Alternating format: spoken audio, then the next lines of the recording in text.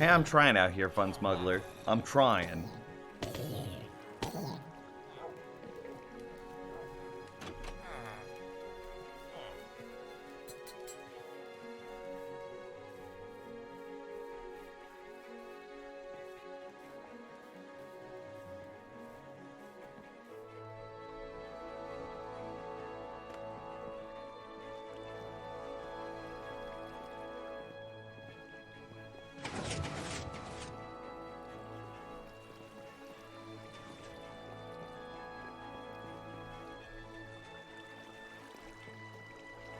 Is my iron golem farm still working?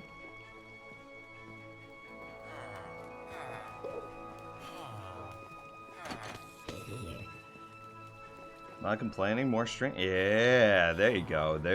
That's the idea.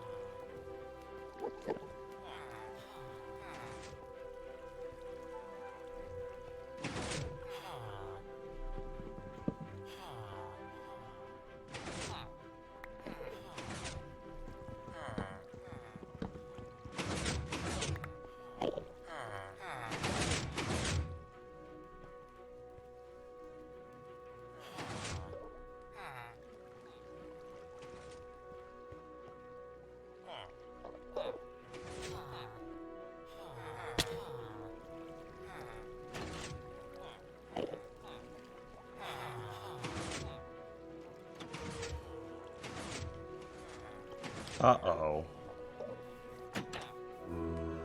We might have some problems. I have an idea of what I want to do today. And so while I was just waiting for people to, like, come into the stream, I've been running circles around the base. And I keep hearing an Enderman inside of my, like, redstone stuff. And I just saw an axolotl splash in the captions. I think that there's axolotl spawning in our skeleton spawner.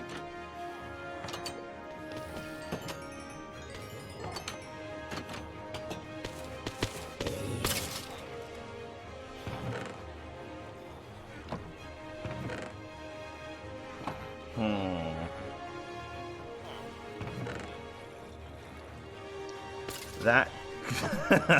that might be a problem.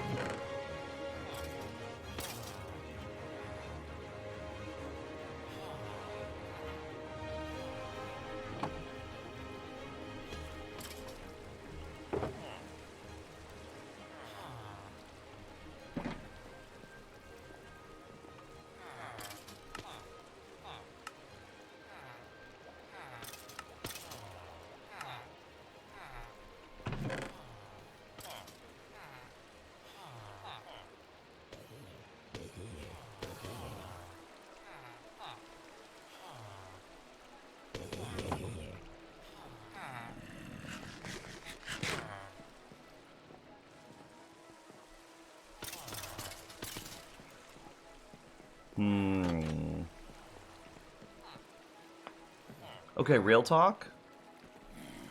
Do I need to keep my Darkroom mob farm?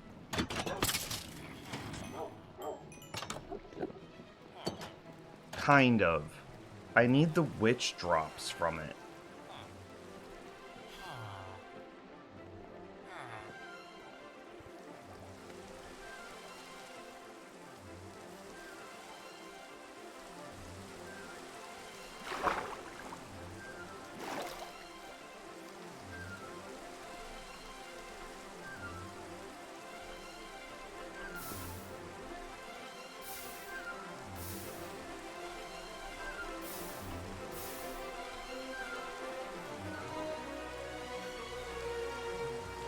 Yeah, we can turn on the stream. But I'm doing this for me, not for you.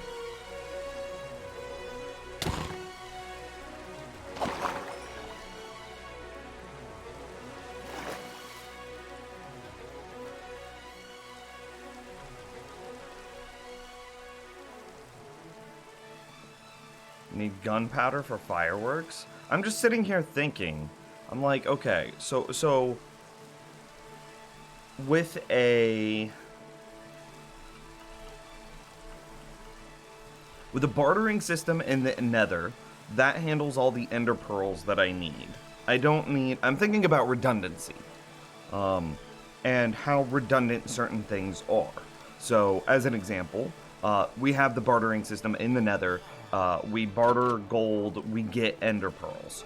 Do I really need to be killing endermen in the overworld to be getting ender pearls when I have hella ender pearls in the Nether? Probably not. Additionally, the Darkroom mob farm provides bones, arrows, etc. I don't need those either because I get bones, arrows, etc. from the skeleton experience grinder. Okay, it also provides string. String is unique. I don't think I have any other sources of string. It also provides spider eyes, glass bottles, redstone, glowstone. Yeah, it's the witch drops that are so interesting. It's the witches and spiders, which I think you can make. And gunpowder. You do need gunpowder as well, but you can make a creeper-only Darkroom mob farm. I believe you can also make a spider-only Darkroom mob farm. Would we be better served to make a creeper-only Darkroom mob farm, a spider-only Darkroom mob farm, and then a witch farm? Would that serve us better? Would that serve us better than our current Darkroom mob farm? Can villagers give you ender pearls? They can. So even in the early game, early-ish, I could acquire bulk ender pearls through villager trading instead of needing to build an ender in the end. Because I'm just looking at the lag of the world. That's really what I'm thinking about. Like, if we hit this Alt F3 screen, ooh, Lord, it laggy. And it's like, that's with this off. Now, there's something over here that's just causing an absurd amount of lag. I don't know what it is. But this is with the Darkroom mob farm shut off. I don't know, maybe it's not as big of a problem as I think it is. I don't know. There's something that's causing some lag though. Also, I wanted to, so we have an Enderman whooping somewhere.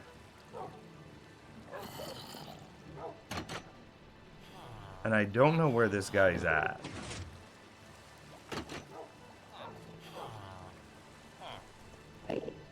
Yeah, see?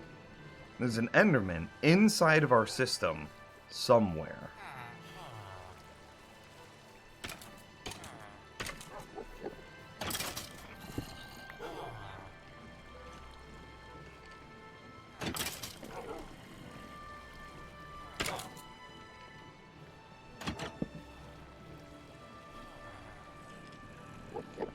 Doesn't look like he's in there.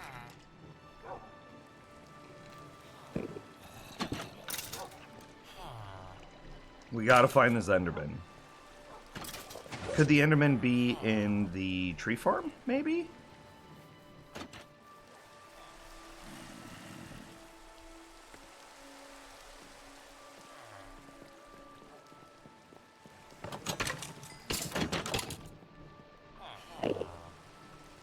Oh.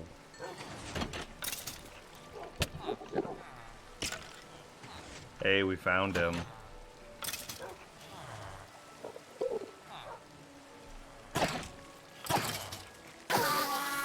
What happens to his ender pearl and grass block?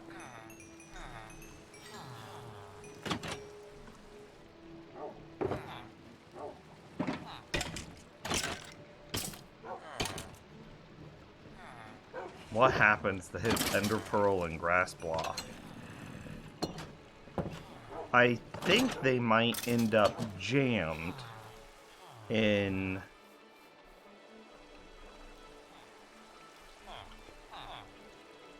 here? No, because this is all full of charcoal.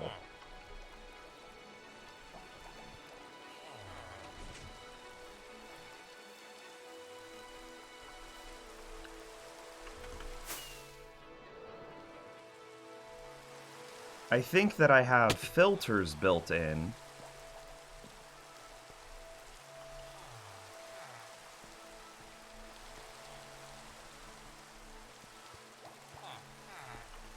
To protect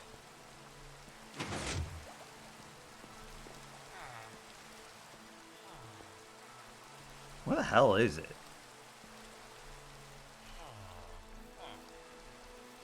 Okay, be on the other side, which means it's just like embedded.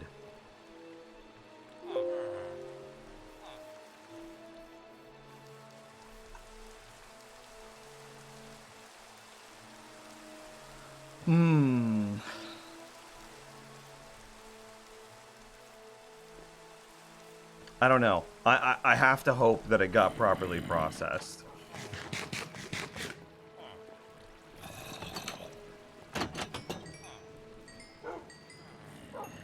Okay, and then where did I see the axolotls? It was like axolotl splashes. Here-ish.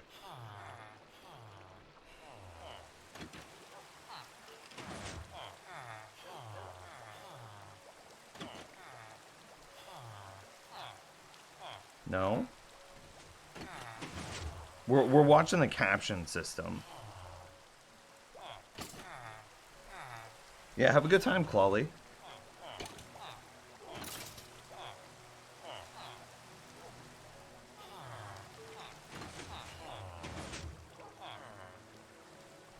I don't know, maybe it's just not gonna do it now.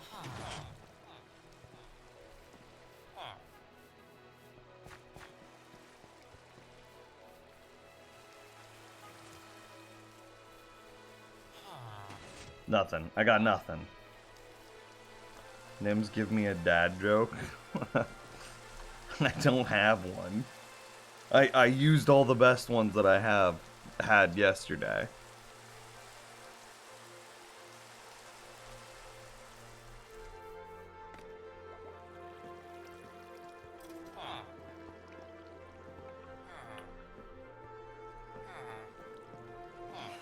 Okay. That aside, I know what I want to do today. We have to slab more of the slime farm, which I can really start with that because I'm just kind of running in circles right now.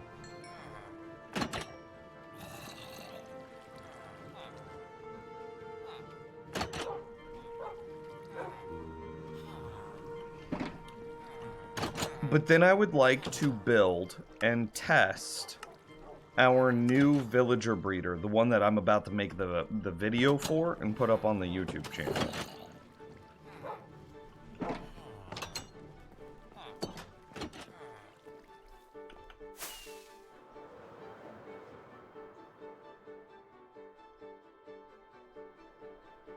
It looks pretty good.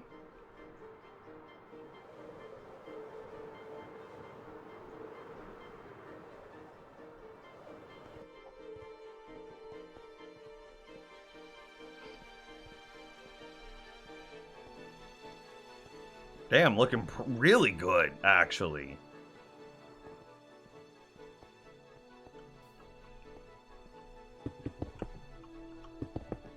Are you proud of me, Castle?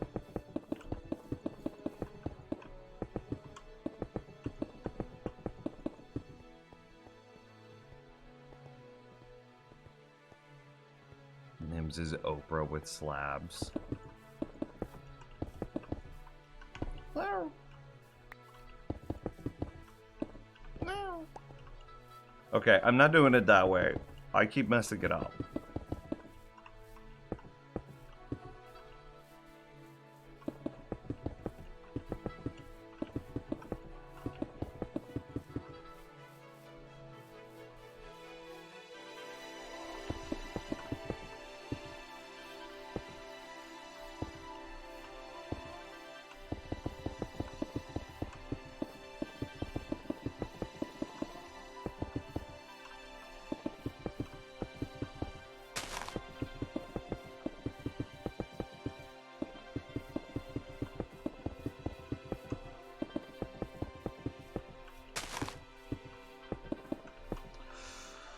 Ooh.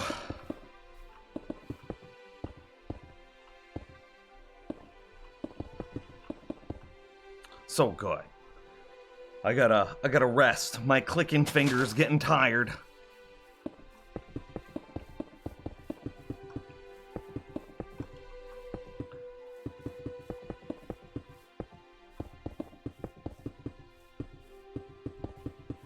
I'm just thinking to myself, is there a way to like automatically mob proof something with a machine?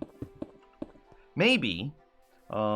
You could create a flying machine that uses water sources to then leave water sources behind to flood a world. Most mobs can't spawn in water. Now, some can. And you might run into different problems, so it might not actually be like a solution. Because if you think that you have a world that's just covered in water, like an ocean world, then you're gonna get like drowned, and you're gonna get a lot of squid, and you're gonna get a lot of salmon, and like the purposes of slabbing this is to increase the rates of the slime farm, but also to reduce world lag.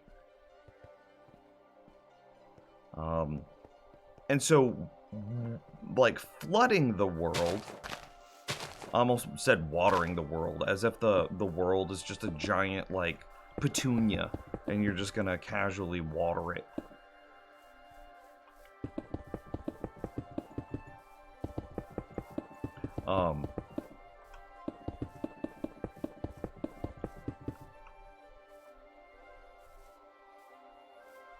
I forget, have we done a witch farm in this world? We've got, like, the beginnings of one. It's just not completed yet. We have a witch hut. I'm digging the hole.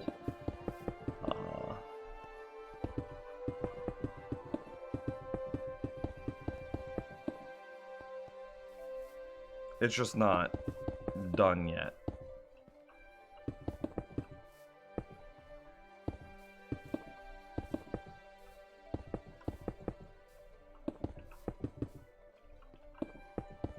Anyway, if you flooded your world, you would get a lot more squid. You'd get like axolotl, you'd get salmon, and you'd get drowned.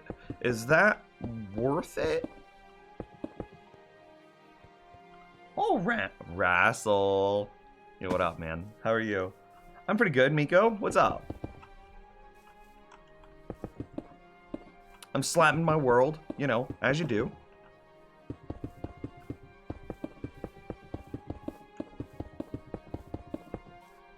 I think we're going to try to build the villager breeder in a little bit. I wanted to take this time in order to think about where it should go.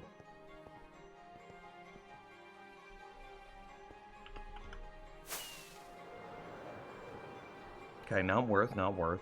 So do you think there's any other way that you could automatically or with a machine mob-proof a world?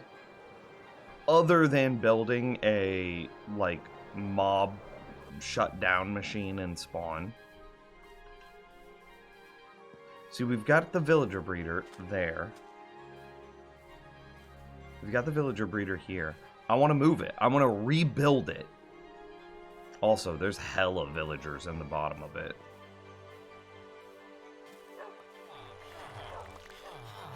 Look at this. Oh. Thanks for all the carrots, bud. That shouldn't happen either. So, like, definitely needs fixed.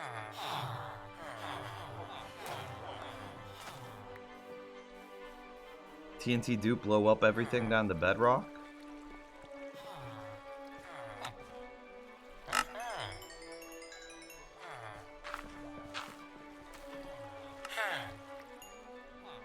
Wow.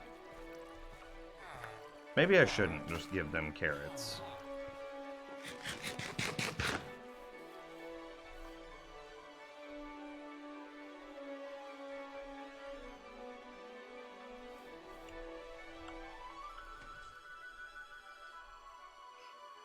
I don't even care about the emeralds.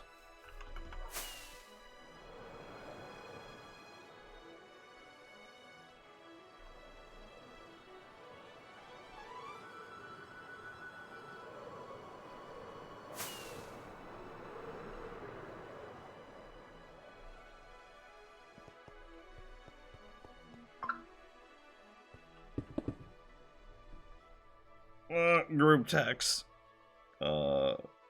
Mute. I didn't have my group text muted.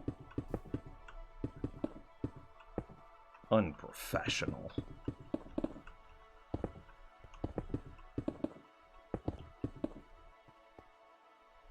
Yeah. I can't think of another way that you would mob-proof a world, though. Is it really just brute force slamming it by hand? Or you could build those, like, machines that have all of the mobs spawned in spawn chunks that somehow don't despawn? I don't know. And that stops mobs from spawning anywhere else in your world.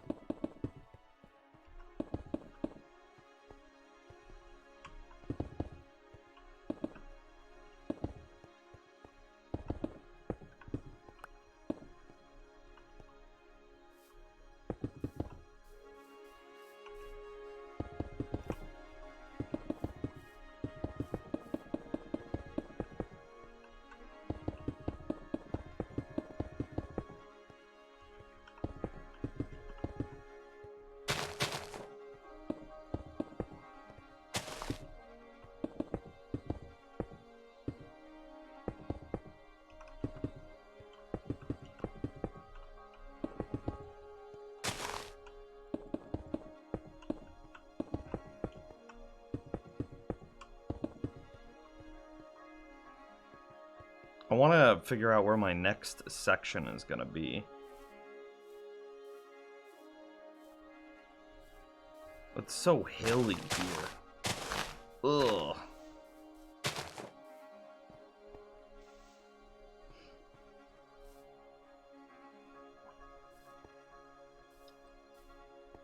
I saw your ant problem. I'm just choosing not to acknowledge it.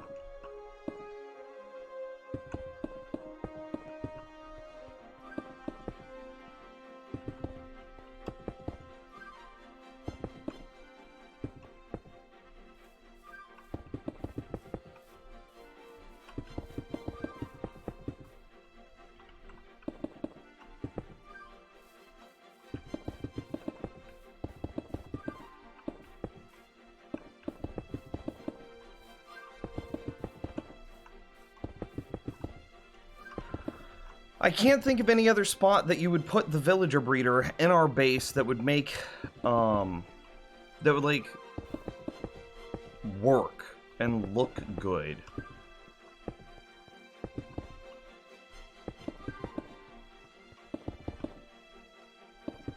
It almost feels like it wants to be its own thing.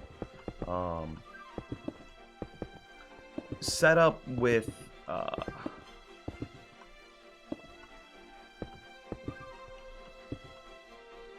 set up with like a villager trading hall or something.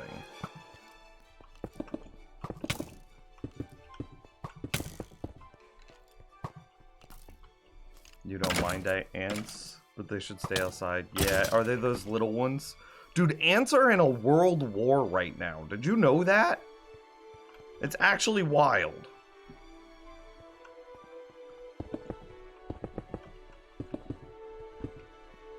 Like there's a group of ants from, I think it's like Argentina, that like hitched a ride on some boat, and they have like started taking over the world.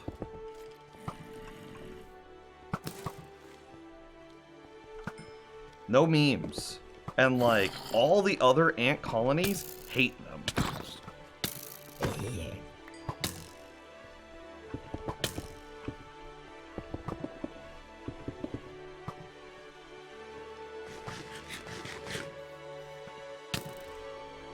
Wait, could you stop? I'm just trying to put stuff down, bro. Chill.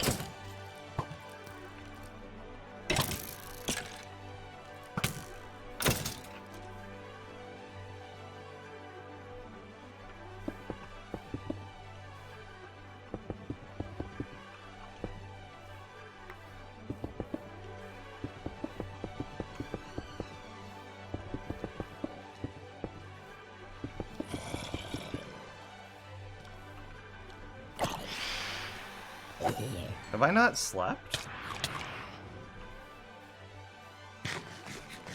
I mean, clearly I haven't slept, right?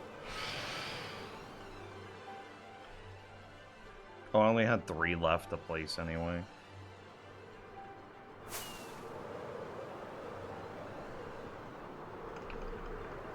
Plop it on top of the mob spawner and let the babies drop all the way down. Ugh. But then, like... Can you just not? Oh yeah, I also want to build a phantom membrane farm, just because I think it'd be fun. I kind of forgot I wanted to do that. Not that phantom membranes are good for anything, but it would be fun.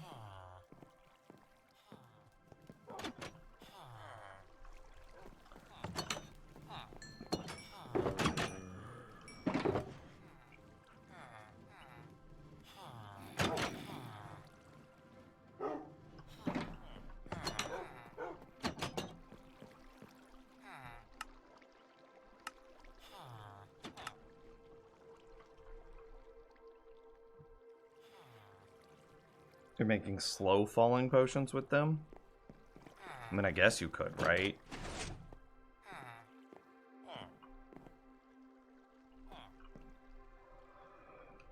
I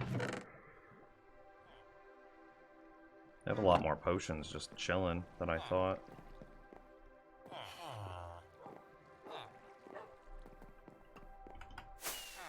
So yeah, like if we were to move the villager breeder, where does it go?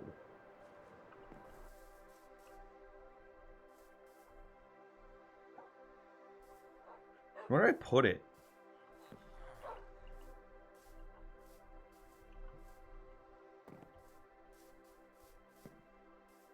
Should do a series with no mending allowed, just to make phantom membranes useful. I mean, they're only, like, marginally useful then, right? Because once you repair your elytra, like, what is it, 3 times? It's too expensive. And then you gotta go get another elytra.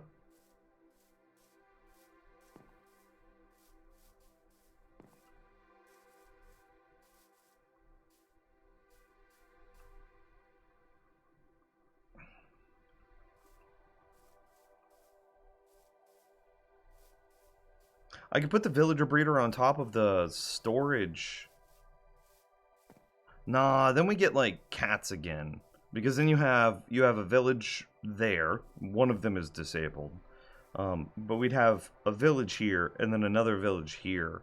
And even though they're like separate villages, they're still going to be considered one for the purposes of spawning cats.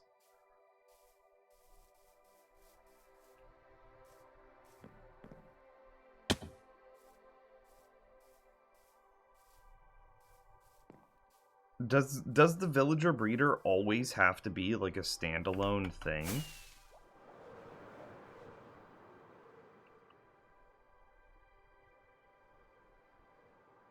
Is that a natural pink sheep on the hill? Where did you see that?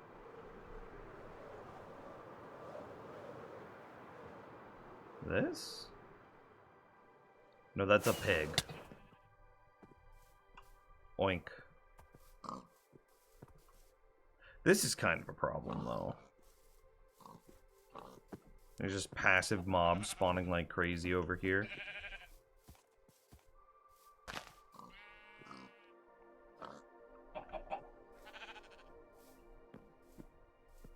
We can make a passive mob farm.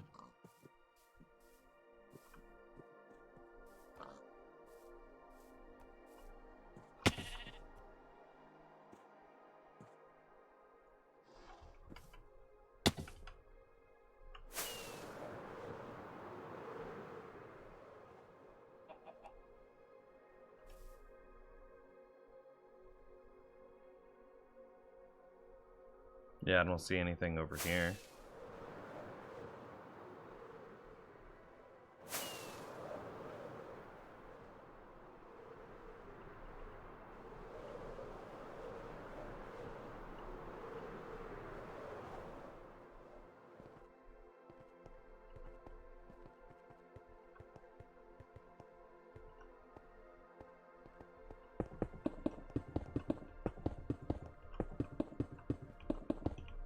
Yeah, do we just build like the villager breeder as another standalone thing? I don't know.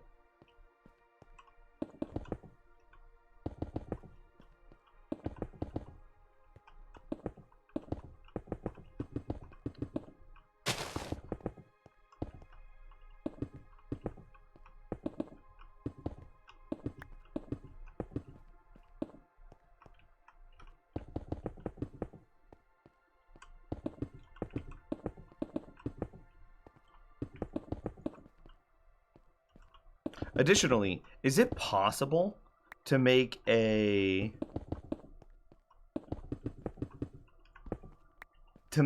darkroom mob farm that spawns skeletons only? Probably not, right? Because skeletons, by spawning skeletons, I don't think that there's a way to isolate skeletons from creeper, zombies, and witches. The reason that you can make a creeper-only mob farm is because creepers are short. They're really insecure about their height.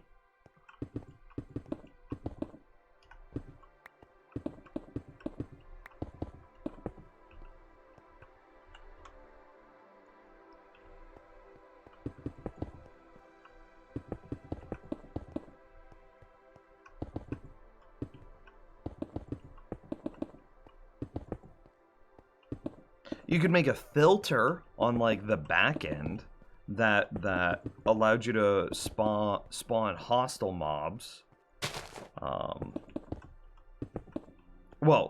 You could make a filter on the back end of your hostile mob farm that then got rid of all zombies and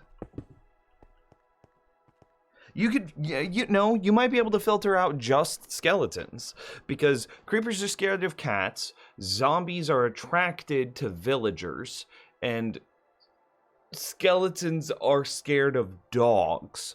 So I was thinking like, oh, what if you just built a filter that got rid of each one of those things? And it's like, well, then you have a problem of witches. So what you would have to do if you wanted to darkroom mob farm and then isolate each group of mob is you filter away creepers via cats, then you filter away skeletons via dogs, you filter away zombies via villagers, and then whatever is remaining must be a witch. That seems possible. For the purposes of making a Darkroom mob farm that is just a skeleton mob farm, you would build a Darkroom mob farm like normal, and then just build a skeleton filter on the back end of it, and then kill anything that's not a skeleton. So you basically have two outputs. You have the skeleton output and then the not a skeleton output. And if it's not a skeleton, it dies. And if it is a skeleton, then it dies anyway, but it just dies by being eaten by your wolves. So the reason that I bring this up is like, what if we started a second base?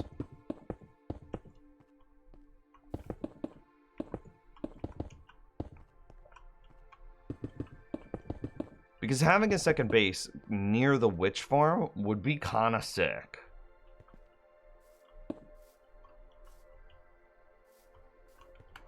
Additionally, our AFK room is full. We can't fit anything else in our current AFK space. However, we have 2 new tree farms that we, well, rephrase. We have 1 new tree farm that needs to be added. Skeletons and zombies don't swim, which could also help. Oh, that's a good point too.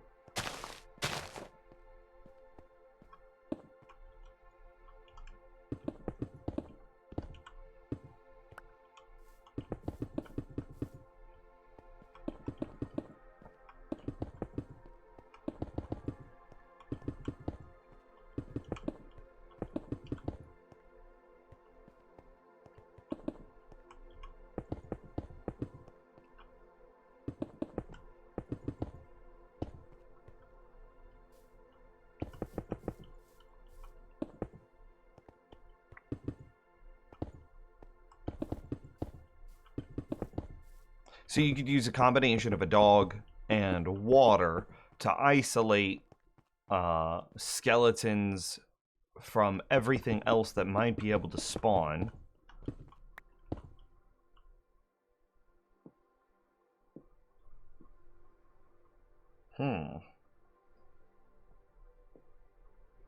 Build a villager breeder in the sky like a mob farm and make them skydive into a small pond. Nah, the new villager breeder has a really nice on-off switch, so I'm gonna build it and then I'm gonna shut it off. Well, I'm gonna build it, I'm gonna leave it turned on, and I'm probably going to monitor it for a while.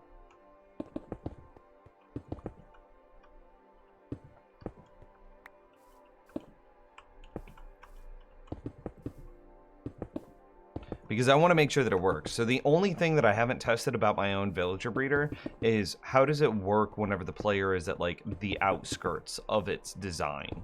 And how does it work whenever the player is like moving in and out of its area through the course of like normal survival gameplay?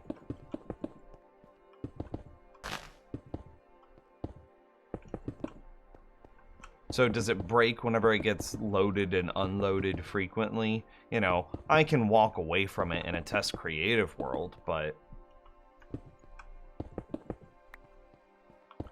that's not quite the same thing as a real world test, right?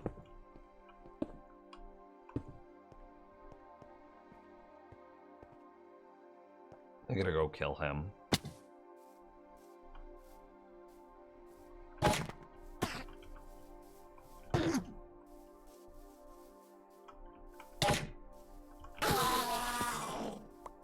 Gotcha, bud.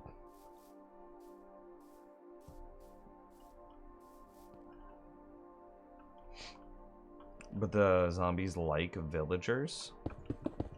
Yeah. They'll run at a villager and try to eat their brains, right?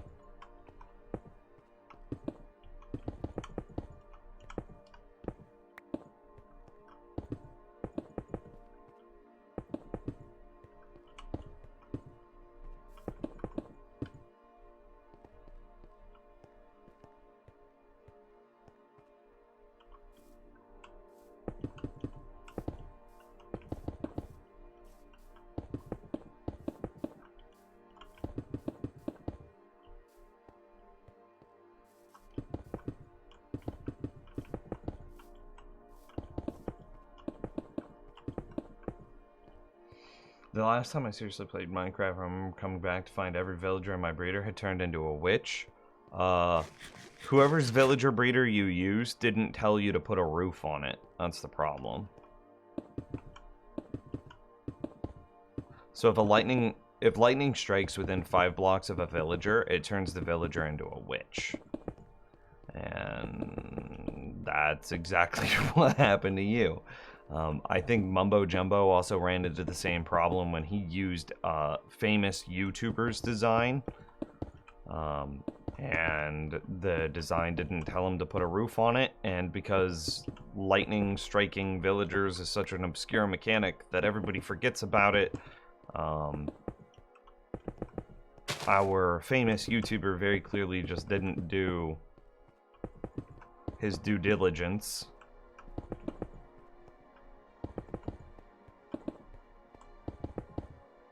And so, Mumbo Jumbo ran into that exact same problem.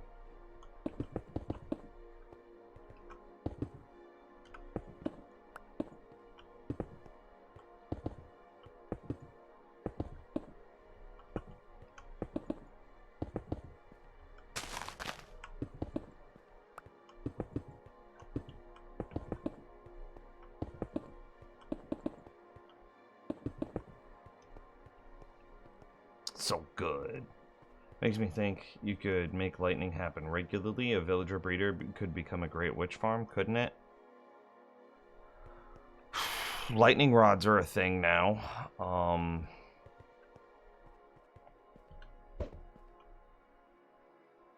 So yeah, you could kind of force it out.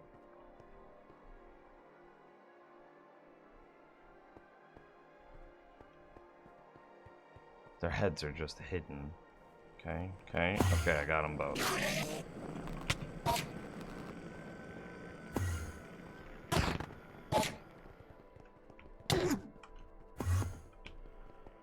Why'd you have to teleport behind me? I do both in one direction. And he had to go and do something like that. Okay.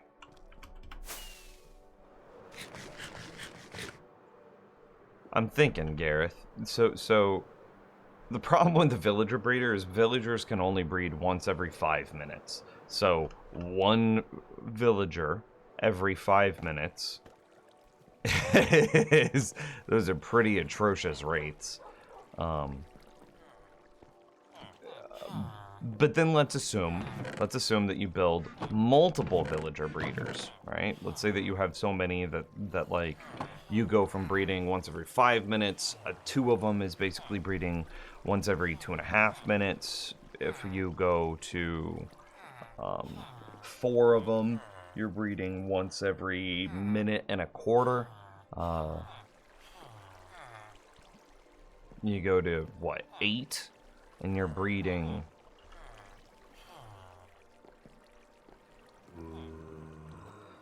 What's half of 75? 37. You go to 8 and you're breeding once every 37 seconds. Even then, if you have 8 villager breeders, all like layered, stacked, etc., all running, and you're getting a new villager bred once every 37 seconds, give or take. You are then using a lightning rod to convert them into witches.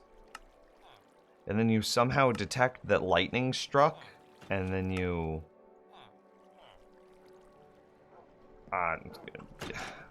then you send the witches out to be killed automatically somehow. Like that killing witches automatically isn't the hard part. You just drop them. Just fall damage. That's it. Period. I don't know how you're detecting that lightning struck, though.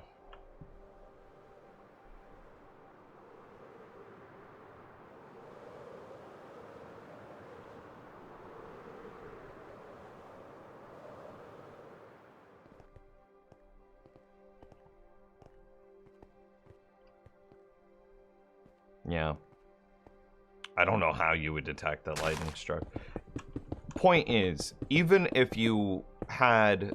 in a real-world scenario,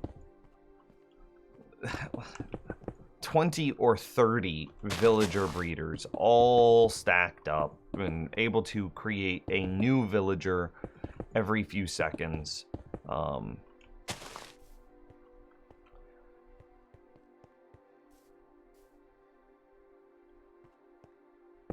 How are you getting lightning to strike?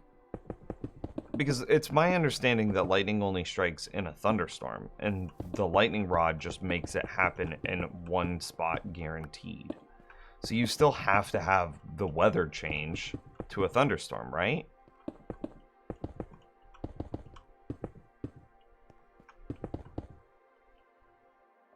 I don't know.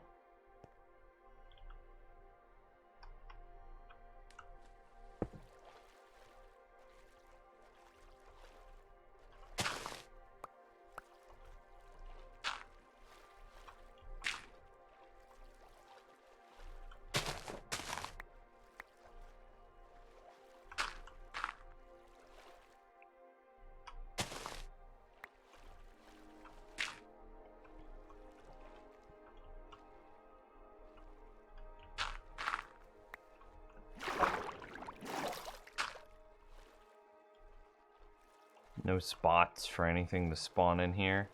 Okay, looks good. I'll put those dirt back.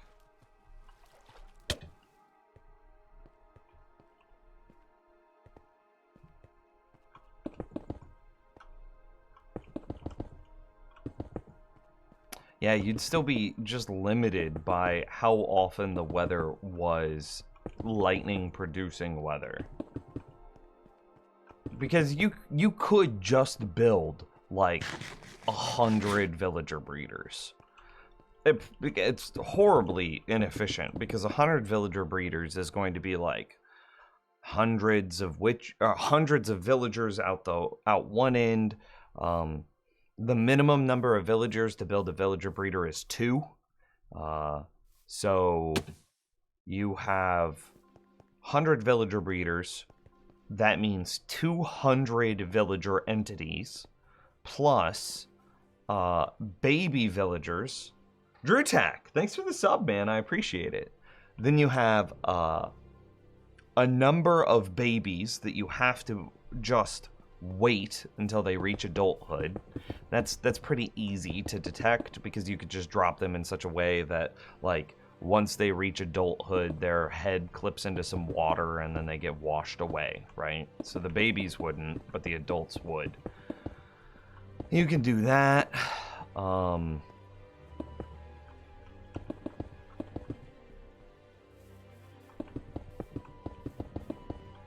But then, yeah, you're still just stuck with a couple hundred babies that you're just waiting to reach adulthood. Yeah, it would be 4 times the number of babies, right? Because if you're producing a baby once every 5 minutes, and then you have to sit on the baby for 20 minutes before they become an adult, then you'll have 4 babies that happen in the time that it takes for one baby to become an adult. So then you have 200 villagers that are breeders. Then you have 400 villagers that are just waiting to be converted into, or waiting to grow up into being an adult. And then you take all of these villagers that you've now created, and you have to somehow get them struck by lightning. And which means you're just waiting on weather changes? It's possible. You could do it, but oh damn.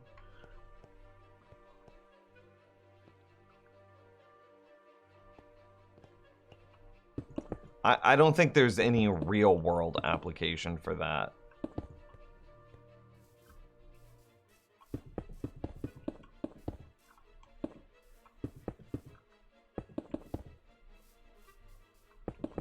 It's an interesting thought, though. A very interesting thought. I'm pretty good. Thanks, man. Eltrian, how's it going today?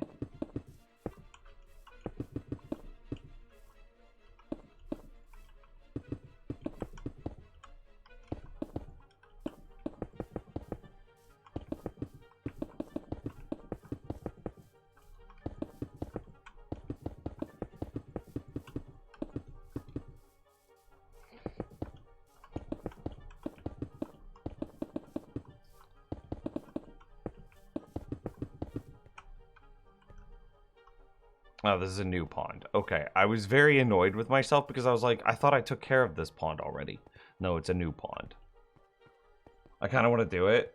Maybe I'll try on the server if I get time. How? The only question is like, how do you detect that lightning struck them? Because everything else is pretty straightforward. You can just, like I said, you build a villager breeder. You build some sort of waiting area for the baby villagers to reach adulthood. You can detect when they reach adulthood by either tripwiring, doing stuff, putting a water block above, you know, one block above the ground, so that way when they reach adulthood, they clip into the water block and get washed away. That's easy. Avoiding entity cramming, also easy. But the question is, when lightning strikes, how do you know that the lightning struck to then do something?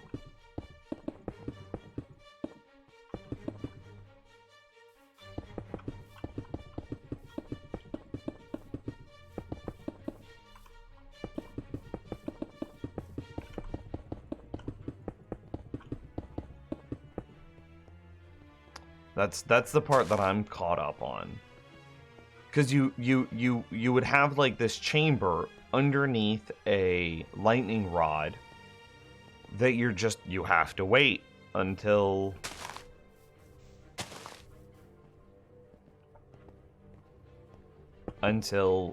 lightning strikes. But then once lightning does strike, you want to remove those villagers, or the, you know, old villagers, now witches. You want to move them out so that way the new set of villagers can come in. Right?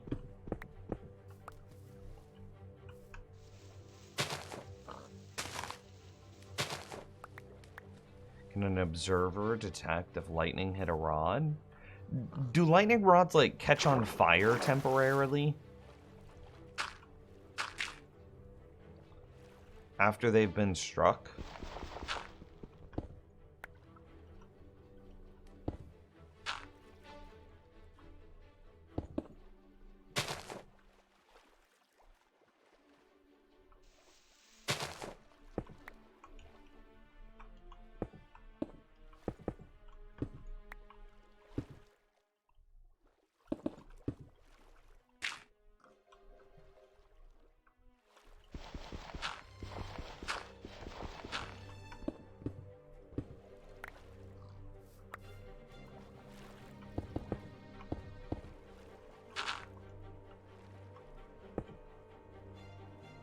Is that good? Is this all mob proofed? Oh wait, I gotta check and make sure it's not a river. Okay, not a river. Lightning rods emit redstone signal when struck. Oh, boom, done. That's the answer. I didn't know that. Okay, well, yeah, it's very possible. Everything about that is very easy to do, other than building enough villager breeders in order to become worthwhile.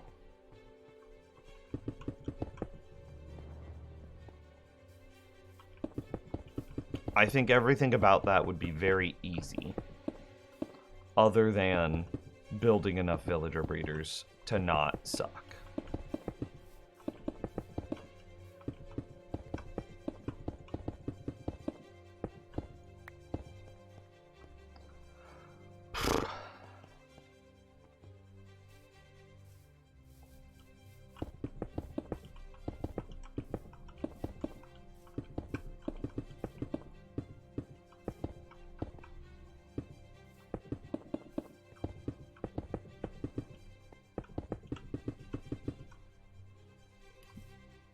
Will hitting a villager with an enchanted trident summon a lightning bolt and turn them into a witch? Yes, I believe that also works.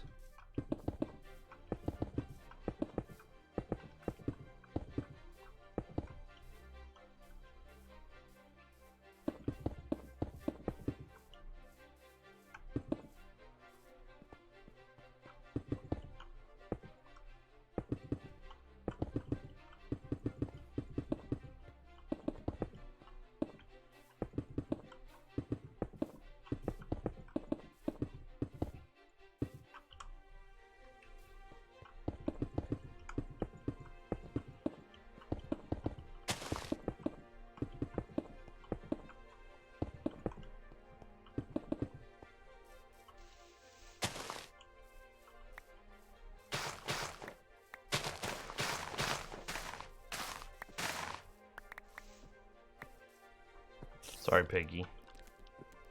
Wait.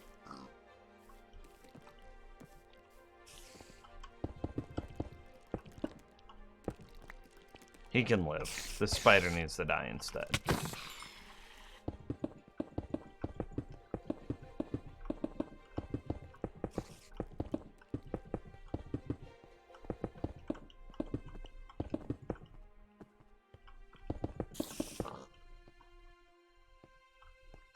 Okay. No, Pig, you got in the way. I'm sorry.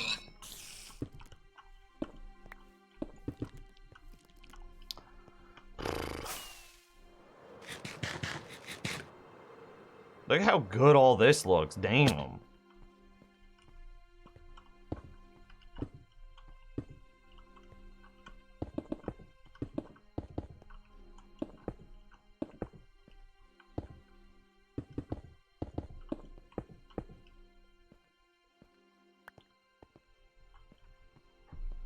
Also depends on the weather, though.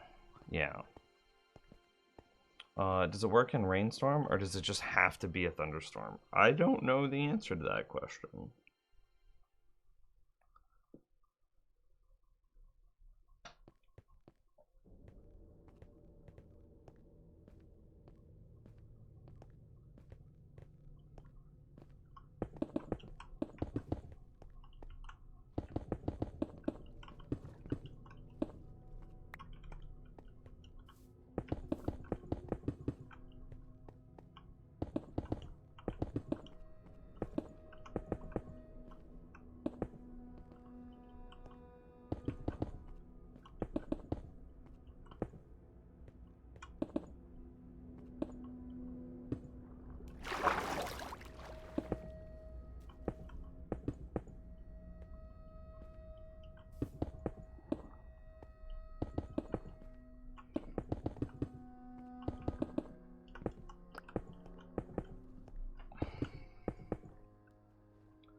Oh, now you know what's wrong? There's no RuneScape music? What do you mean? City Skylines music isn't good enough for you? How dare!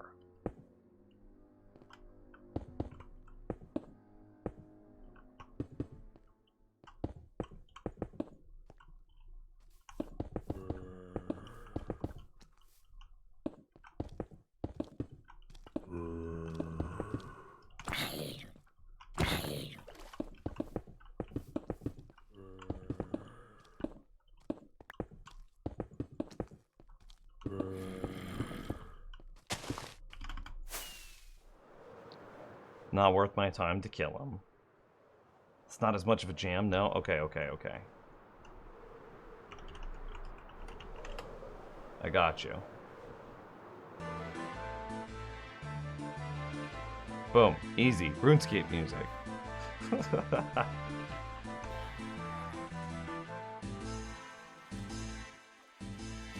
The City Skylines music did get really quiet, and I don't know why.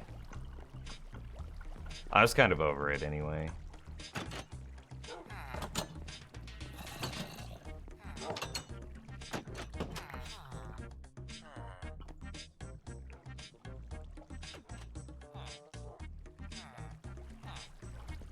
Do we wanna? We might wanna save the Phantom Membranes.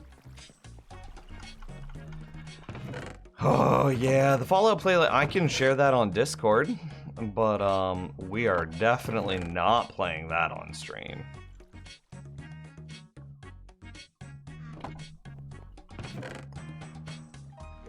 It's fun to stay at the DMCA.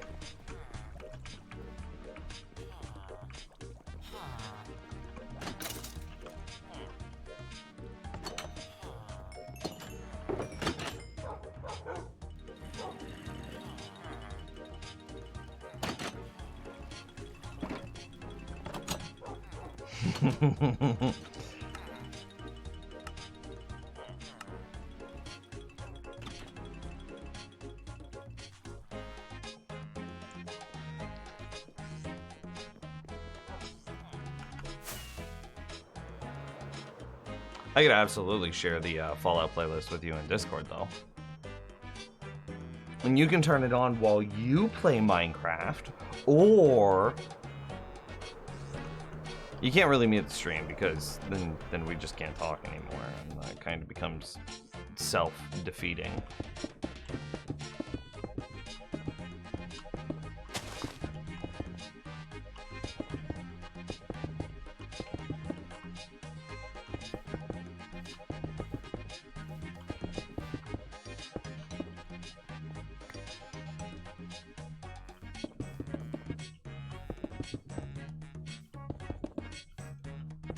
I was gonna say you could turn it on while watching the stream, but that doesn't really work if we're playing some RuneScape bops.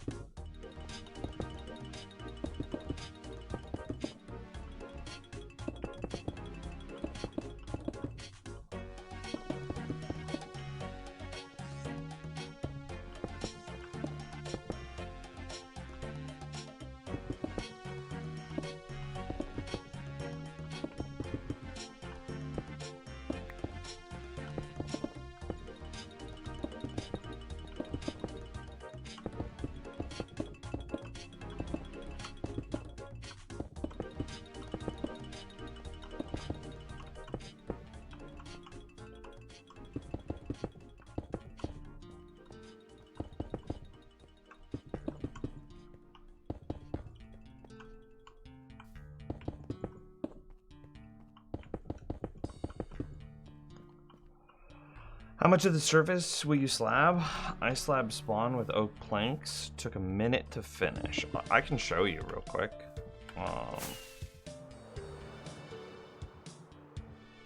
So this corner here is an edge. Here, I'll just fly along the perimeter. So this is the one edge, and you can see it as it goes up this mountain in front of me. And then I'm going to turn left, so that way I can get aligned. Perfectly aligned, like that. So you can now see this line as it continues below me. And then it comes this way. And you can see it as it connects here to what we've done. And so with that context, we've got a good chunk of it done. I'd say we are well over half. Here, can we see it really well from the top of the,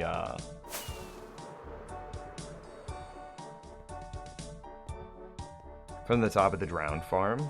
Does this work? You can only see the one corner. Hang on, if I up my view distance, we might be able to.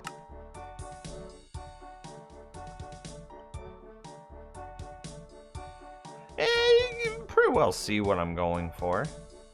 Yeah, let's shut off clouds real quick. Clouds off. Yeah, so, like, that's the goal. It's not that bad. Most of it's just mountainous.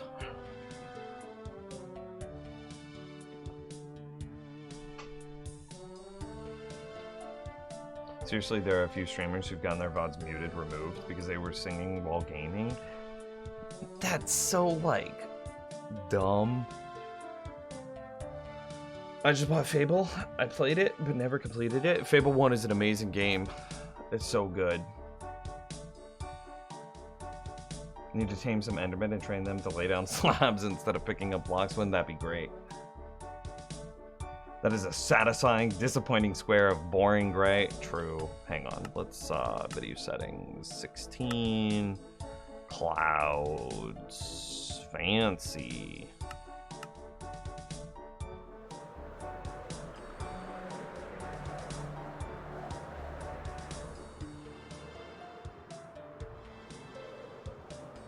I'm over halfway. What are you talking about?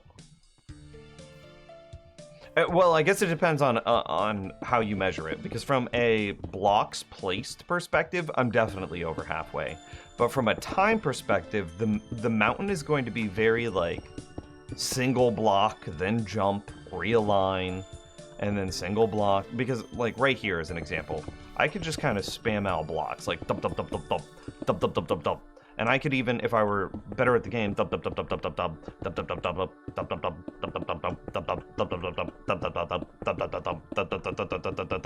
dub dub dub dub, right? And that's quite quick. But once we get to the mountain section, it'll be dub, jump, jump, dub, jump, jump, dub.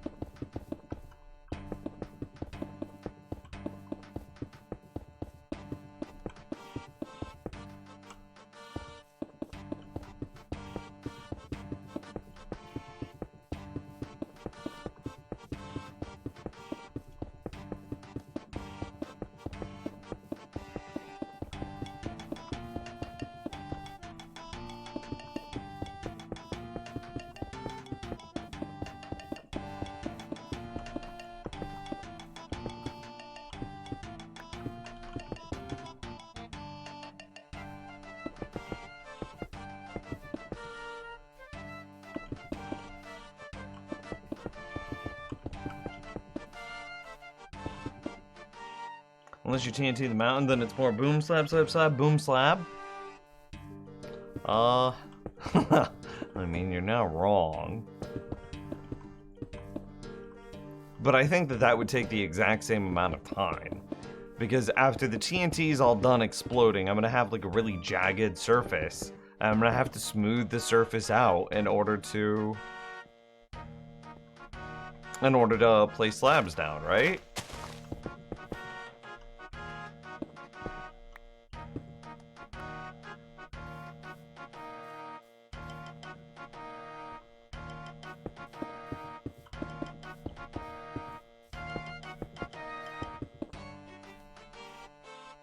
Yeah, I'm just gonna have such a jagged surface. I'm thinking about it. And I'm gonna have such a jagged surface that I would still need to place all my slabs on. And then I'll have like way more floating blocks that I'll have to handle too. Yeah, it's just TNT's not the answer. And then it's like, where do I get all the sand to handle the TNT? That's just not gonna work.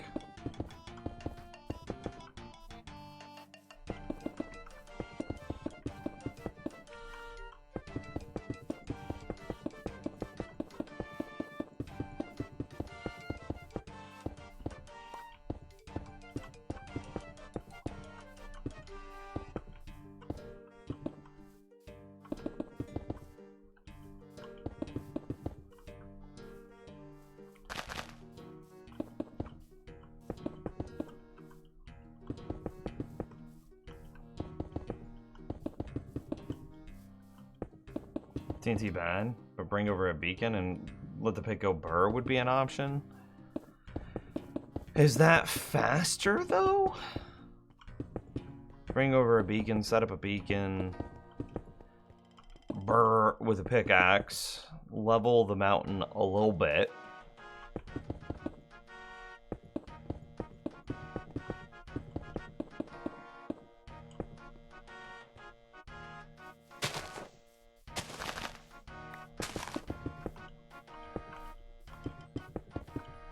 And then I'd still have to follow that up by going through and actually laying down the slabs.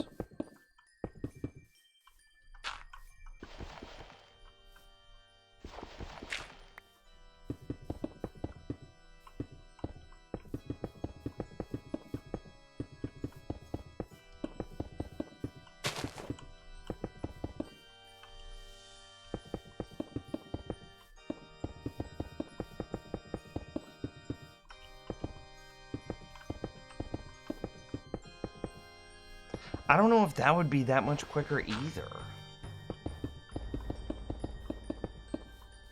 But then again, this is all like, I haven't even started to slab the mountain yet, so I just have no idea how long I should expect.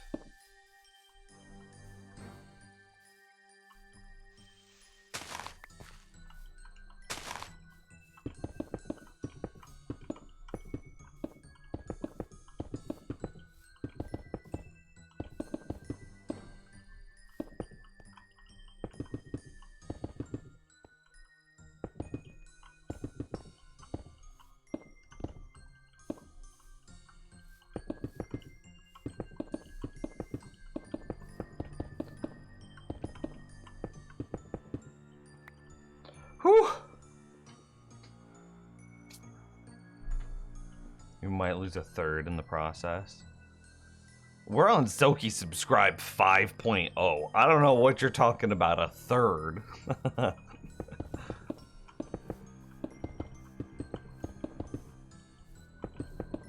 Also, reminder, if you haven't already, be sure to subscribe to the stream and support your favorite streamer.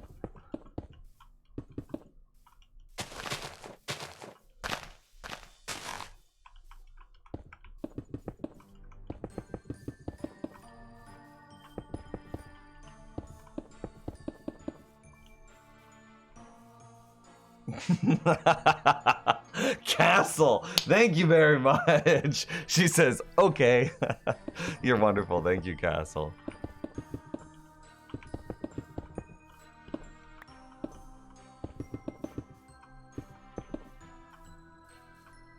Oh, I'm out. That's it.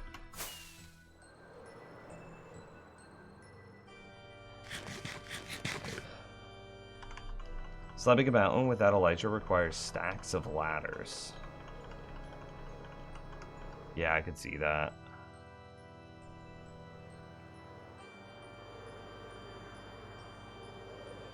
Or, why did I... stacks of scaffolding, but why did the scaffolding hurt me?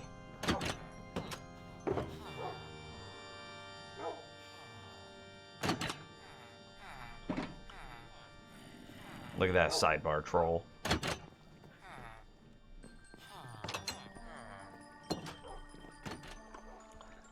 That's from before our graphic update.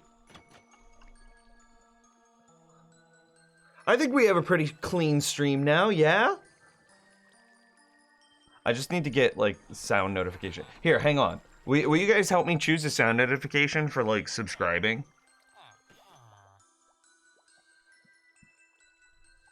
Where do I click this? There it is.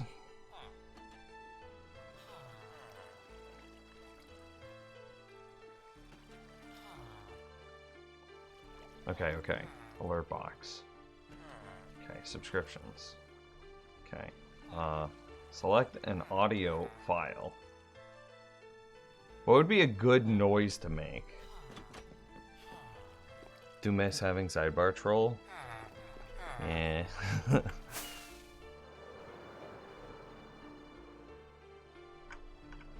But now we have, what, top bar troll?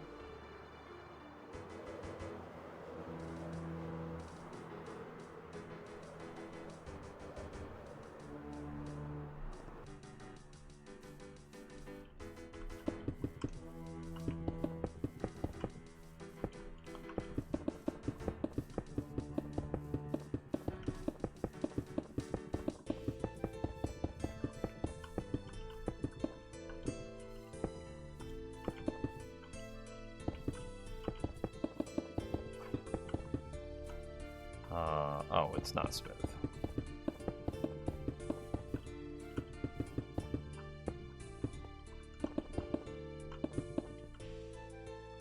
Ugh, fingers clicking.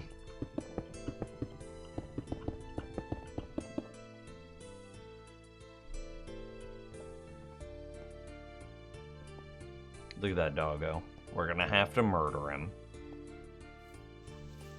I still haven't figured out how I'm going to handle the rivers either, because there should be drowned in this water. Not necessarily right now, but if I AFK'd at the slime farm long enough, drown should spawn in the water. Oh, this is how we do the mountain. We don't go from the bottom up, we go from the top down, and we like look down as we do it and just cover anything and that isn't a cobblestone slab. We cover it. Easy.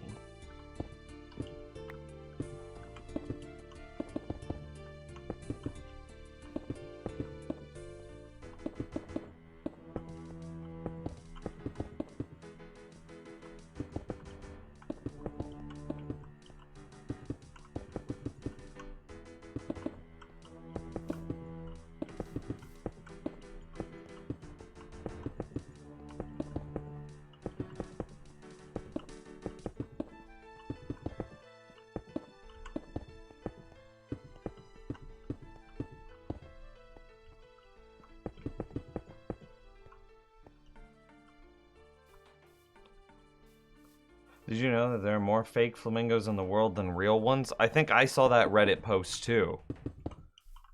But yes, that checks out.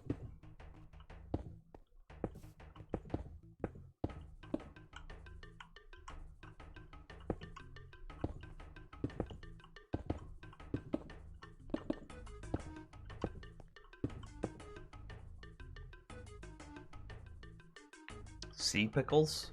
Are you talking about... Wait, no, what are you talking about, Rassel? Just sea pickle or glowstone like the whole river so no drown can spawn? Oh. I kind of want to fill it in so that way no squid or salmon can spawn either. I don't want any entities.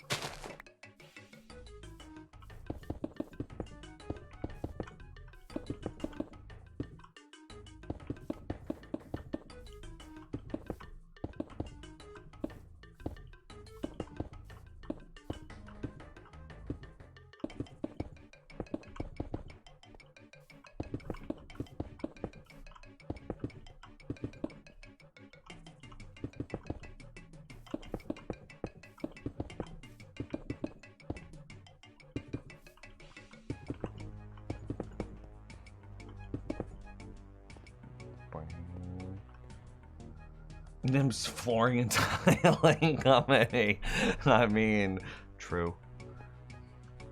I'm so good at this. I'll come slab your entire base for 20 diamonds.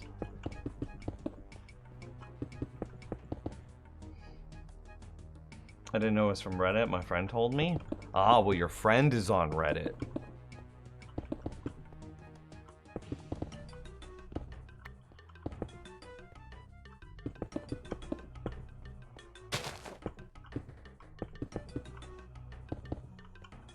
It's a pretty cool fact, though.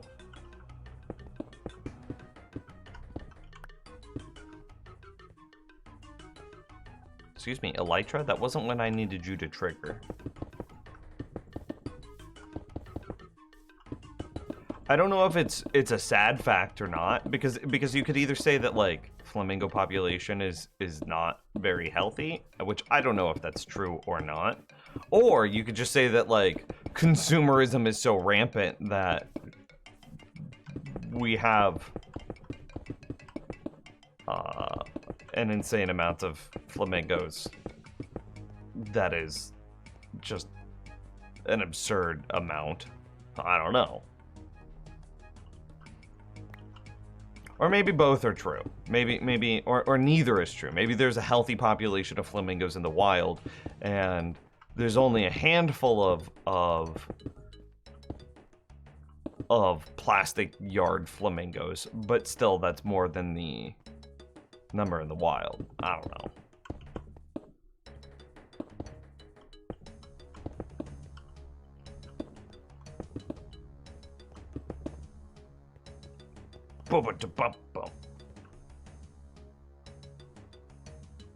Sponge it out? I think I'm just gonna, like, dump dirt in it. I don't think I have enough sponges to sponge it out. Yeah.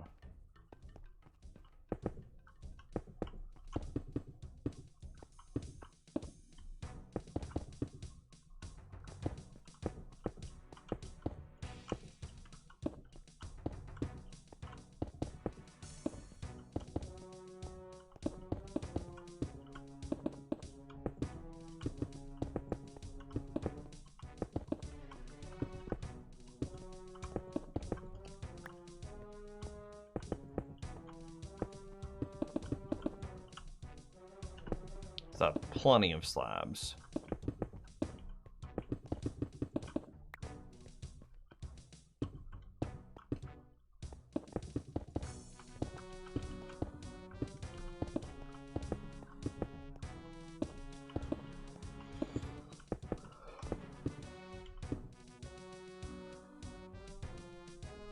Or sand. Sand would work too, but sand is too valuable to me because I don't use sand dupers and I want D&D. I need so much. I need to blow up the world and I can't because I don't have enough sand. So it's gonna be dirt.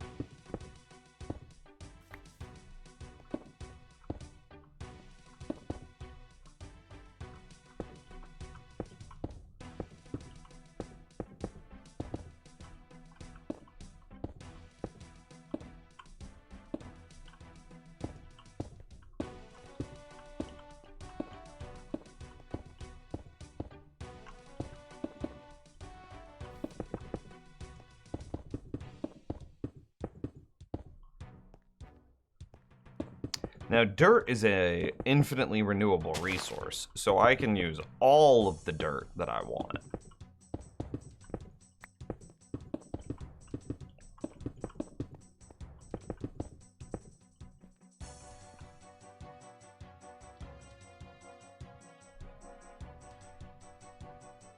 Five by 5 squares of water separated by sand, then sponge source, clearing a swamp of its water for a witch farm. You speak with experience.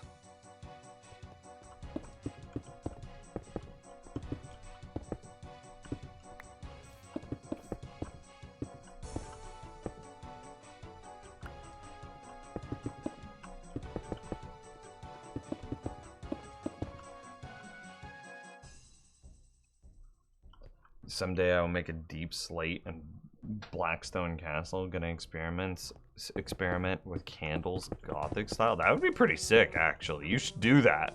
And you should give yourself like a vampire name or some sort of like Count von Leech. No, you're Lick now. You're just Haunter, and all you do is lick things. No, Ghastly licks. Haunter can at least has hands. Count von Ghastly.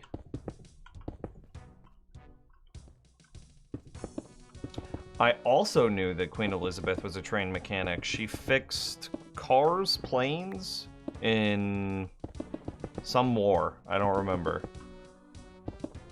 Was it World War II? Shoot.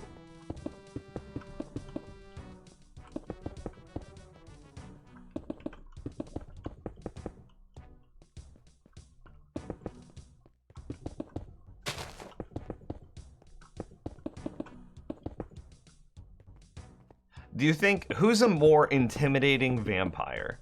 Count Chocula of the chocolate cereal, or Count Von Lick, who just licks you instead of vampiring you?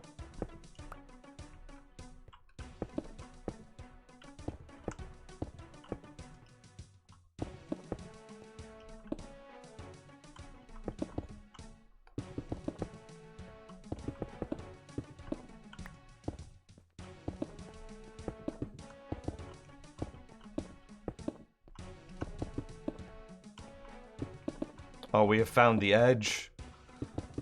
The miracle.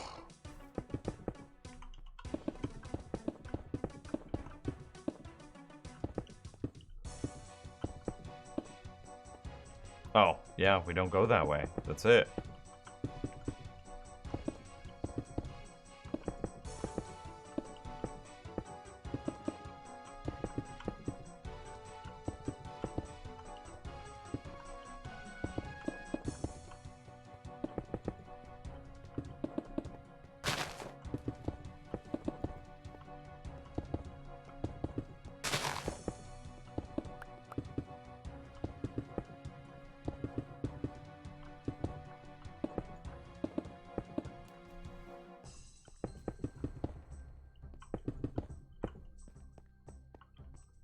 The Count from Sesame Street owns them all. Oh, that's true.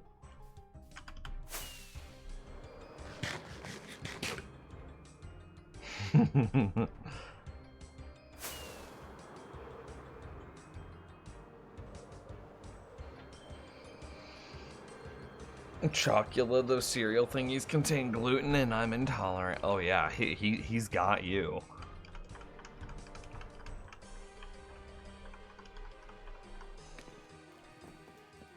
Your salivary glands produce almost enough to fill a 2-liter soda bottle in one day. Okay, now you got a fact that I didn't know. That's pretty gross, though. That's pretty gross, though. Damn.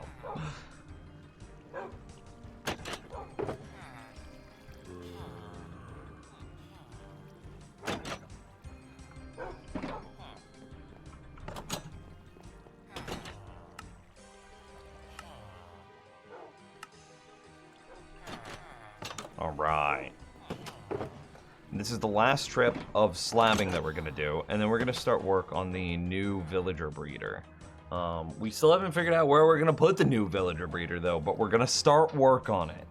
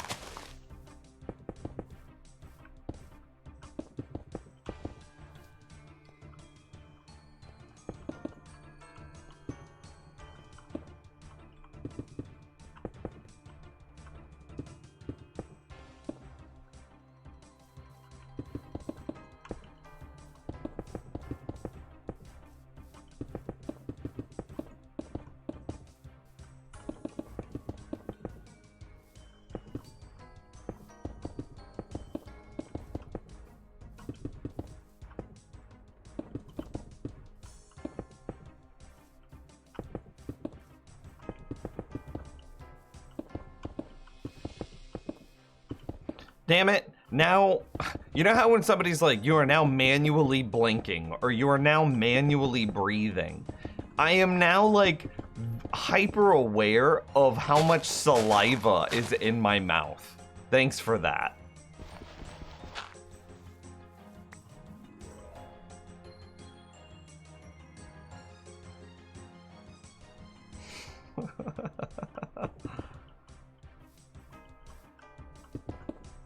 Hey, you started it.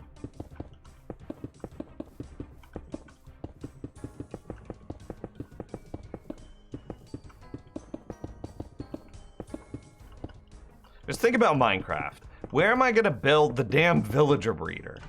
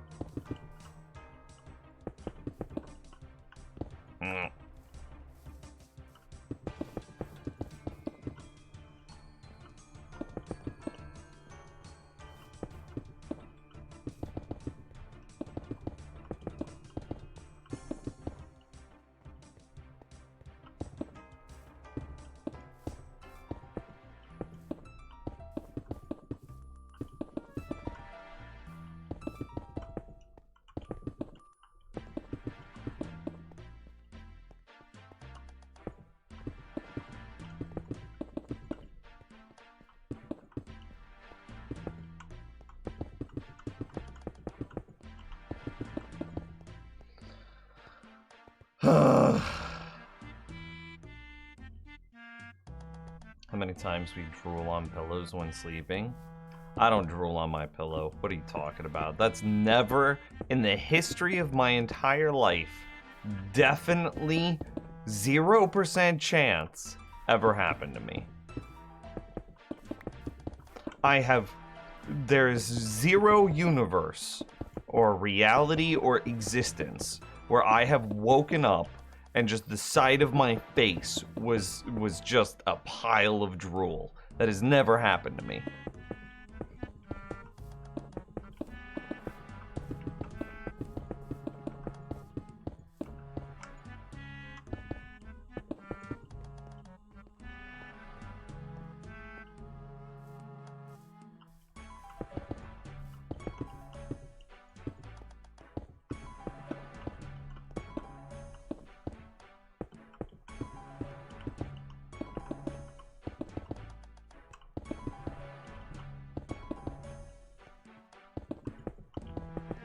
And if somebody tells you otherwise, if they say that they have like special insider information, they're lying. It's never happened. Not to me.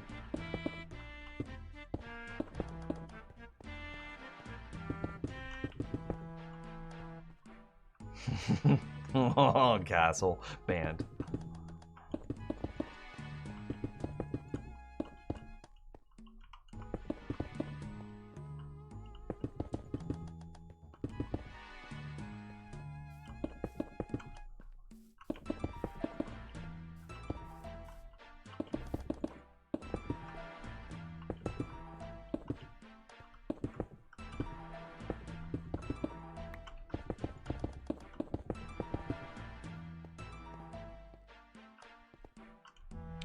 This looks pretty good. Making progress.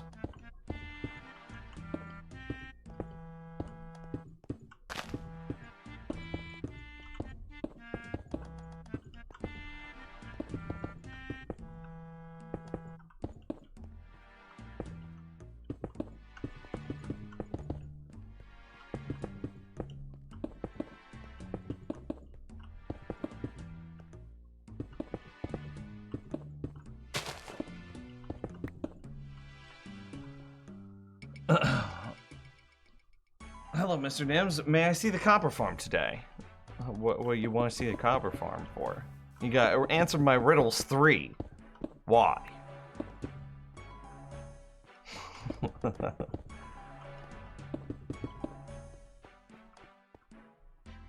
have to do this the Nims way, under the bedrock roof, and that is intimidating. I want to get all the end outer island portals unlocked, and I'm thinking a gas farm. Take about as long as hunting the jerks down by flying around, but I feel better. Yeah.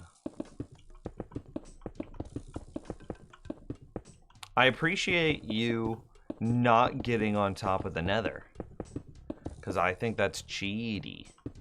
And it's not like super cheaty, because it's your own experience, and if that's how you choose to experience the game, then like, who am I to tell you that that's wrong? But I feel like it does go against the spirit of the game.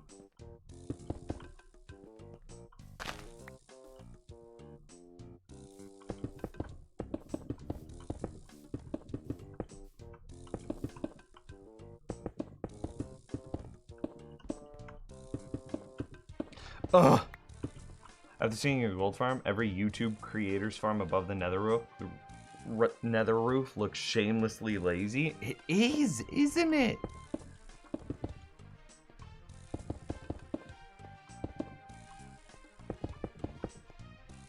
I should work on slabbing my nether some more at some point, though.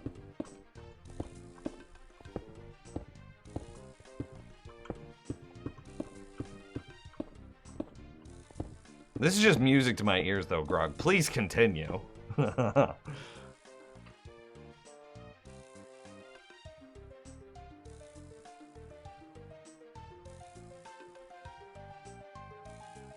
Bedrock players can't build up there. It's in solidarity with them. I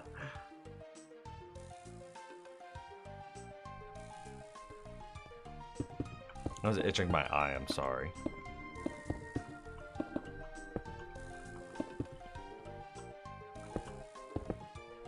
See, we can just be like blap, blap, blap, and then slap, slap, blap, blap, blap, slap, slap, slap.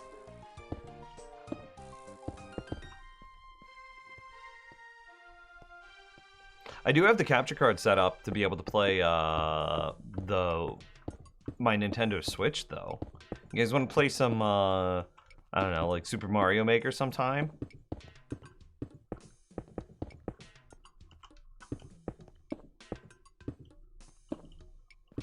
And laugh as I get frustrated by troll levels.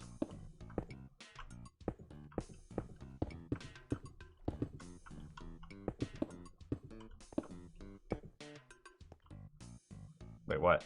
I just would like to see how the copper farm works, as I need one in my world. Okay. And what will you trade me for the drowned farm?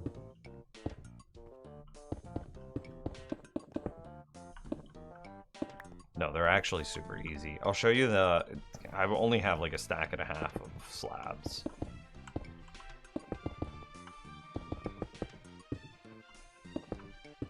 Let me finish the stack and a half and I'll show you as we move back.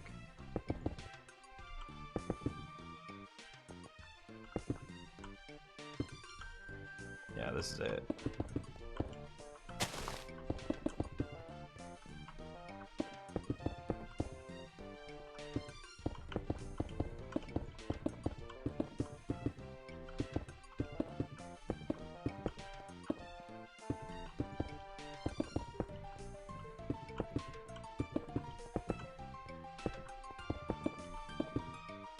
That's it.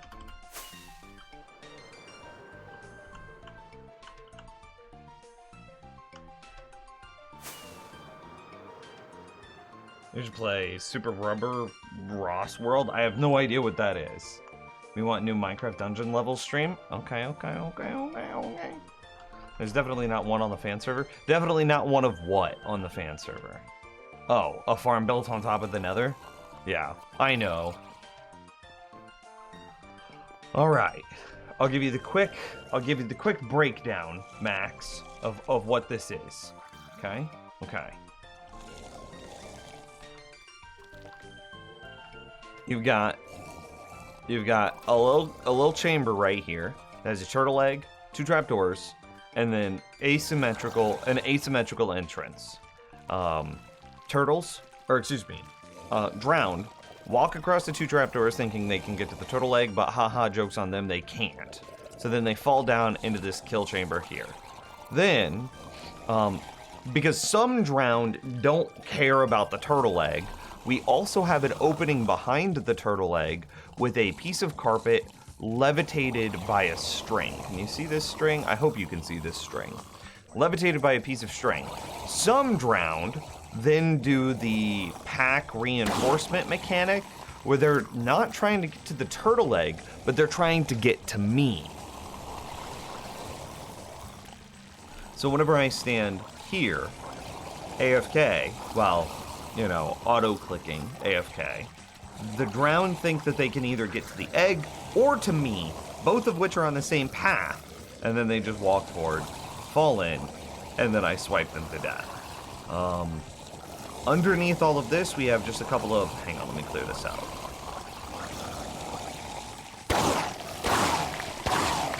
Oh, I didn't stack my inventory, I'm dumb.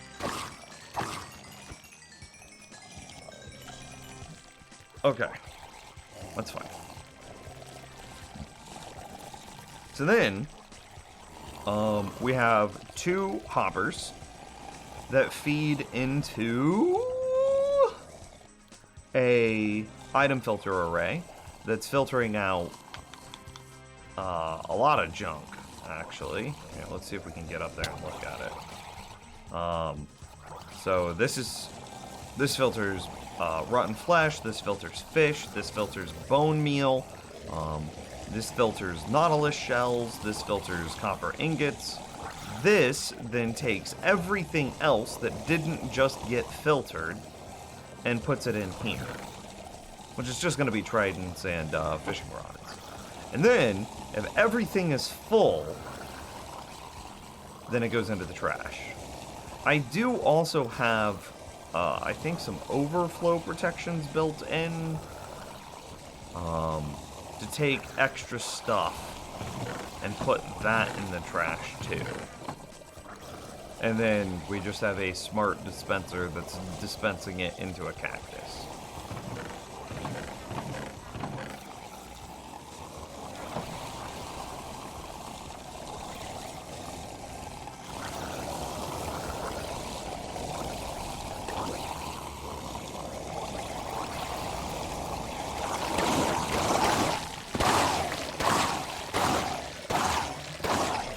And so this is the farm. I have a macro set up on my keyboard that swipes, that presses left click once every 700 milliseconds.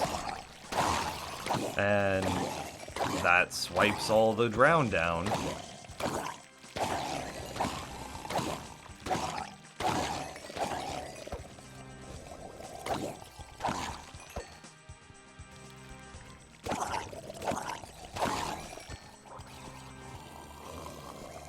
Wait, drown drop copper now? Yeah, they no longer drop gold, and they do drop copper now.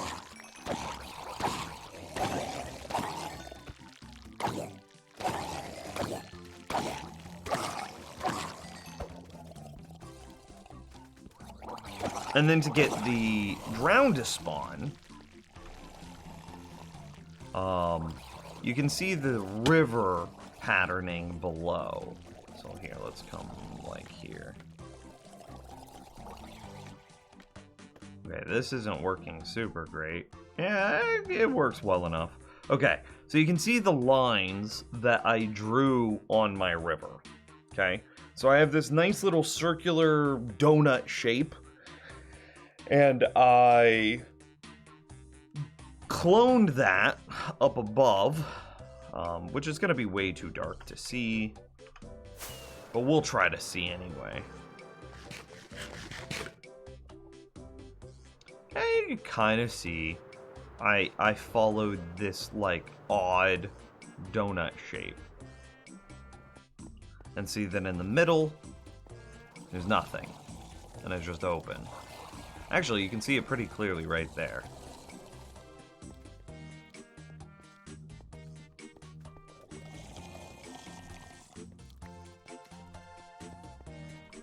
So yeah. I just cloned that river shape up here.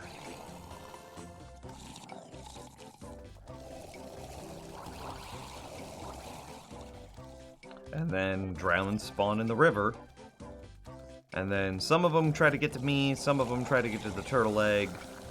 Blah, blah, blah, blah. And then I levitated the water with fence gates. Yeah. What do you want from QT? I'm about to go. A Red Bull. And a turkey and it's like turkey bacon Swiss foot-long sub.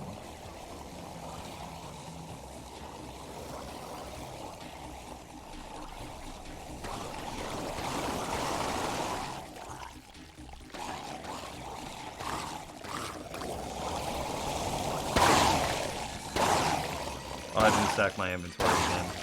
I'm just actually the dumbest human being to ever walk the face of the planet. But yeah, that's basically how it works. I've got them on honey because they try to jump a lot, and now they can't, so I can just stab them in the ankles way easier.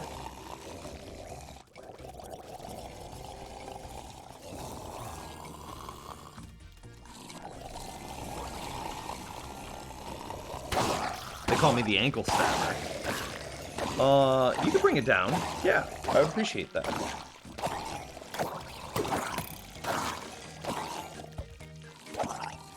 And honey is also nice because it's a 15/16 block. It's not a completely full block, which means that hoppers can pick up items through the block. Which is how I'm able to gather all the items. Do you know Button? He's another hardcore streamer. I don't.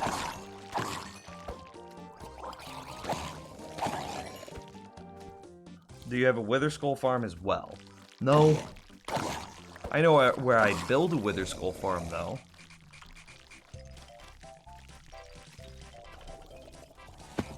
So, but yeah, this is working. Look at that. Yeah. And see, then I just manually delete some stuff. I'm like, oh, we don't want this trident, fishing rod, trident, fishing rod, trident, trident. And then they get put into this dispenser, or dropper, and dropped on a cactus right here, thus destroying them.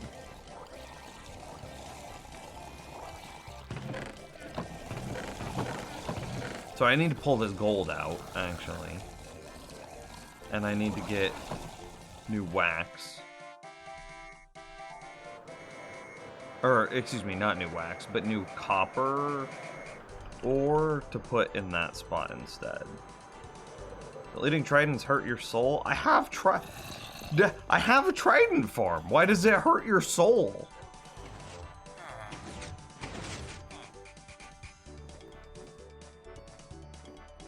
I also think I have... Look at this trident. Loyalty 3 and breaking 3 mending. That's a good trident.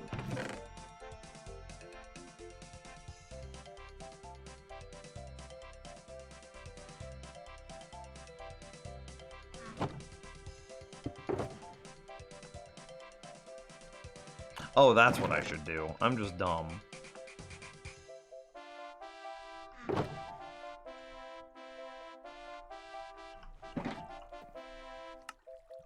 Let's make another block of gold. Easy clap.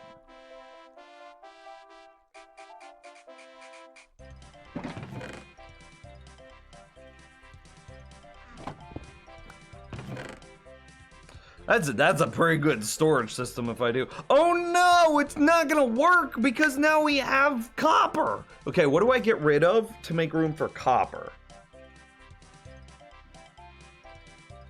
Probably the coal, right?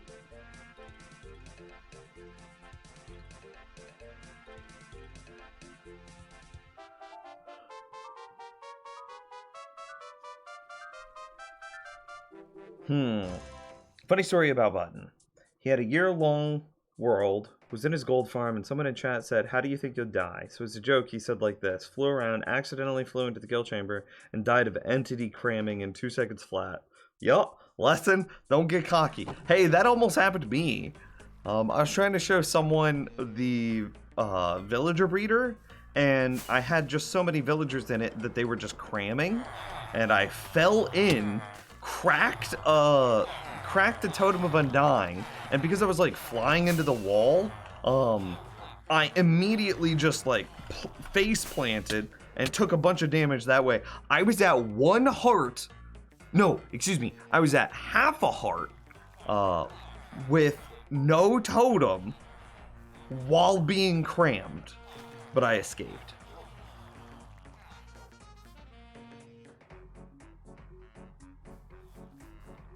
Look at me, I'm Nims and have a giant trident farm so I could just throw away tridents as I please, because, like, they're easy to get. I mean, they weren't easy to get prior to the drowned farm, but now that we have the drowned farm, they're pretty freaking easy.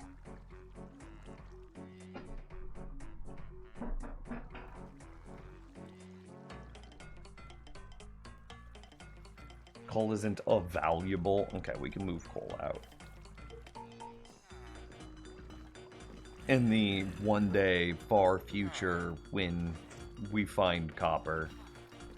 It's gonna take us going mining in new chunks. Yeah, we put the coal with the fuel source based storage. That's valuables. I don't know, maybe in here?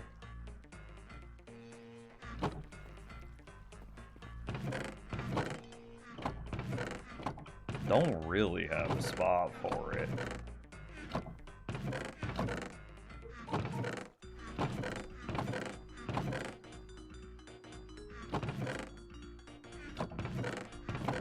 Do we have like nether tree stuff in this? We should take the nether tree stuff out and put it like this. That's basically a sapling, right? This too is basically a sapling. And they should go in here. Even though I know they're nether trees, they're still tree. Oh my god! Why do I have so much?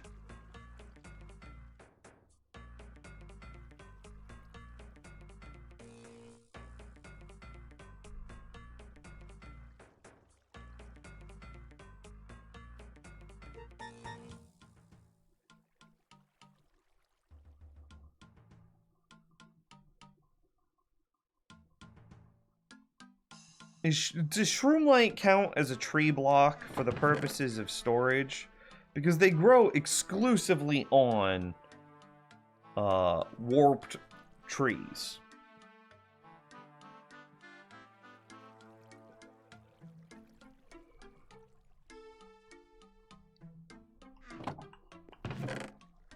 I don't remember getting all those. I vaguely do, because I was having so much fun blowing stuff up.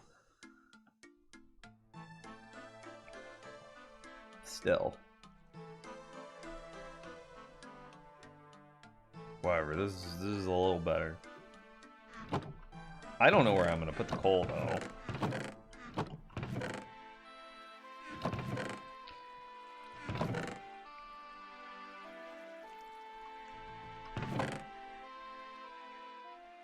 This feels horribly inefficient. We might change this because sand, sandstone, red sand, and all glass going into one chest seems like a lot.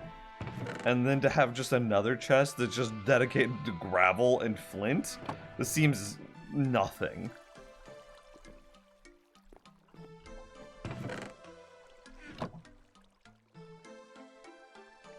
But the call with the gravel? Hey, yeah, that's probably what you do, huh?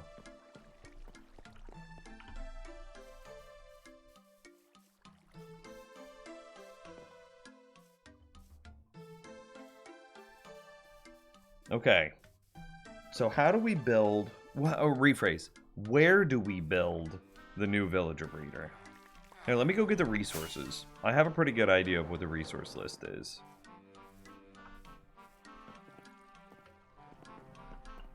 It'll be...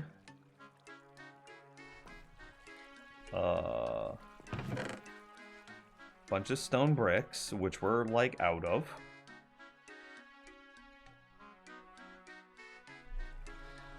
It's hella glass.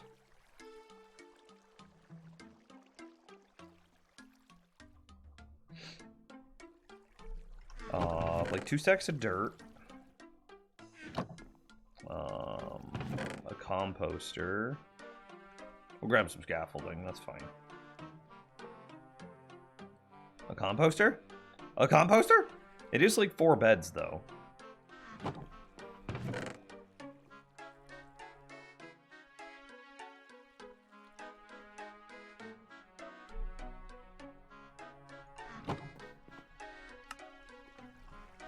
Whoa, how'd I... Okay, sure, I did that.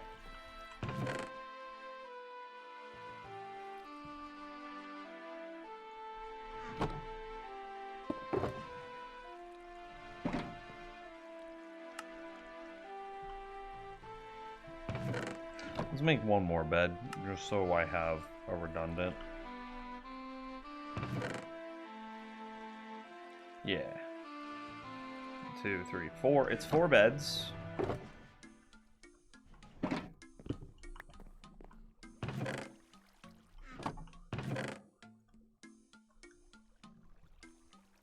Bunch of dirt, some scaffolding. I need to make more stone bricks.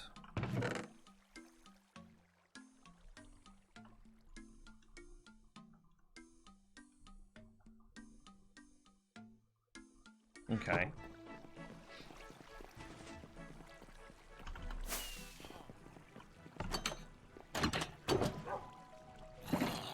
Did I take the stone brick out of here? I could get more stone brick pretty easily just by silk touch that, but... And then there's just this question of where do I put the damn thing?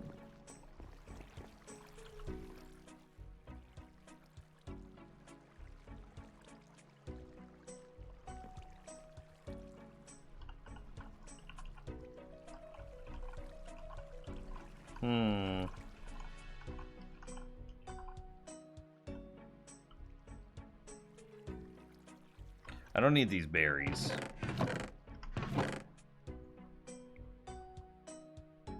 I'm gonna need more glass, I know that. I need honey. I need like 7 blocks of honey.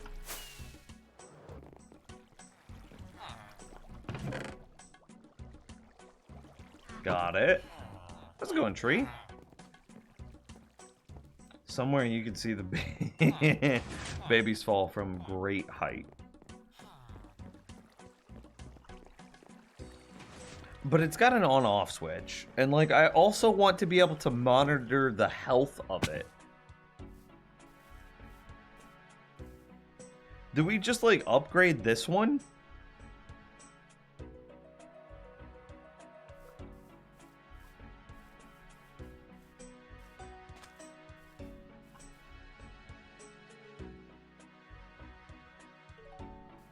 We could move it over underneath the drowned farm. That'd be close enough that we could monitor it, but far enough that we're never gonna, like, create a bunch of cats.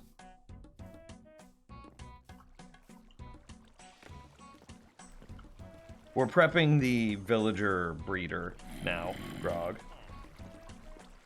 I need some fences. That's the last thing I think I need. Oh, and some trapdoors. Fences, trapdoors.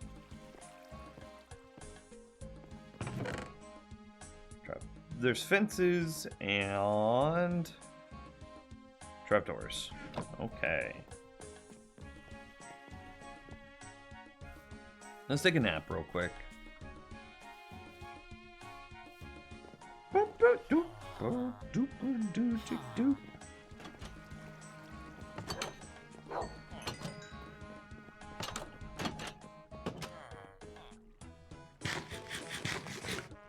Eating before bed.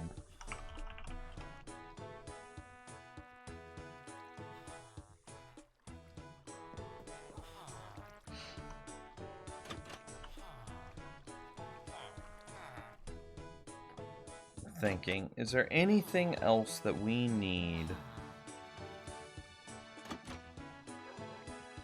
I'll need to move some of my villagers over from the current villager breeder into the new one. But that can happen at my convenience. Have you ever dug a perimeter like this?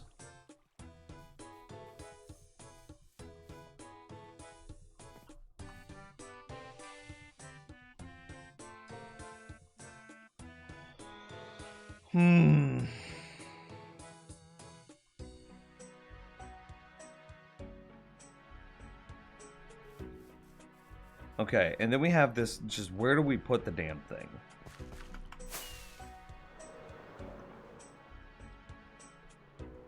Down to bedrock for a farm? Yeah, I did that for the slime farm. Oh, a perimeter down to bedrock. No, I haven't. I did dig the slime farm down to bedrock.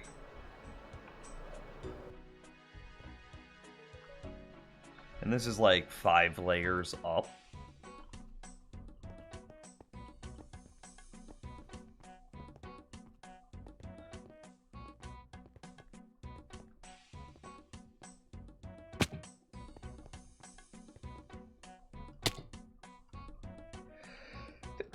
Excuse me.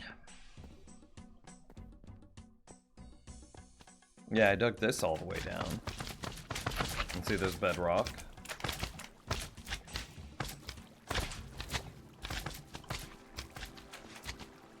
That minecart just like clipped through the wall. What happened? Oh, the mother lode. Okay, we can swap that over. Much better. Look at all this extra coal I got.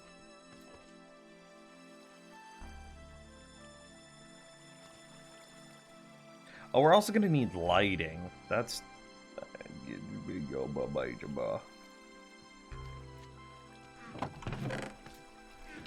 I need more jack-o'-lanterns. We're gonna use some jack-o'-lanterns for lighting. Why'd I get the limp flight?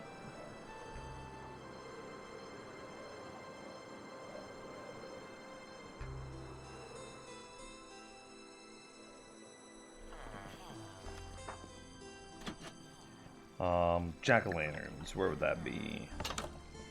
Be here maybe? No. Here maybe? No.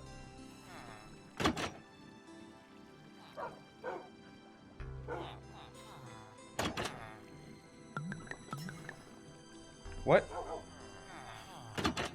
Where do my jack-o'-lanterns go? Oh, right here. God, I'm so dumb. Okay. Those are just carved pumpkins. They're not jack-o'-lanterns, though. Where would my jack-o'-lanterns be? Maybe in redstone?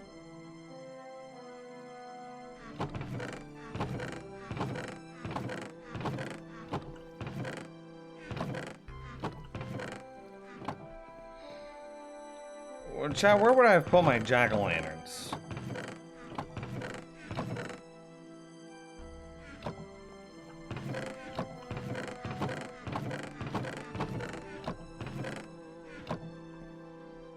Check redstone again. They're not in there. Do I just have to make some? Gross. We'll do that step last. Okay. What do we need anything else?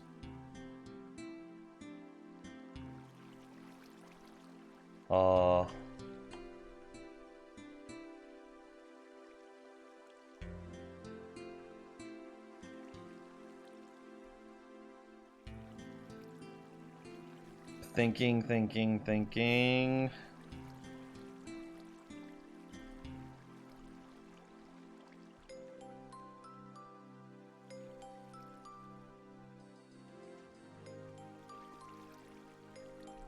Okay, we just need a spot to start, I guess. Slabs or doors?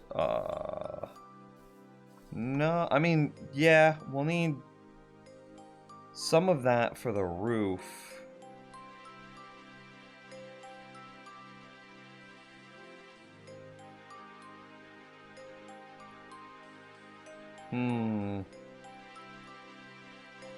My inventory's full anyway. We'll just rock out with what we've got.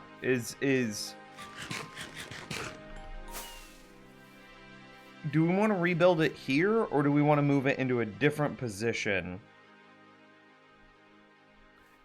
Or do we want to move it into a different position so... I don't know. I'm going to build a new villager breeder.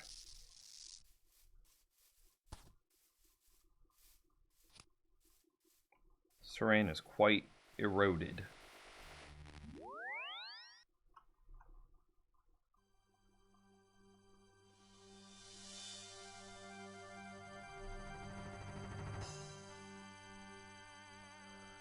Are you making the breeder for a particular reason? I have a new villager breeder, and I would like to test it in a real world before I make it into a video. And this villager breeder has just always kind of been an eyesore, so I'm gonna update it, make it more gooder. And by adding the new villager breeder, we're inadvertently lag busting because the new villager breeder has a on-off switch. You can just like stop villagers from being made by flipping a lever.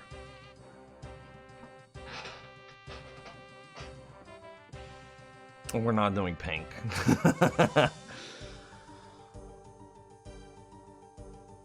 Ugh, stretch. How much space do I have here?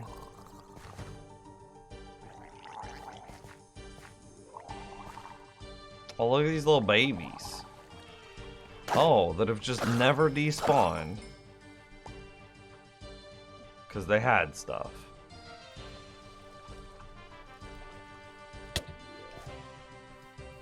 I don't think this is going to be big enough. I mean, it might be, but it would be tight.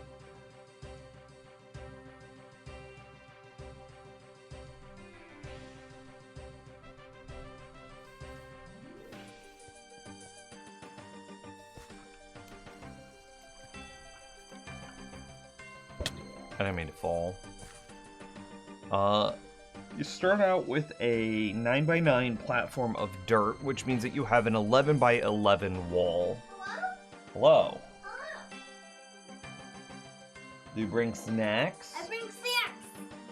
I got a 3-meat instead of a turkey, because that's what they had. I hope that works. That's good. This can go in the fridge. Okay. I will eat that later. Red Bull. Yes, that we want now. Energy. Also, hi chat, bye chat. Haha.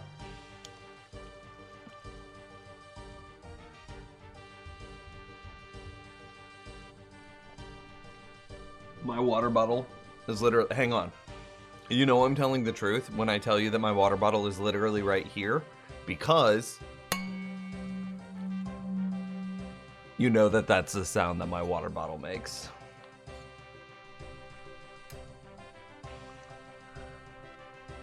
So, don't step to me. Don't step to me, Castle. I will fight you. I'm not redeeming those hydrates. Take your points back. I don't want them. 11 wide. Let's see. It'd be...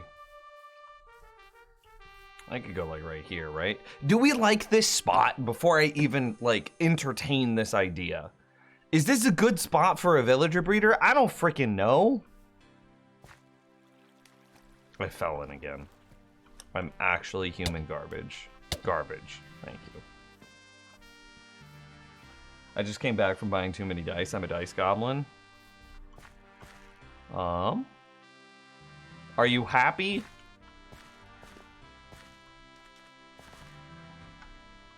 Then that's all that matters.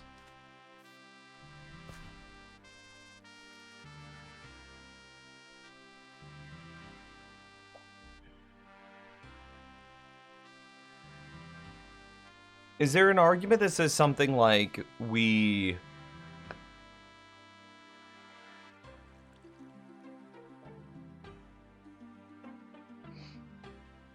add some, maybe we add wings onto the base? Because think about this. Hang on. Pump your brakes. We have like this very brutalistic architecture here. Landed it. Very brutalistic architecture. We have something that looks like a giant anvil. I'm thinking, what if we put in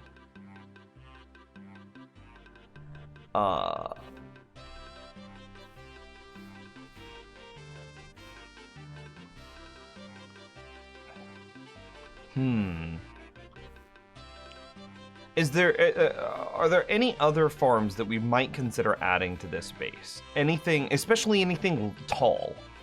Because maybe there's an argument that says something that we put the villager breeder, say, here, right? And then we have like a pathway that comes out. And then we have the villager breeder here in this space, and then we mirror it with another build, and you know, we can cover up this lake, we probably need to anyway, with another build that's in this space.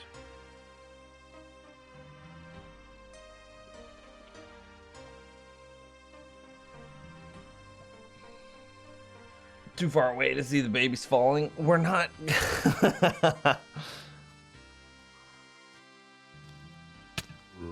Oh, okay. Could you chill, dude?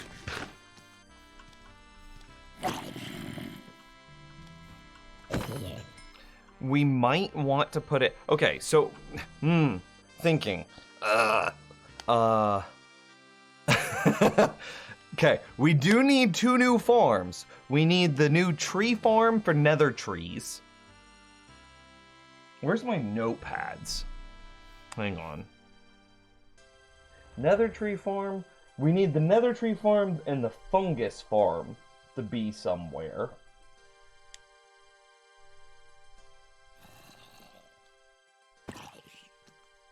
Bro, I'm thinking right now. I don't want to fight you. I don't want to fight you. Did I just one-shot that guy? No, he had fall damage. Dripstone? What is dripstone?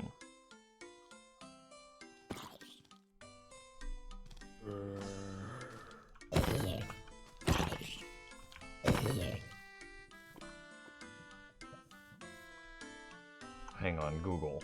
Dripstone Minecraft. No, not you, phone. Google. Real Google.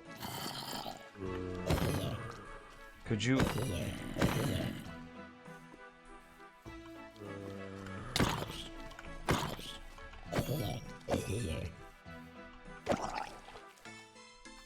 So much. Okay, dripstone. It's a block that makes up stalactites and stalagmites. Can be found in dripstone caves, found in... Wait, they're not in the game yet? Oh, look at the copper! I'm gonna just go sleep. This is ridiculous. Wait, so are they not in the game yet?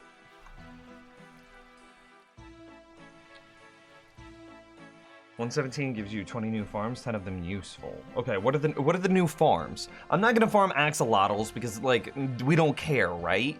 So we need new farms. We need the new Nether Tree farm for sure, and a fungus farm has to be paired with that because that's how the world works.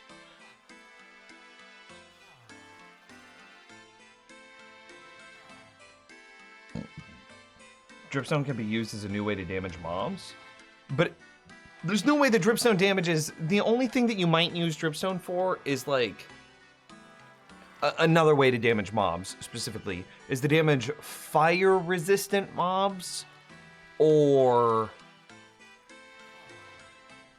witches. Yeah, I don't know. Because like magma blocks already do it well enough, right? Lava farm is neat. Moss farm is cool as heck.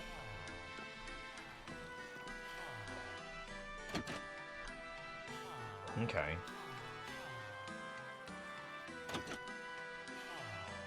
So are we kind of agreeing that maybe we take this and extend it out, and then we can add new layers to our base? We could maybe add like a circle over here. Like this could be just a tower of farms or something.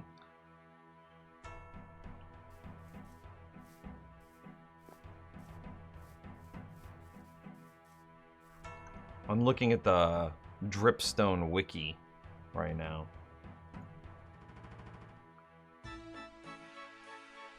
What you said that there's 20 new farms. Can you list them for me? Here, let's just look up like 1.17 Minecraft patch notes or features or whatever and see what they added. Amethyst, we have to find a geode to farm amethyst. Azalea, that's a new tree type, but our tree farm doesn't handle that. Is there a new tree? Is there a tree farm type that can handle azalea? Here's what I'm looking at that top.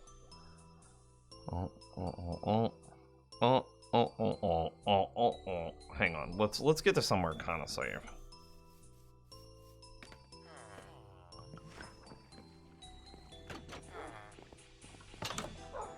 Yeah, but they can grow sideways, Retro, which means that some tree farms can't handle them. They can have like not perfectly straight up and down wood blocks.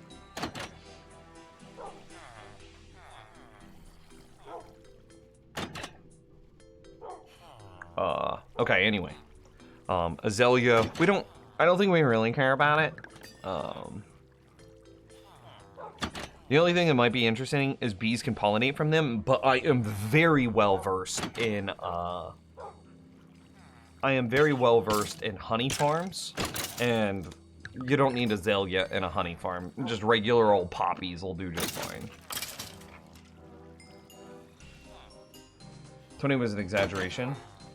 Moss for bone meal, shulker shells.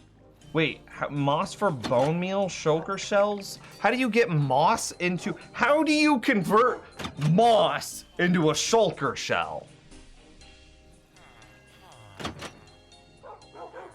Ooh, a wax farm might be important. Getting some sort of bee farm that you could just, like, AFK farm wax.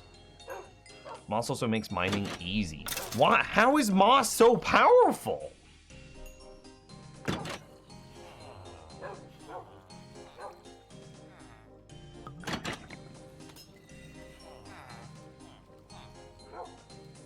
There's a list. Okay, I see. How do you farm shulker shells in 1.17? That's the question.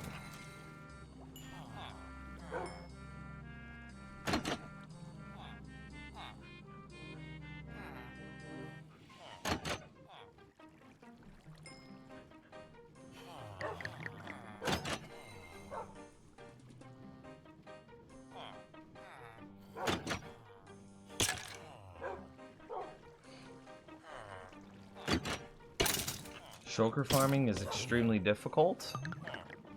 Okay.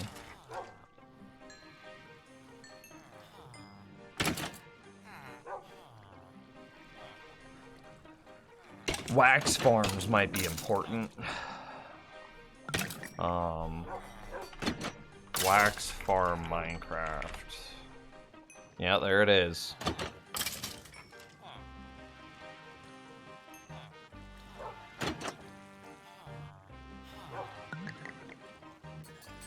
Okay, so it'd be honeycomb farm, actually.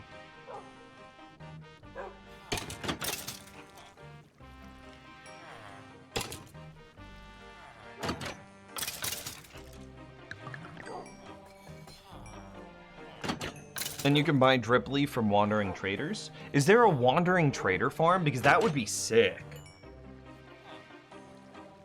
That would actually be so cool if you could force all of your wandering traders to show up into a specific area and then to say, play a tune on note blocks like a freaking doorbell. Dude, that would be so sick, actually. Imagine if you could create a farm where wandering traders showed up in a specific place and then the notification for a wandering trader finally spawning and showing up is the equivalent of a doorbell. And then you are literally being solicited by this wandering trader being like, knock knock, ding dong, I have some shit to sell.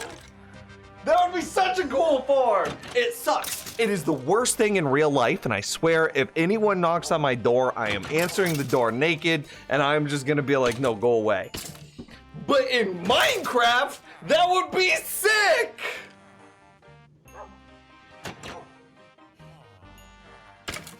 Okay, anyway.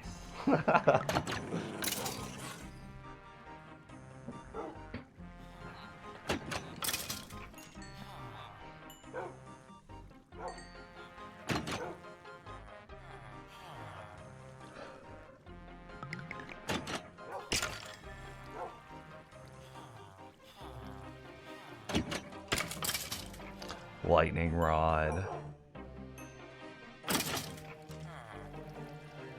Moss block. Okay, let's understand what makes a moss block so powerful. Fertilized with bone meal to grow grass, tall grass, moss carpets, and both types of azaleas on it in its vicinity can be fertilized with bone meal to grow or expand over stone surfaces, but not grass surfaces. It can be that seems like it might be important. Breaks when pushed by a piston or sticky piston. So it can convert stone to moss. Interesting.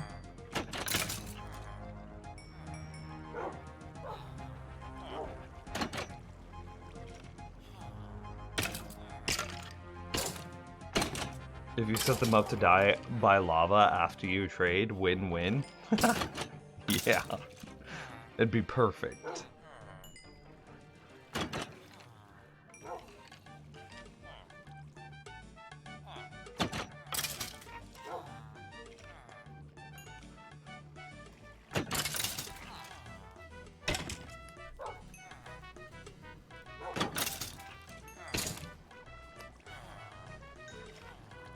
Dripstone farms are a thing, huh? Damage is relative to height.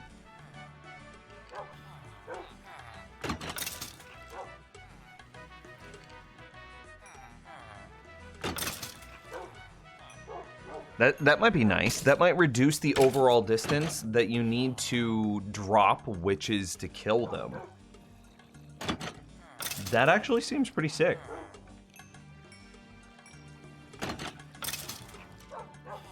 If you convert stone to moss, then use TNT to blow it up, it would make taking mountains and digging down to bedrock so much easier.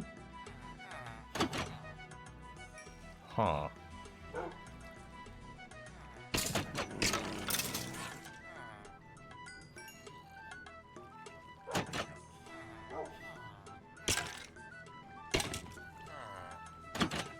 A decent moss farm produces up to twice as much bone meal as you put in. From what I can see, it's self-sustaining, and the moss block is great to landscape with. Interesting. I mean, we don't need moss farms for the purposes of bone meal because I use my pumpkin melon farm to do that. And pumpkin and melon is useful for other things. Melon is good for... both of them are good for villager trading, and then pumpkin is also good for jack-o'-lanterns.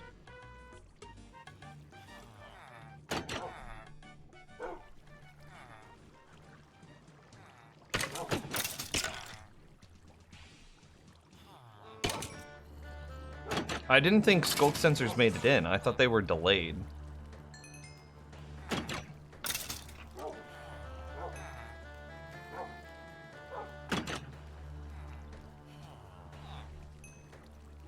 Skulkers aren't in yet. Okay.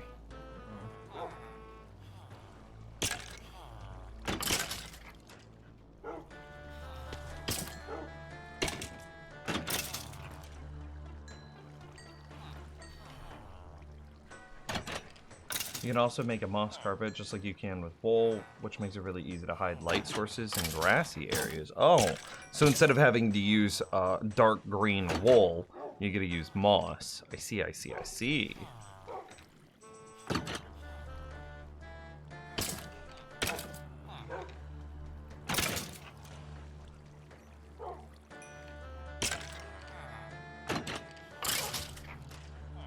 How do you farm dripstone if it's not in the game yet?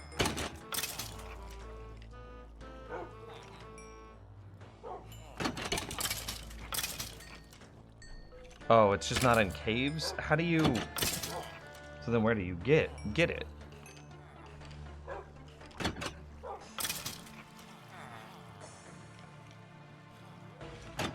And it doesn't say how it could be formed. How does dripstone form?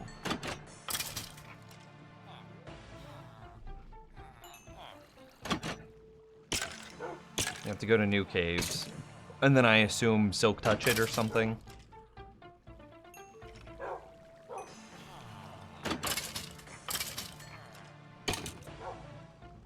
They form by dripping. Get out of here. Who's call? Water over a block with dripstone hanging down from that. Needs no silk. Interesting.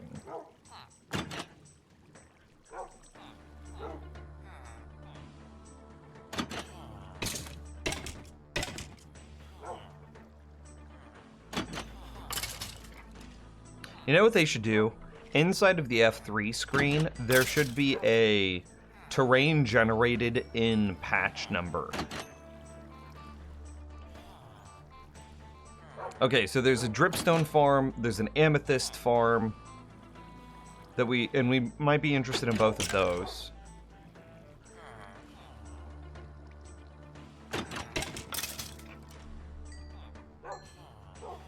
Can you collect items through dripstone? I don't know.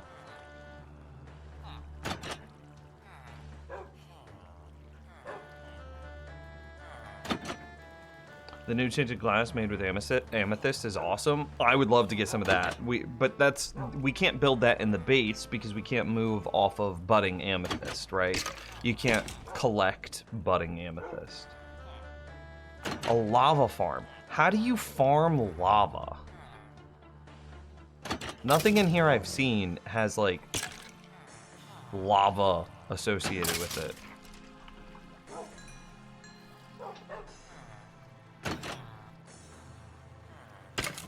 Oh, look at this. Okay, they drip water or lava into cauldrons. If a source block... There it is! I just didn't read it. They drip lava into cauldrons if a source block is placed above the stalactite and gradually fill the cauldron. Water drips even without water above the block, as does lava in the nether, but this effect alone does not fill the cauldron. So... that means that AFK lava farms are now a thing?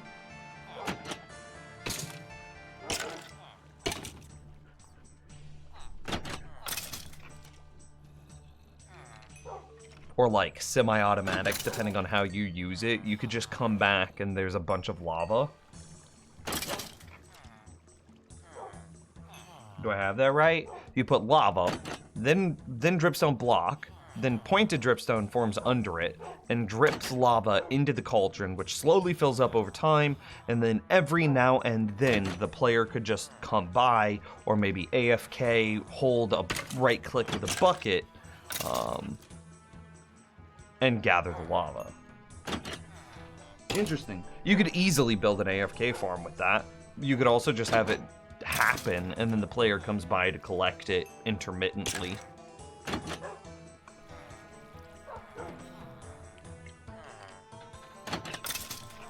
buckets stack and lava buckets don't. So what you do is you manipulate the player's inventory to be a full 16, to be completely full, and then to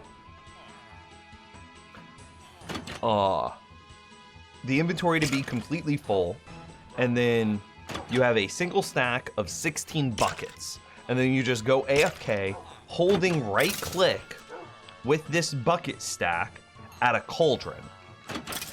And when the cauldron fills up and then converts your bucket into a lava bucket, you won't have inventory space, which means the lava bucket will immediately be dropped on the ground. So then you just stand on a hopper and boom, you just collected it. And then you dispense one new bucket every time that a lava bucket goes through that ground hopper.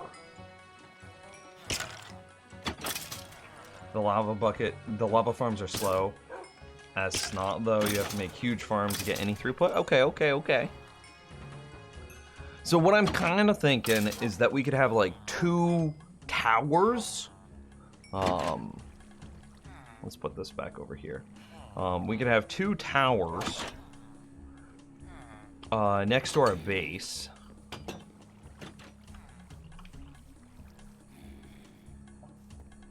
And fill them with all sorts of things, right? So we could have, I don't know, a tower. Excuse you, Mr. Drown. We'd fill all this in. Which we should do anyway, because we just don't want the drown to spawn. And nor do we want, like, look at all these. How many salmon do you think that is? 1, 2, 3, 4, 5, 6, 7, 8, 9, 10, 11, 12. I bet that's 15 to 20 salmon just here in this pack. And then there's another one over there. Yeah, we definitely want to fill the lake in. And then there's squid. I bet we have like 30 or 40, maybe even more, just entities in this space. We don't want that. Unnecessary lag. Didn't mean to fall. Okay, so we could fill in this area. And then we put like a tower right here. Here. We'll just do it on this side. And then you could use your imagination to mirror it. Okay, so we put a tower roughly right here. Oh god, sea shanty came on. That's how you know it's a good idea.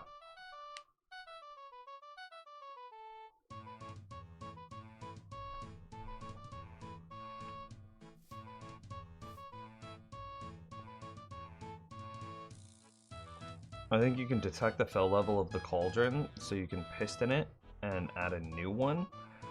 It's true. You can, cauldrons do have a comparator output. So, I saw a farm with the bucket mechanic exactly like you said. They just moved the player around with a minecart through a huge field of lava cauldrons. I can just see, like in the Matrix, when you've got all those people just in like the little bubbles, and you're just like, just a robot, just holding right click, moving through this field of infinite lava cauldrons. So silly. So silly. But it'd work.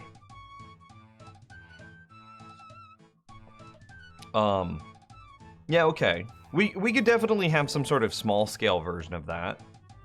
I'd like medium height towers. I don't want to overpower the 2 large towers that we already have. But 2 like medium height towers in this area would be kind of nice. And then we could like fill those with all sorts of stuff. That's just not how this world works, though. I build the thing and then make it. I don't add a tower and then fill the tower. I add the thing and then add it to the base. The problem is I've just kind of run out of spots to build to.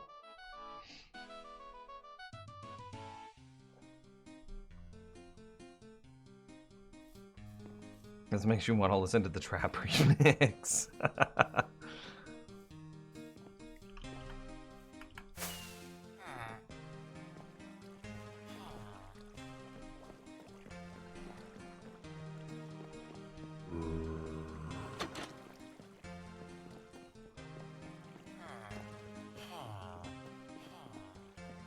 What is this? What, spruce floor? Yeah. Let's put some of this stuff up. Do I have a spare shulker? I don't know if I do. Okay, here's what I'm gonna do then. I'll just throw those on the ground temporarily. Here's the barrel to indicate that we are working on this project. I don't want to lose all this stuff that I've gone out of my way to acquire. We need to make more jack-o'-lanterns. Let's make more jack-o'-lanterns, and then let's figure out how to expand our base. Sorry, I had an itch on my face. It still itches. Ugh.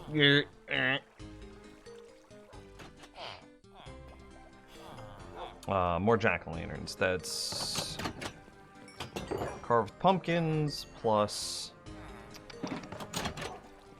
torches. You could just piston feed tape the cauldrons too. Oh, that's a cool idea. That way you don't. That would be way easier to piston feed tape the cauldrons. Because then you just have like this, this serpentine thing of what would it be, like 12 cauldrons in a row, because that's the maximum that a piston can push.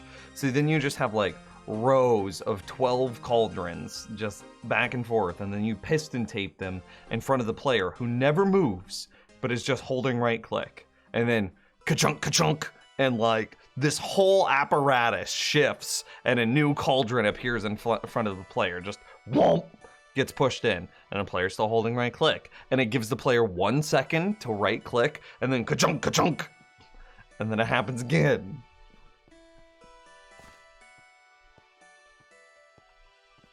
That would be very cool.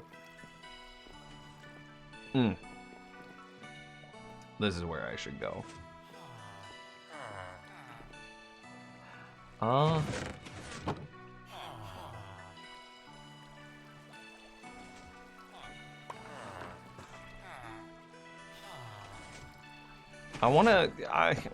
That grass block and the ender pearls, I'm still very concerned about them, but I have no idea where they ended up.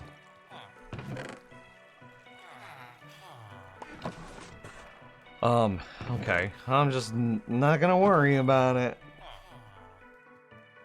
Yeah, we might need to make some more carved pumpkins too.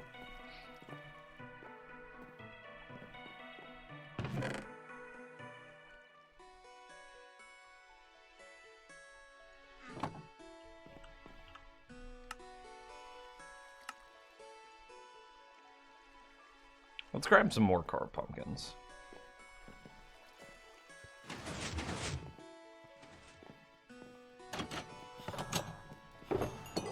Check this out. Have you guys ever seen anything like this?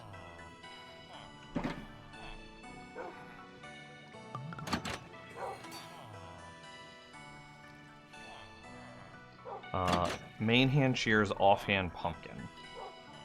And then we hold right click. Check that out. I mean, just carve these pumpkins.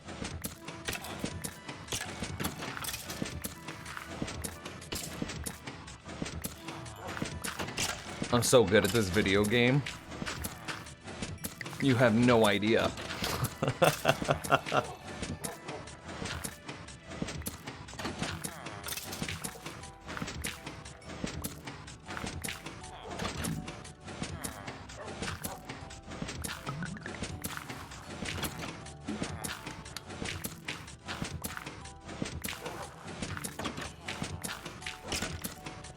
It does seem like it's a bit slower than it used to be, but I'm not too worried about it. If it goes much faster, then you get into like the pumpkins and the seeds are being separated from each other, for the record. The seeds are always ending up in the front hopper, and the pumpkins are always ending up in the back hopper, for the record.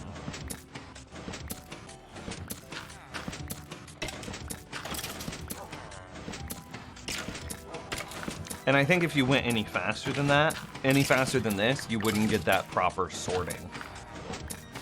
Anyway, I also want to point out that the skeleton experience grinder behind us is keeping our mending shears topped off on durability. You could do this forever.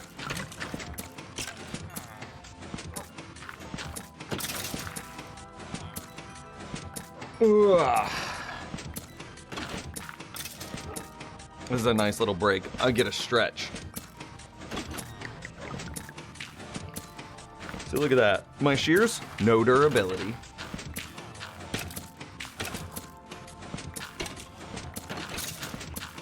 Okay, how many is that?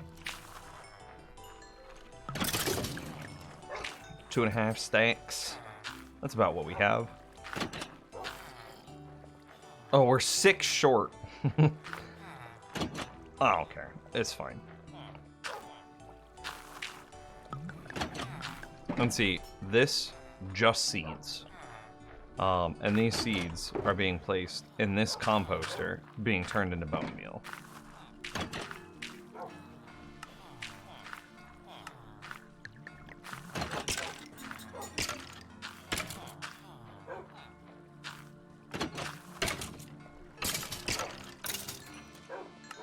I shift clicked you. Why did you not shift click? Yeah, that's fine. Okay.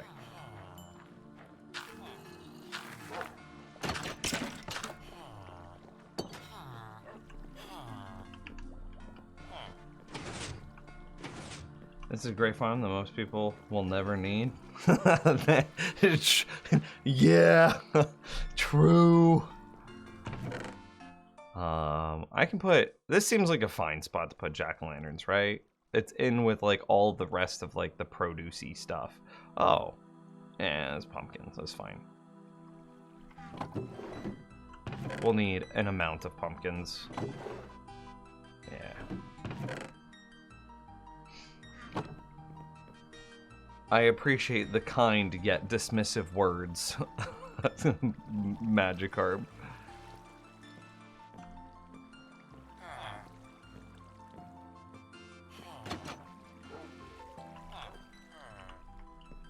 I need more rockets, more ender pearls. Okay, so if we were to go about expanding the base, we probably take this path straight out and then connect it with... Ooh, there's not a whole lot of connection here. This, right? So you go out, over, back.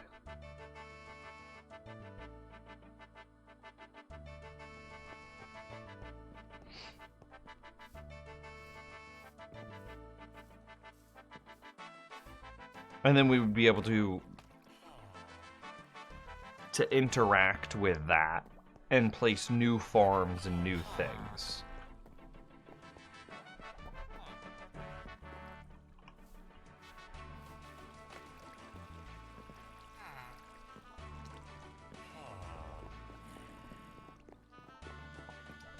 I think that's the best that we've got.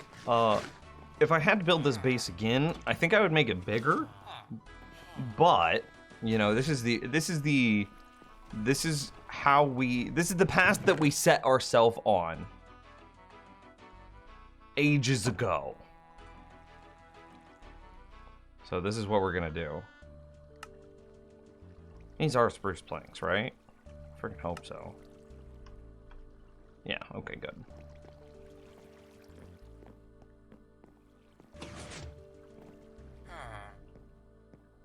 I imagine that we could have, like, up elevators, down elevators to be able to quickly enter and leave the basement. I don't think that this is a good way of interacting with the redstone that's under the base. Yeah, so we could have, like, a down elevator or an up elevator in this space, and then the opposite over in this space somewhere. Yeah. Oh, okay. This is Legacy. This is from when we used to have a cactus there, isn't it? It is. We don't use those iron bars anymore.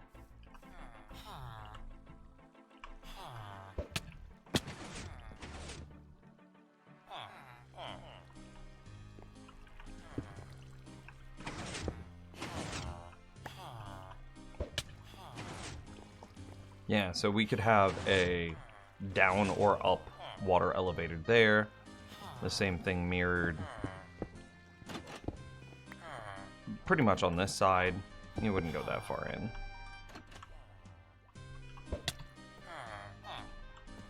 But yeah, you get it.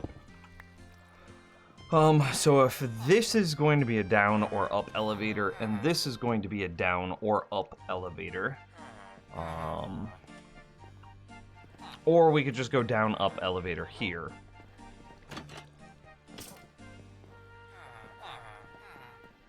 Do we also have this small gap? No. No. Okay.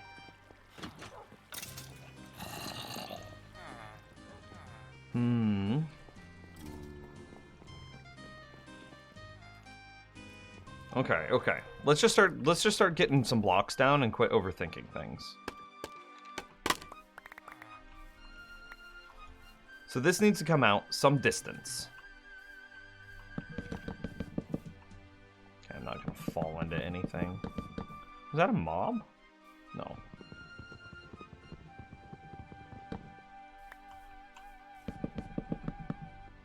Some distance, right?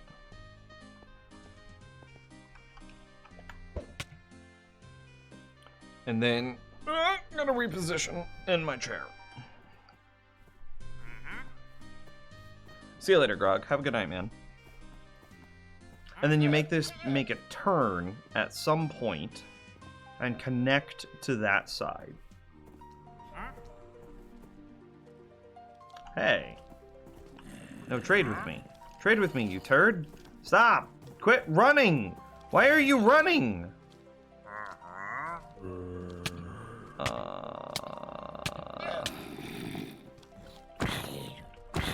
I found out why he was running, chat room.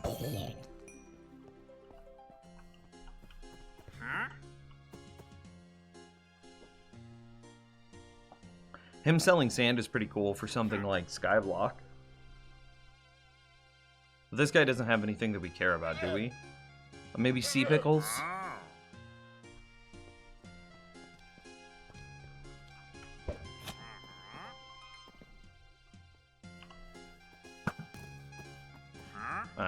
It's not worth the durability.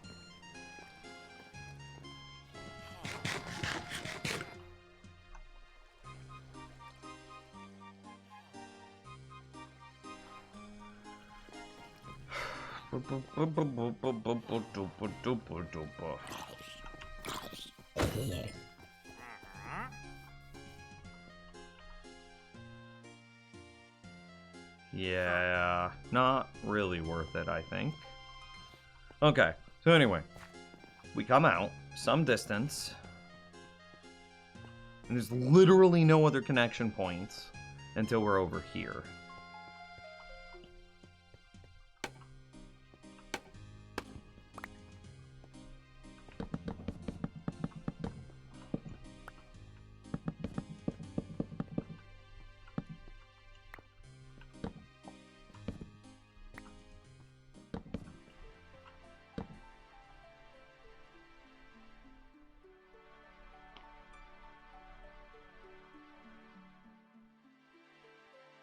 Do we have to?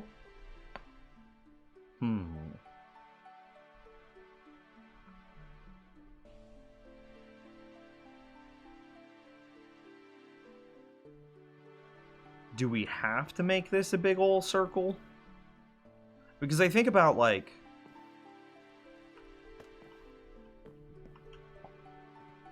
maybe it would just be nice to have, like, a small little thing here, and that could just be the entrance into the base.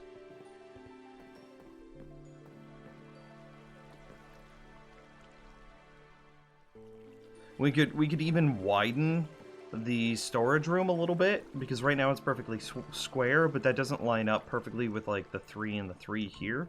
It needs to be 1 block, so 2 blocks wider, and then we'd have this like nice little 3, and then we could maybe put like a little curve or tower here, and then we could have like a door that you could enter in that would be mob proof. Or you could have like a flight landing spot, so that way as you like firework rocket around, you could just like land on top of it and then quickly get in. Which wouldn't need to be mob proof because mobs can't fly. But if we don't do that and we do this, what benefit does this have? I don't know.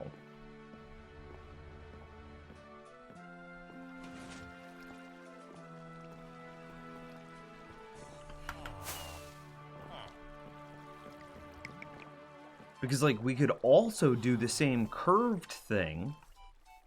Oh, we have another odd angle here. See, it's only got 2, and then this one's got 3. I don't know. Maybe we just gotta work with it.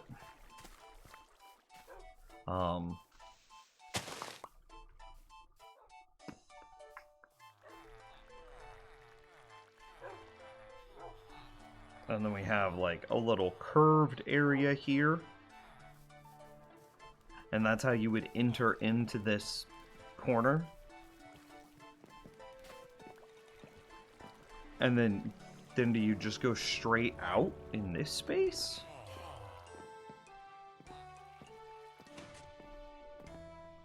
Just to some, like, satellite tower sort of thing?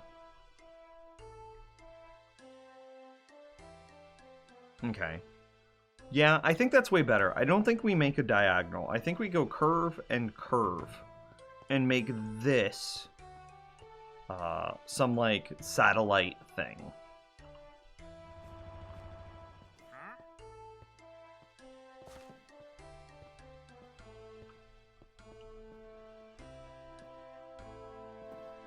So I don't think we bring this out.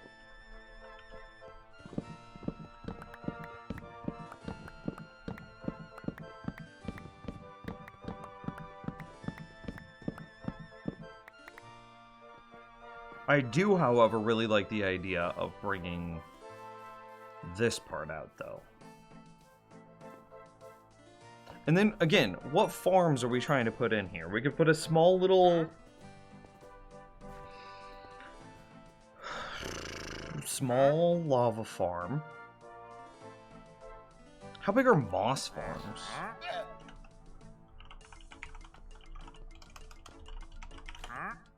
Okay. Let's take a look at one of these videos. Desktop. Both Ilmango and Ray make good content.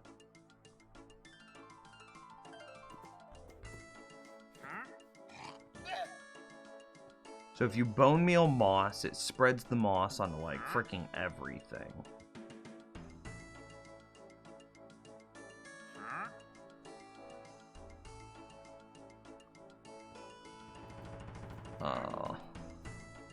Okay, but this isn't just a... Okay, here's what we're interested in.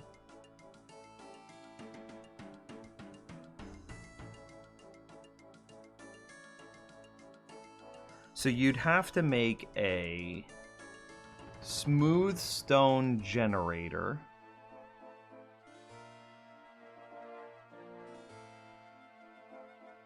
Yeah, you make a smooth stone generator and use that to propagate.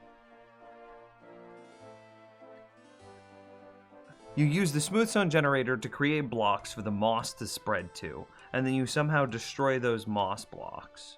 What is he destroying here? Ah, whenever you push moss with a piston, it gets destroyed.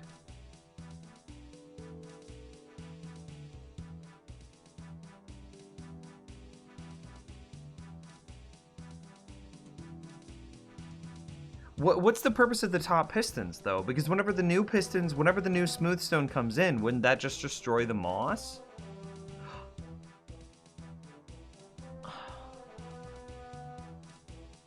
Stone, not smooth stone. You're right, you're right. That's... I said that incorrectly. What is those top pistons for? Because whenever the new stone gets pushed in, that would destroy the moss. What does it need to squish down for?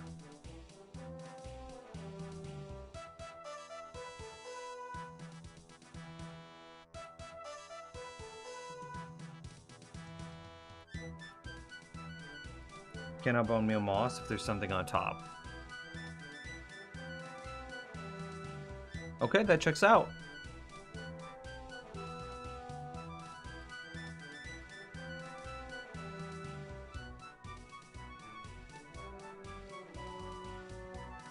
Yeah, that checks out.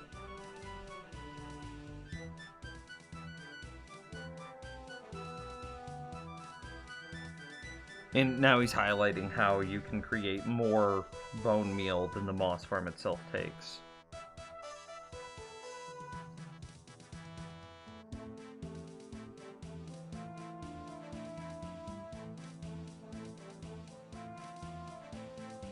And what he's doing right now is he's showing that once the first one gets overflowed, then it'd move on to the second, then it moves on to the third, etc., etc., etc. And he's highlighting that there's 37 bone meal in there, but he's only missing like 20 bone meal, which means that you have a net positive of like 17 bone meal.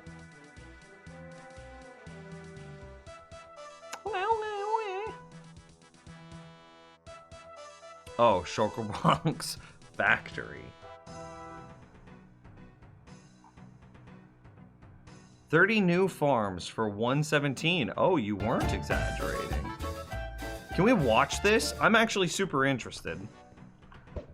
We're gonna do like a Nims reacts to 30 new farms in Minecraft by Ilmango. I'm gonna go get my sandwich though, and I'm gonna eat my sandwich while we watch this. I'll be right back. Give me like 20 seconds.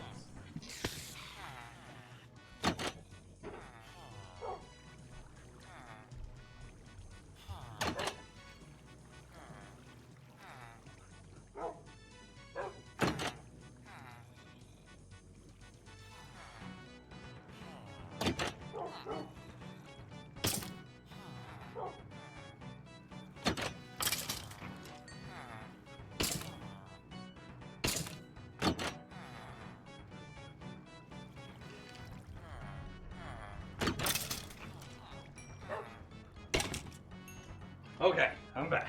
This should give us a good idea. This should give us a good idea of what we need to do to prepare our base for adding the new 1.17 farms.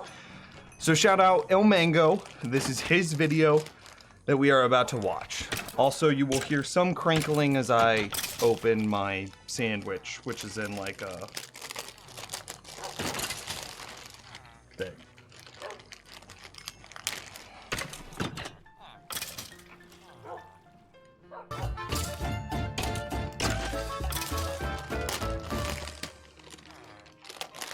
Hey guys, so part 1 of the Caves and Cliffs update was released yesterday. There's not a lot of changes to Caves and Cliffs in there yet.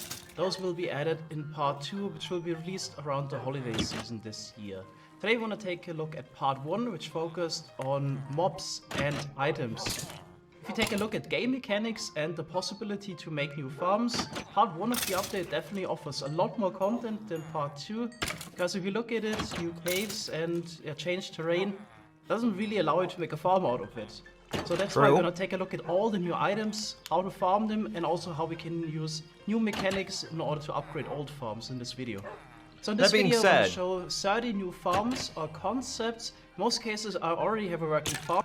That being said, once Skulk sensors come out, Skulk sensors will likely revolutionize a lot of existing farms, allowing them to be made more compact or with mechanics that are just better. For as an example, look at what's happening in my background. If I could somehow isolate the noise that skeletons make, I would just open the doors right when the skeletons drop in, and I wouldn't have to have some brute force timer do it for me. So, well, this is true. You're not going to get that many more new farms out of the second half of 1.17. You will probably see a lot of revolution happen with the second part, specifically Skulk sensors. Farm that I can showcase. In some cases, I'll just explain the idea. Alright, let's get started. There's a rough structure I'm gonna follow. I'm gonna start with the farms that I'm the least excited about. I'm gonna end the video with the farms I'm the most excited about. Okay, so we're starting with Let's the bad start ones farm number first. 1, a glow lichen farm. So glow lichen is a new type of block that was added to underground caves. You can mine it with shears in order to get the items and use bone meal to spread it. I thought it was pronounced lichen. I don't know, that just might be because Mango's not a native English speaker. Either way. To a side of it. So you can also use an efficiency So to just shears vines. to instant mine it, and we can use that to make a very efficient glow lichen farm. So you could climb in here. There's 6 dispensers. You would spread the glow lichen using bone meal. So I'm gonna turn it on here. You can just stand in here and mine glow lichen. I see this way is you can why make a he very efficient ordered glow lichen these farm. by It's what he's possible to most get excited about to what he's 700,000 least items per excited hour, about. but unfortunately, And I see why this one is one that he is least excited about. glow lichen is not really that useful in large quantities. You can always also just use bone meal to spread it in case you want to build with it. Don't even need it in item form. And yeah, there's probably not a big need for a lot of glow lichen. The same can be said about hanging roots. So it seems like those are just a decorative block without any second uses. So you can make a very simple farm. You just need some rooted dirt and a bone meal dispenser, and then just a clock to power those. Regional and we can differences? use Okay, so it's not shears. even a native English speaker harvest thing then. Moving on, we're going to talk about an old farm that can be upgraded with 1.17 features. In older versions of the game, efficiency on shears didn't help you mine vines. So only haste or beacon would help you partially to mine vines a bit quicker, but you're always limited to the slow mining speed. In 1.17, if you have efficiency 2 shears or higher, you can now insta-mine vines, which allows you to make much faster farms. The next one is a fun application or trying to find a use for the new goat mob. So you can use the goats in order to kill pretty much every type of mob. So I'm using the screaming goats that are more aggressive than a normal variant in a zombie spawner setup. So as you can Nice. see, sometimes the goats would start ramming the zombies, but the progress isn't really that great. But this has been going on for a while. The goats just kill the zombies too slowly. I think I would need to either make the area larger so the goats would have more space to attack, or just put even more in there.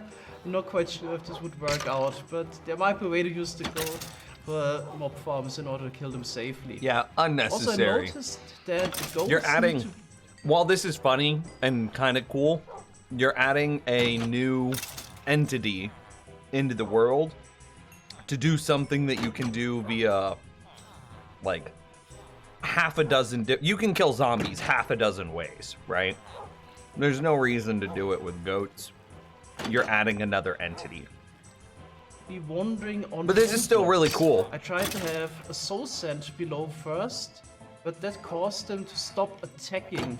The idea was that hoppers below would be able to pick up items. So in case you want to use such a setup, you would need to put hopper minecarts below in order to pick up the items. The new lightning rod is a perfect tool for any charged creeper or mob head farm. So I've you thought can about either this wait one. Until natural lightning hits Getting the mob lightning heads rod is going to in be order so convert the easy creeper now to charged because you can creeper. create In case charged of creepers irritation, you just can also whenever use a you channeling want. trident and throw it at And the then lightning you rod. just blow them up. This way, Yeah, I mean, boom. converted. In case you're waiting for the natural lighting, you can also detect on the strikes because you would get a redstone signal every time lightning hits. The perp 1 second. Let's reduce this volume. purpose of the new axolotl mob is mostly to look cute, but in case you really want to use it for something, you could make a fun fish or squid farm with the new mob. So you can put them in a fish tank where squid can naturally spawn, and then they would attack any fish or squid within its reach. But there's a big downside. Once they actually kill the mob, they take a break from hunting. You can see here, squid at the moment are safe.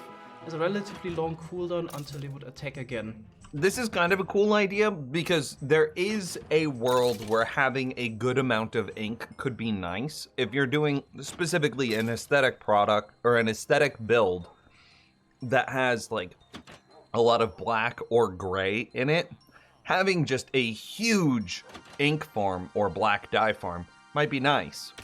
I think there are 2 ways to get black dye, and that's either squid ink or wither roses. I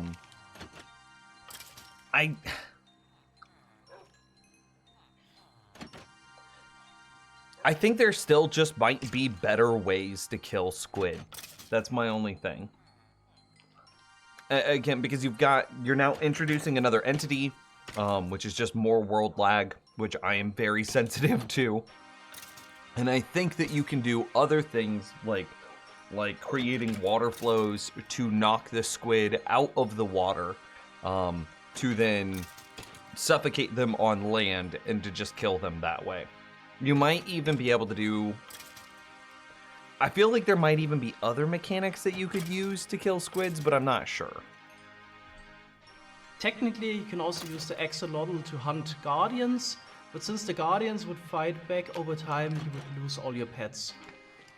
Next, we got a stray farm, which you can use in order to get arrows of slowness. So it's no longer required to wait for strays to spawn in a cold biome. We can now also use a regular skeleton spawner, for example, and convert the normal skeletons into strays by having them in powdered snow for a long enough amount of time. Interesting. So here, additionally, got some cobwebs, and there's partially. Do strays have any interesting drops other than arrows of slowness? Too much time to have just a high enough pillar of powder snow for them to glide through. So that's why I'm using the cobwebs here. Okay, then he would fall down, take a bit of fall damage. And if we kill him here at the bottom, he would get the arrow of slowness and regular arrows on top. So this is basically just an upgrade for your normal skeleton spawner.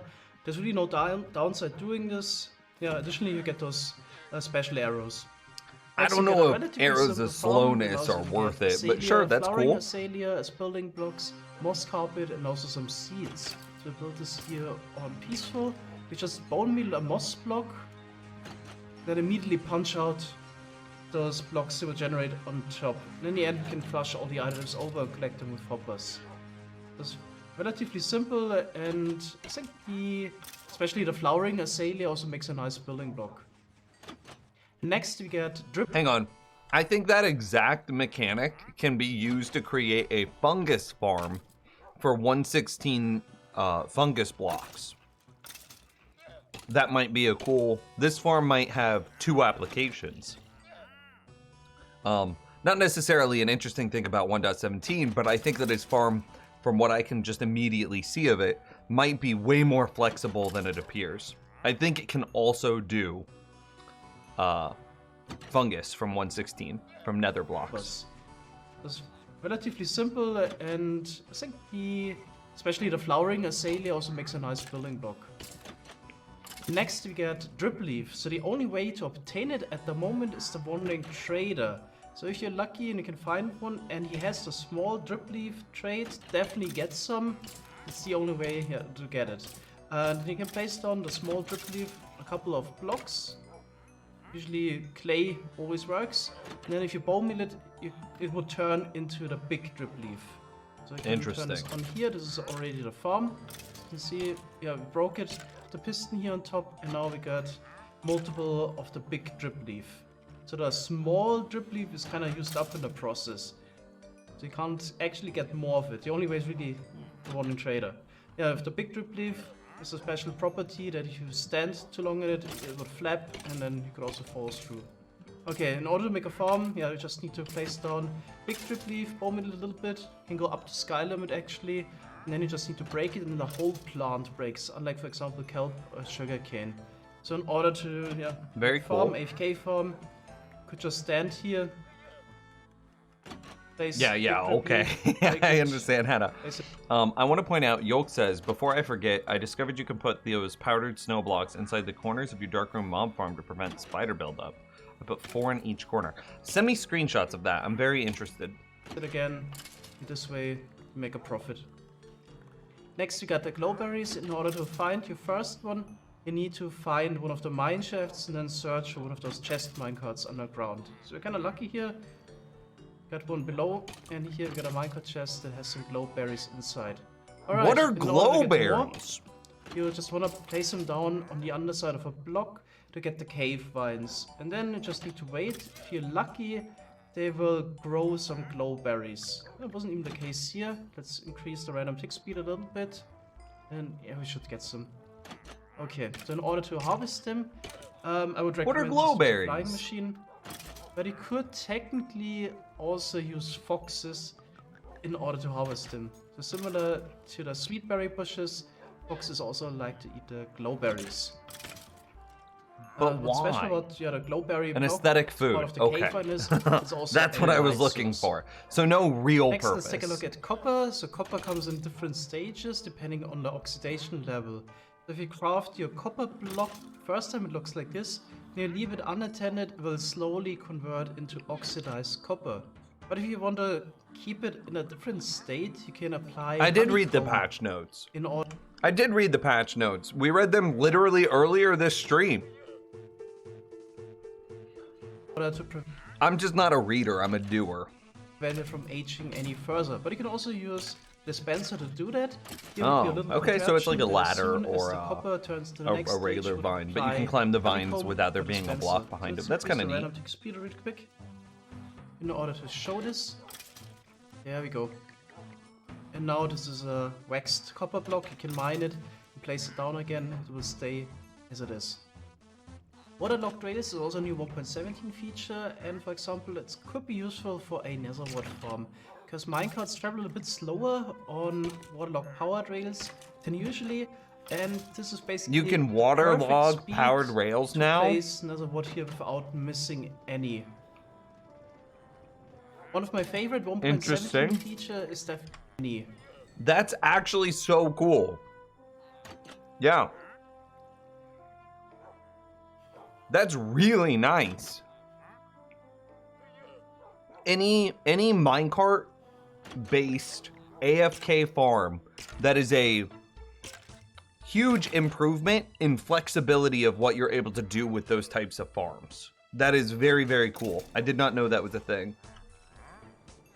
One of my favorite 1.17 feature is definitely the moss spreading mechanic. If you bone meal a moss block, it would spread to all kinds of blocks, including, for example, grass, dirt, and also various stone types. So you can use this feature to transform an entire landscape, but there's also a lot of farms that are based on this. You also would get those azalea bushes, like I mentioned earlier, which you can also in turn bone meal again, and this will grow a tree, but also convert the moss block below into a rooted dirt block. So we basically just transformed stone into rooted dirt. Additionally, you could use a shovel and convert the rooted dirt into a path block, and then if you place a block above, you get some normal dirt, which then in turn could be also converted into grass or mycelium block again. That Makes this That is a really cool concept for something like Skyblock, because you can, in Skyblock, you can generate infinite amounts of stone. And then with... It's just a matter, can you get moss in Skyblock? If you can get moss in Skyblock, then you could convert all of your... You could grow the tree exactly as he demonstrated, and then convert the rooted dirt into a path into regular dirt, which dirt is a super rare resource in Skyblock. So this is very cool. And rails no longer break from water, which makes harvesting them from mine shafts a little bit harder. That's kind of then in nice, turn though. could be also converted into I've had a grass. lot of like water flood in and then break my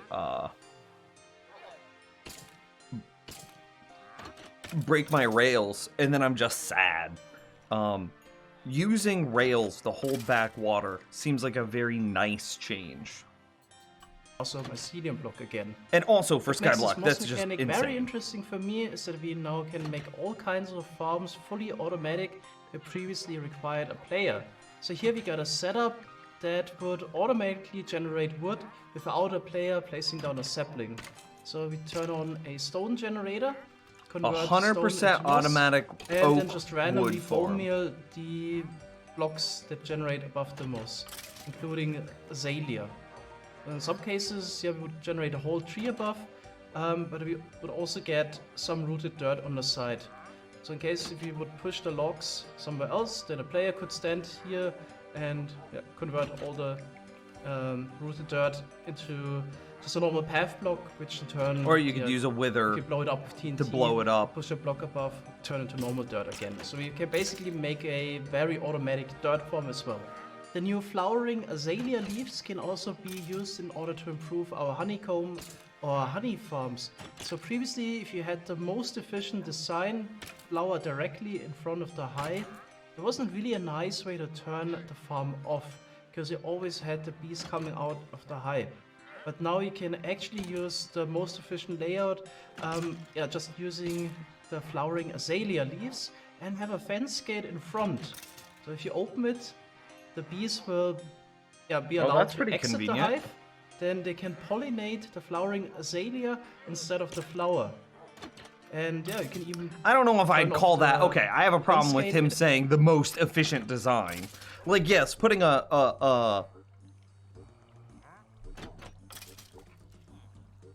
Okay, yeah, no, it probably is the most efficient, now that I think about it. It's just, I don't like language like that. But it is... Yeah, a flower immediately in front of the farm is definitely going to be the best. I wonder if we could use that mechanic in our existing honey farm. Hang on. I want to take a look. I want to take a peek. Bee farm.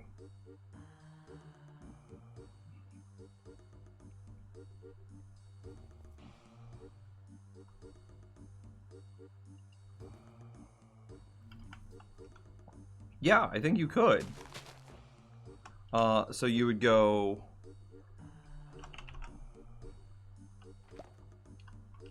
Oh no!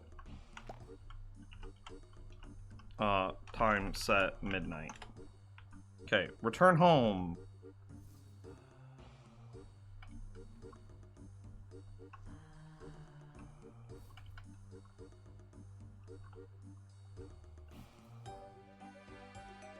Go sleep.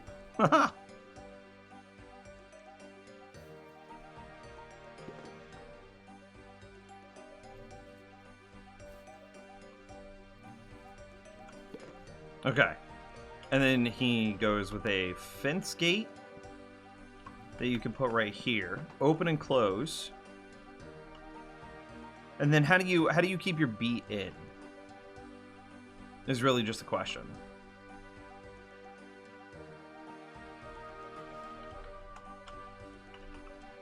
Because, like, you want to use something like a trap door, right?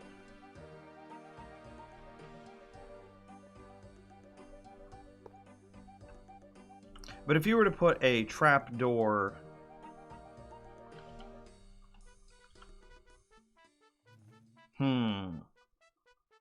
I saw him use the slab. Yeah, I saw that. But my thought... Okay, cool. No, stop, Google. I want to be able to open and close this with a lever. But if I were to put a lever anywhere that can interact with this,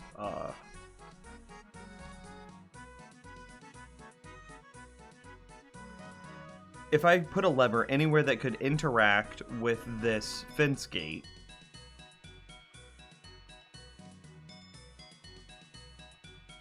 then I am also interacting with the trapdoor that I would put in front of it.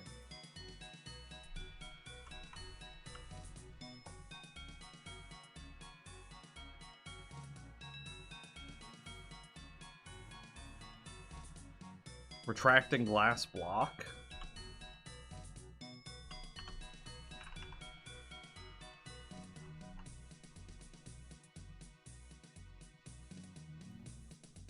I mean, we don't want to increase the overall size of the design, though. We have this front section that we could do pretty much anything that we want with it, but...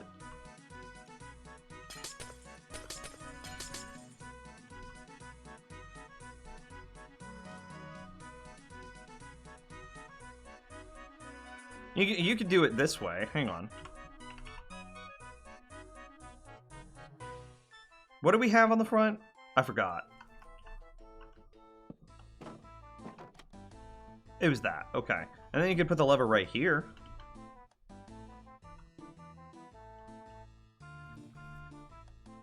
It's not a convenient on-off lever, but it is technically an on-off lever. Hang on.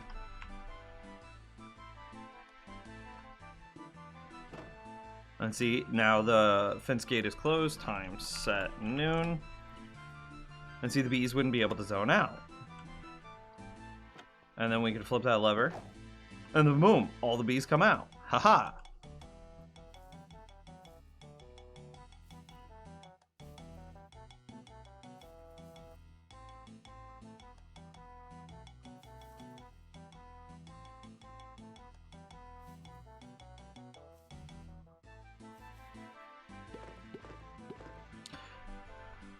I wonder, is there an easier way to do this?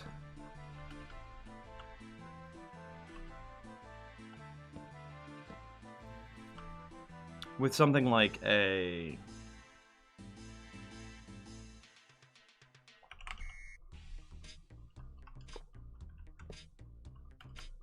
Iron bars probably protrude too much.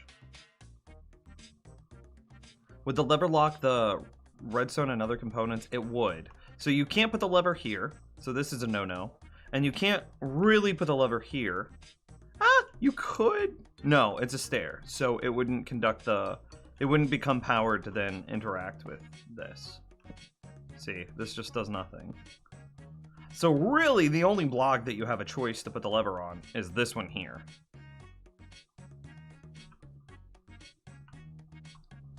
And see, so if you were to have the lever there, and here, I'm gonna... When you would pull the lever...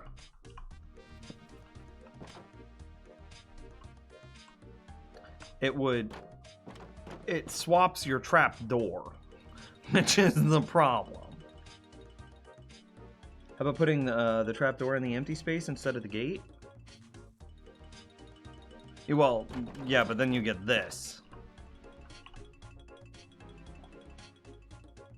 How about retracting glass downward? You want like a piston? This? You gonna have a second lever on the leaves? No, you can't. You just can't put a lever on the leaves. I don't know if you can hear me spam clicking, but I am. What I was thinking is... That technically works! I think I did it!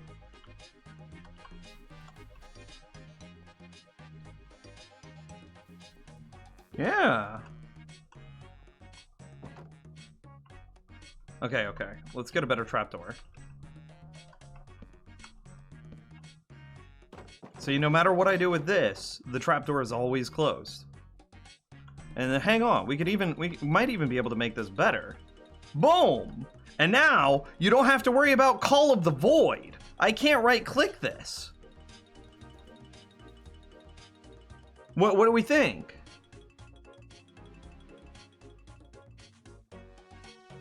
Now we don't want to do a piston retro because it's currently 3 blocks wide by 3 blocks tall, and we don't want to change that sizing.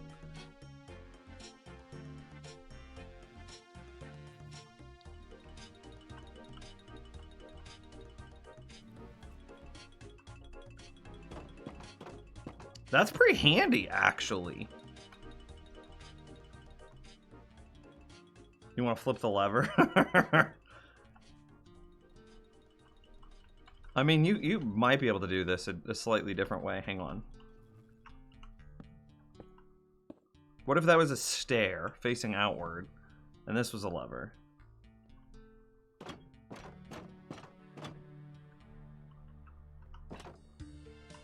Okay, so you get the problem again.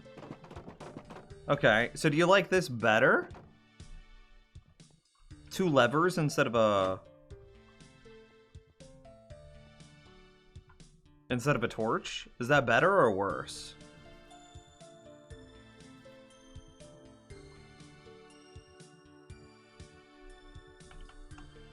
This could either be a torch, which is always closed.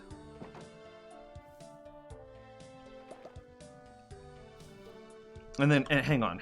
And then you need a sign. You do need a sign at this point that says, okay, do you like the sign up here or on the bottom? Which sign would you prefer? Do you want the sign up or down?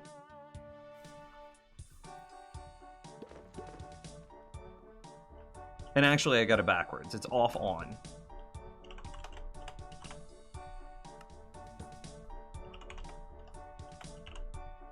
That's what it is. So if it's down, it's on. If it's up, it's off.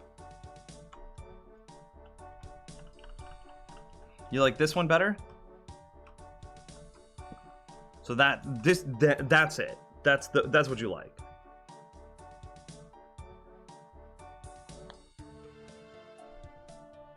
Why not lever on the opposite side of the trapdoor to mirror? Why not lever on the opposite side of the trapdoor to mirror? Oh, I guess that would work. You technically don't need that. Then you could do that. Yeah, no, that's true. And then this is your on-off, and then this is your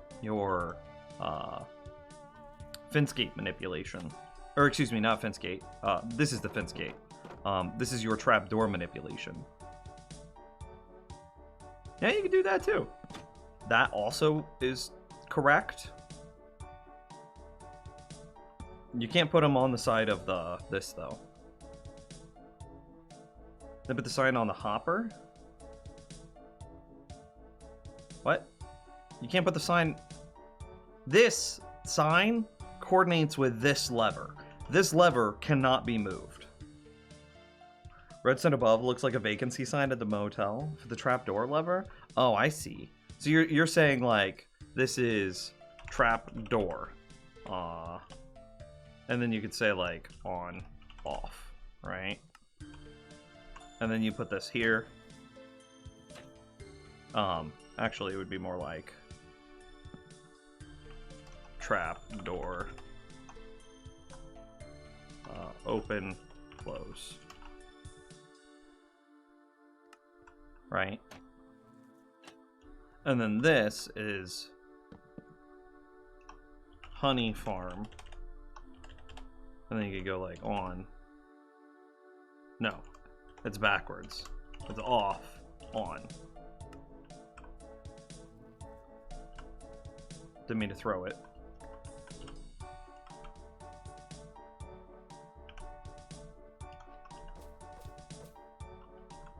I really hope that would make it look better. It didn't.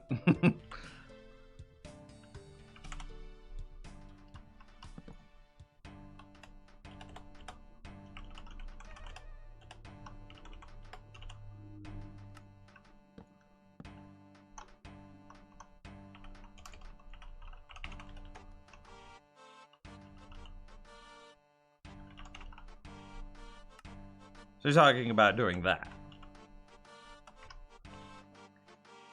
You use the glow ink.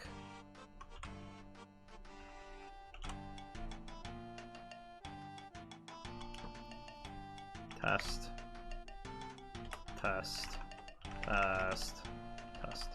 Okay.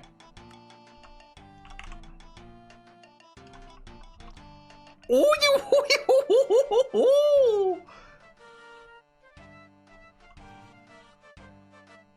that's too busy though. That's pretty nice.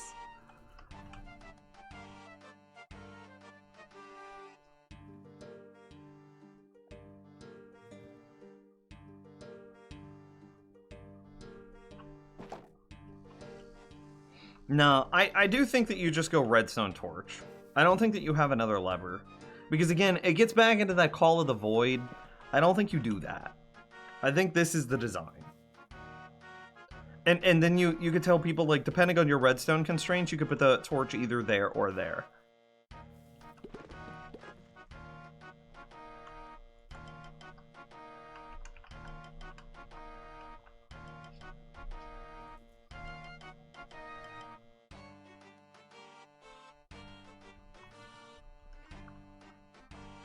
I can't believe that this little bitty farm got better.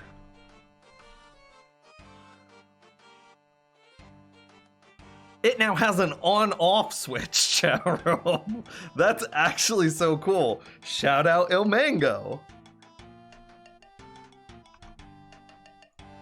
At any time, bees will still go back into the hive, but they can't exit again. So this is a nice way to turn off any honey or honeycomb farm without How sacrificing. big is this? Hang on. 1, 2, 3, 4, 5, 6, 7 blocks deep.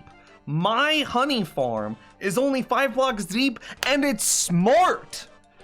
Mine doesn't break. And, oh. Is it tileable? That's not the right question. This honey farm isn't designed to be tileable. This is designed to be a micro honey farm where you just have a single honey farm that does the thing. I will TP back to world spawn and show you the design that is designed to be tileable. Here it is. If you want tileable, this is what you go with.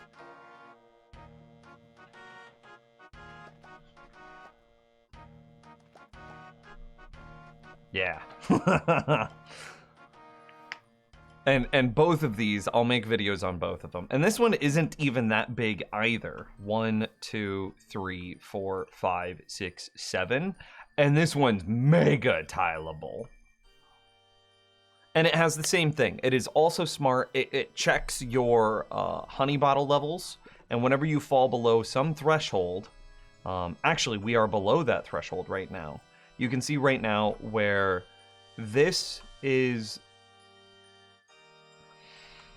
we are at a redstone signal strength of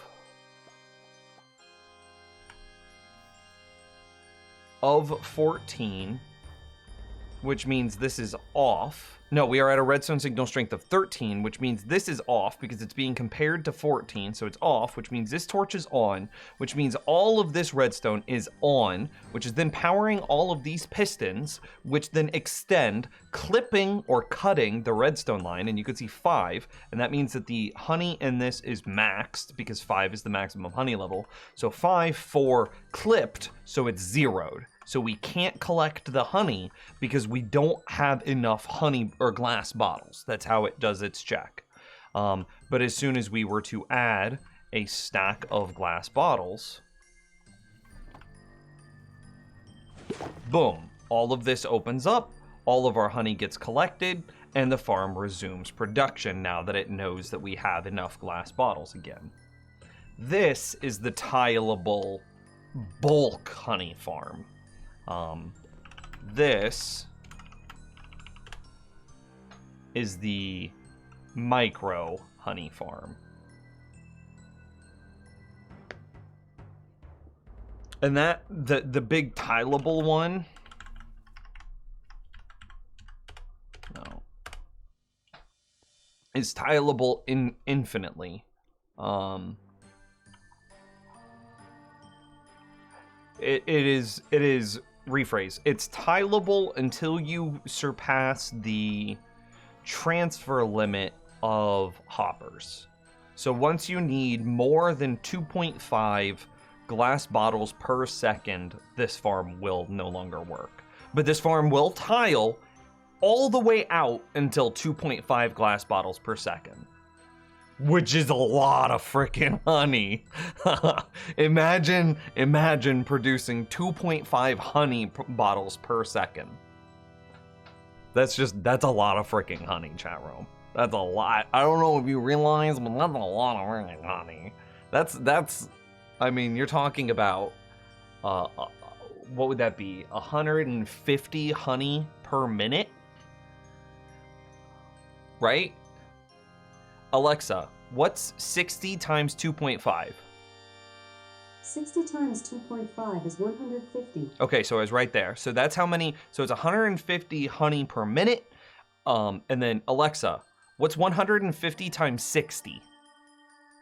150 times 60 is 9,000. That'd be 9,000 honey per hour. That's what this farm could do. And as soon as you hit that, yeah, Drew Tech, you were right there with me. And as soon as you hit the 9,000 per hour, you could just build a second one and get another 9,000 per hour. You just need multiple, it's just glass bottles. It's limitations of hoppers. The design itself is tileable infinitely. And smart, so it doesn't ever break. I would keep the original design for the bee farm. Could you explain your reasoning? The only thing that's hard is flowering azalea means that this is a 117 only design.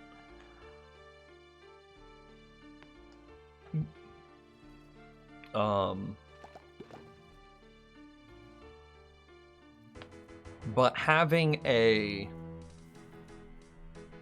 trapdoor that you can't interact with, which is protects against Call of the Void. And then, what is this? There's a quartz block. Set block. There. Quartz block. Yeah. So this would be a 117 only design, which is a drawback. You can't use this in 116 or 115 when bees were implemented. But it has an on-off switch, which is very, very nice. I don't want to hunt down azalea just for this farm. Right now I have to get moss from the trader, and the only way in 1.18 would be totally reasonable. That's a fair point. I could highlight both. If I could just build it the first way and then say like, okay, and if you want this to be able to turn on and off, you do this, and then you do that, and you do this.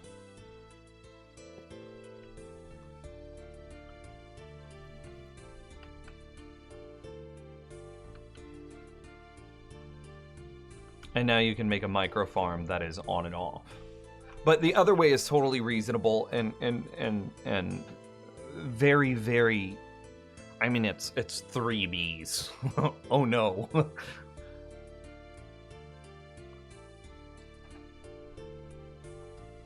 I like this design though. As weird as this sounds, I have an aesthetic. And this is very my aesthetic. Do you remember the old chicken farms I would make? This is very similar in design and style to those old chicken farms.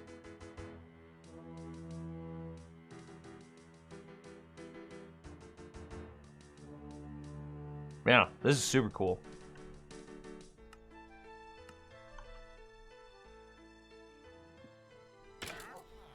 The azalea bush is so pretty. Yeah. Any of the efficiency. It has more pink now. Leaves are also pretty nice blocks. Another nice side effect of being able to get trees automatically is that an AFK leaf farm would be a bit simpler. So previously a player had to do it all, place a sapling and then also shear the leaves. While being AFK, there were setups that allowed you to do this, but they were rather complicated. Now it would become a lot easier. Now the player only has to focus on breaking the leaves, for example. It's also pretty nice that another nice block conversion technique works in combination with moss. So you can convert stone into moss, and then if you would grow a 2x2 tree, on top you can convert moss into pot soil, which is also just a variant of dirt. So you could also make an automatic moss farm without having to shoveling the rooted dirt. You could have a player placing saplings instead. Then piston setup would either break the logs by pushing them into a TNT blast chamber, break enough leaf to get saplings back, and you could push those blocks on the side and also blow them up with TNT. So you could make a dirt farm just with a player placing saplings. Before we talk about more applications of the moss mechanic, let's take a look at dripstone farms. So the intended way to farm dripstone is to attach pointed dripstone at the underside of a dripstone block and have a source of water on top. And this way the stalactite would slowly grow, takes about 100 minutes, on average, so that either the stalactite grows in length or the stalagmite at the bottom would be formed or grow in length. So after a couple hours of AFKing, it would pretty much look like this. Then you could launch 2 flying machines to just punch everything out. It's probably the easiest and most efficient setup to farm this type of item. Okay, let's do this real quick. Let's launch the flying machine. It's satisfying to actually watch it going through this giant dripstone setup. So the one on top breaks the stalactites, some of them fall down. The machine at the bottom collects most of the items and sweeps them to the side. But it will also return everything that is remaining. Will be swept to the other side and collected by the water. This is very cool. Sounds also pretty. I definitely satisfying, would to say. not let this run What is the automatically. point of dripstone even useful for? Of course, you can use it as a decoration block or even craft the dripstone blocks out of it. But there's also a practical use to it. You can use it for mob farms. So mobs farm. Wait, is he about to show how you can reduce the fall height to kill witches? I'm pretty sure that's a witch spawn egg in his hand.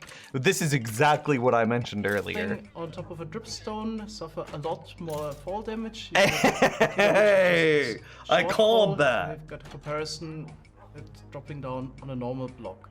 There's a couple downsides to it. You could technically land in between the pointed dripstone blocks, so some of the mobs might not be killed by this. This would mostly work for larger mobs.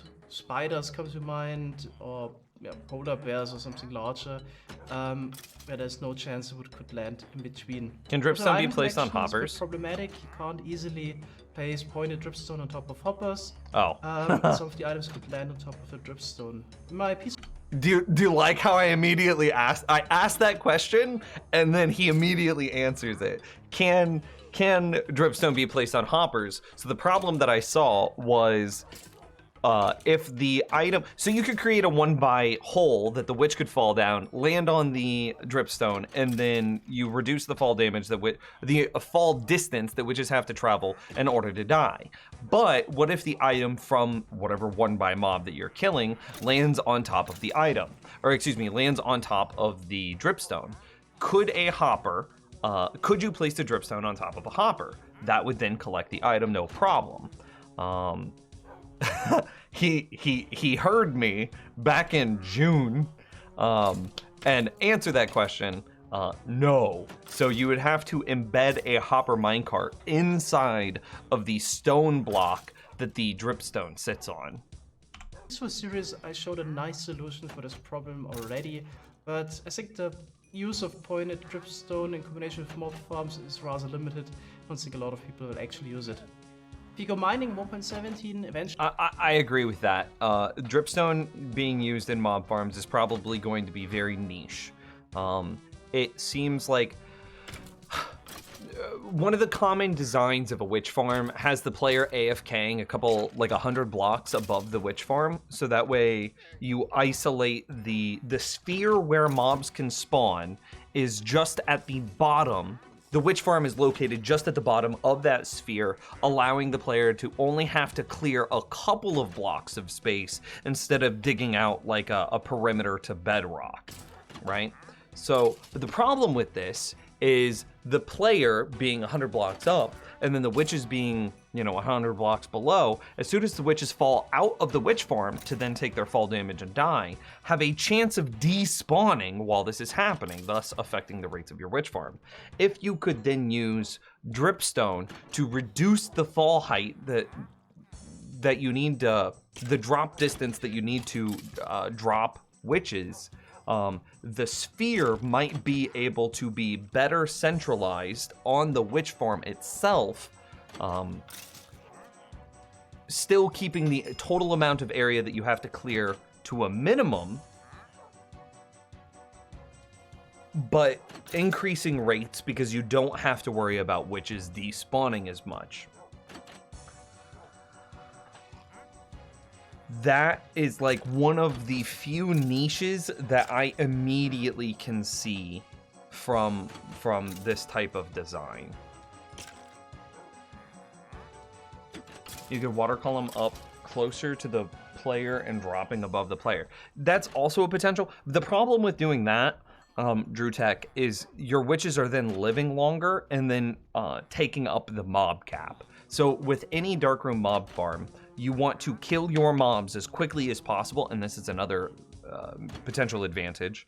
You want to kill your mobs as quickly as possible, so that way the mob cap is freed, like that mob space is freed up, so that way you can spawn the next wave of mobs. The longer your mobs live, the longer in between each set of mob spawning you have. So the faster you kill them, the faster the rates of your farm, because you're not consuming as much of the mob cap. You could, instead of using dripstone or stalactites or whatever the hell they were called, you could bubble elevator the witches up near the player, and then you don't have to worry about them despawning, but then you do have to worry about how long they are alive for and reducing the rates of your farm in a different way. So it's witch farms are very much so this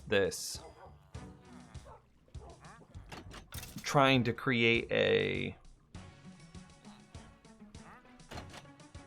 what's the word? Happy compromise of a farm, because there's just so many things that you need to be aware of in order to make a witch farm work. Which is why something like Dripstone would work, and that's why the big witch farms just go for perimeter, the bedrock perimeter, because that's no compromises with bedrock perimeter.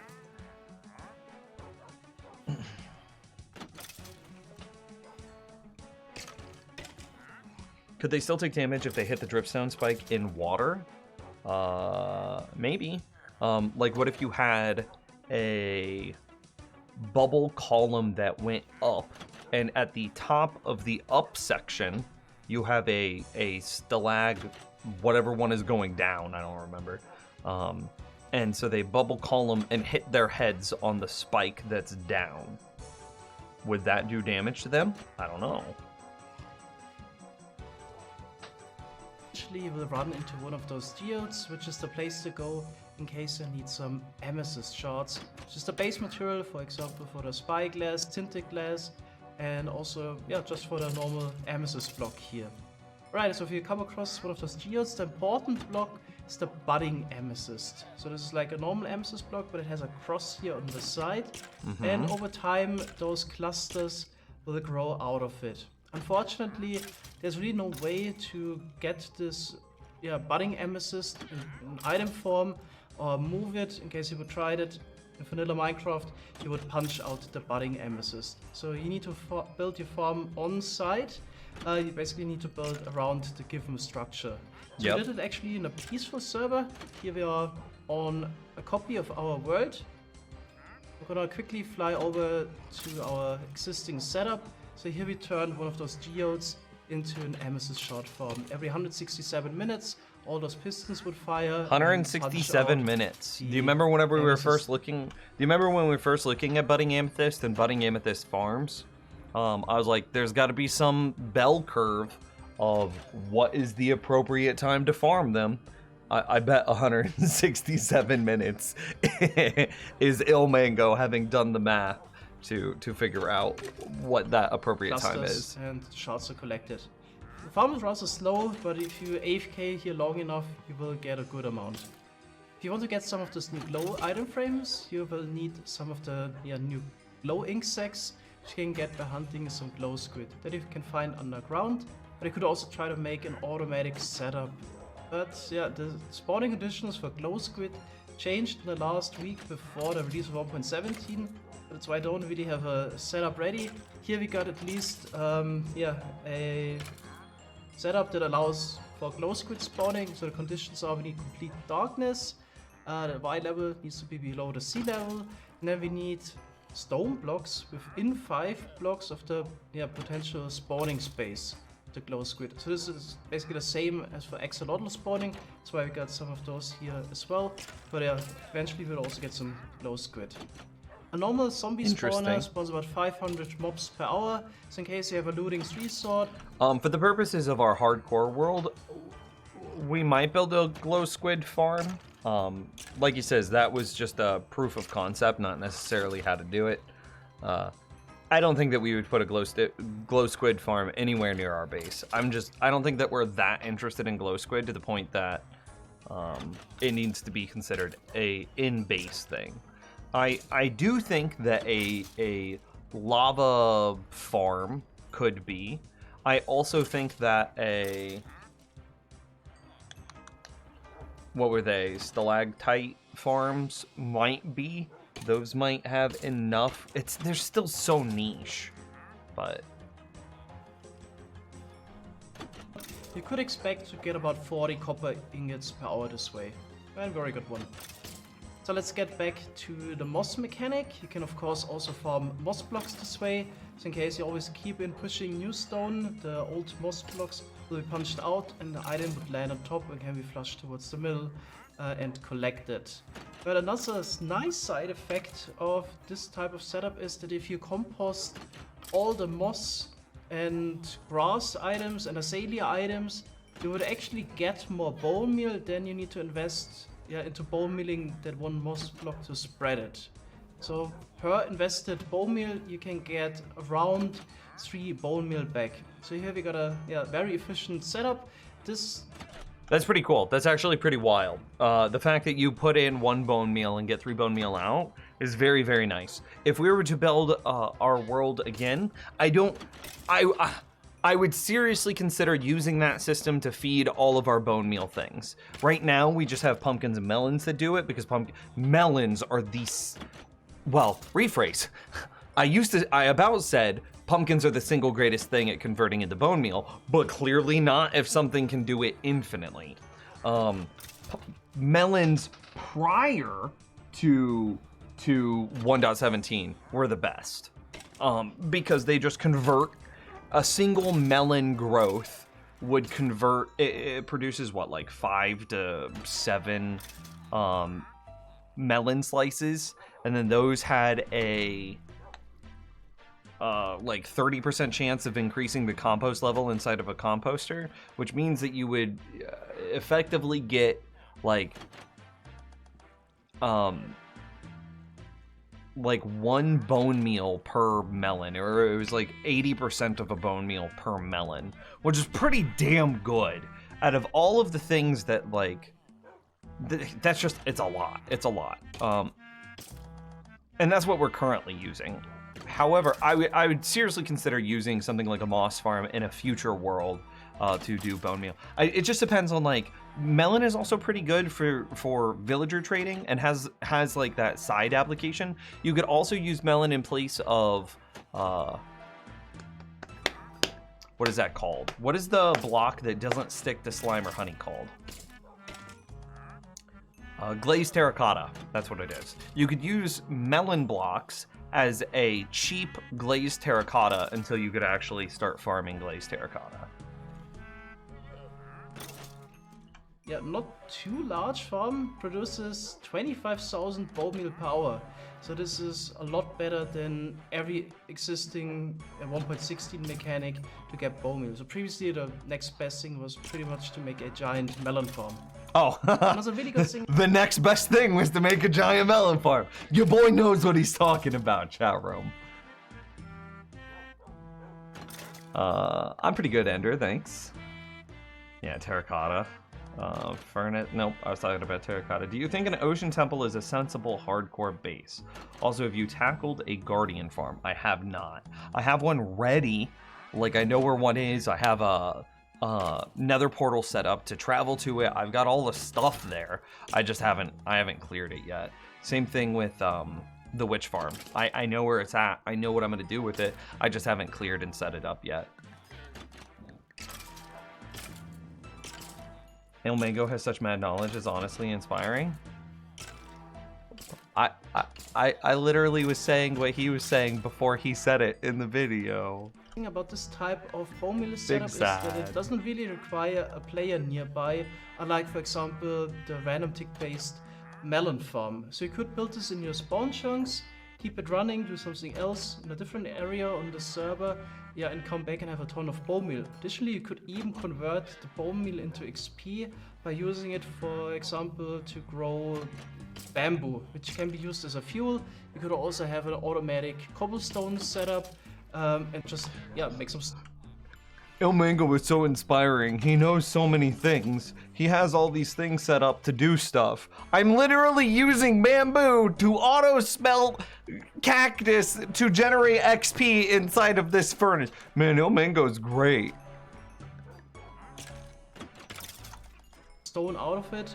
Once you come back, you can get XP. I'd like to from go on furnace. record and say that So Ilmango slowly is pretty coming great to the though. end of the video. Next, let's talk about the new type of cauldrons that get added. So you now have lava cauldrons in the game as well, and there's even a renewable way to get lava. So the way to do it is attach dripstone again on the underside of any block. It doesn't need to be a dripstone block, and then have a lava source on top, and then cauldrons below.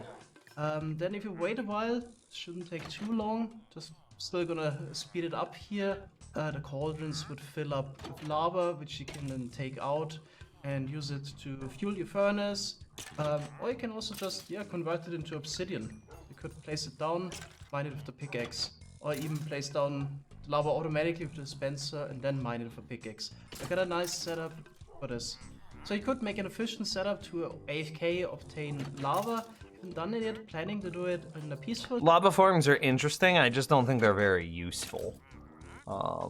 I think it is a cool like title for a video. I think it's a very interesting concept because for the longest time lava has been a like non-renewable resource. The only way to get new lava is to explore new chunks. But now it's infinitely renewable. And so I think a lava farm is just a very cool concept, but I don't know what it'd actually be good for. Obsidian is such a... You can just infinitely farm obsidian through bartering farms. It's not that big of a deal. We've also had, since like beta, the ability to farm nether portals for obsidian. You basically destroy your nether portal right as you zone. Like there's like 8 game ticks or something like that, or 8 redstone ticks where you can destroy your nether portal after you've zoned into the nether. So whenever you then zone out of the nether, you create a new portal, and then you could just destroy this new portal, relight the portal that you had extinguished, move back into the nether, and the moment that you move back into the nether, extinguish your portal, and then whenever you zone out, you would generate your new portal again. And you could do this infinitely to just generate obsidian over and over and over. I used that exact mechanic to generate obsidian in my Skyblock world.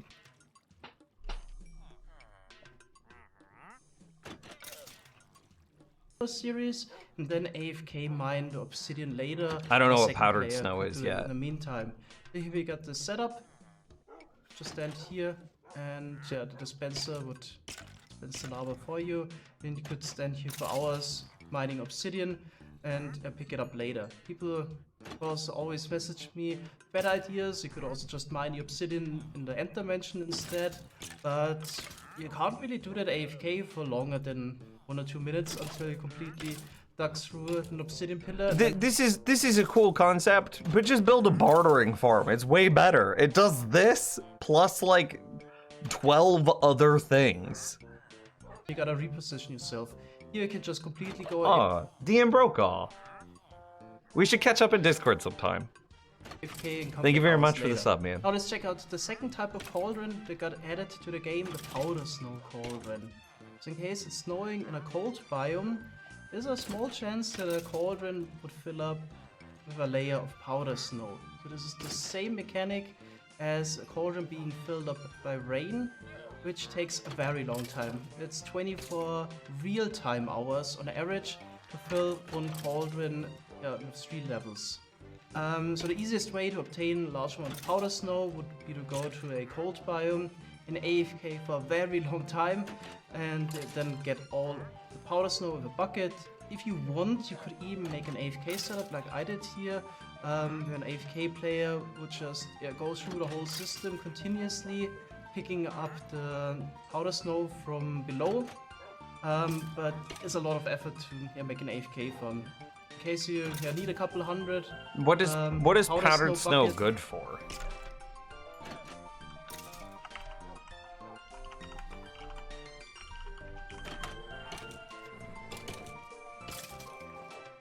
It is a block that we obtain from cauldrons, can be generated, let's say 1 to 18, using powder snow, places powder snow.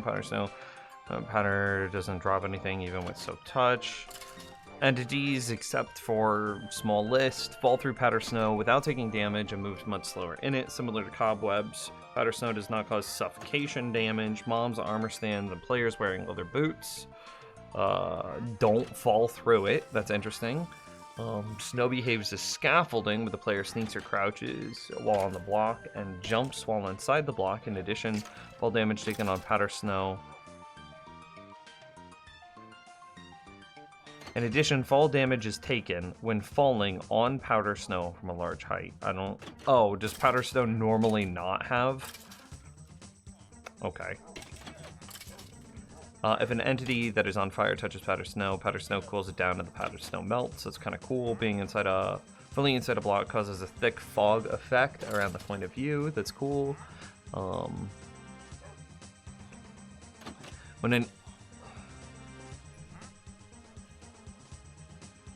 It deals damage over time when mobs get cold and doesn't emit light. Oh, that's interesting.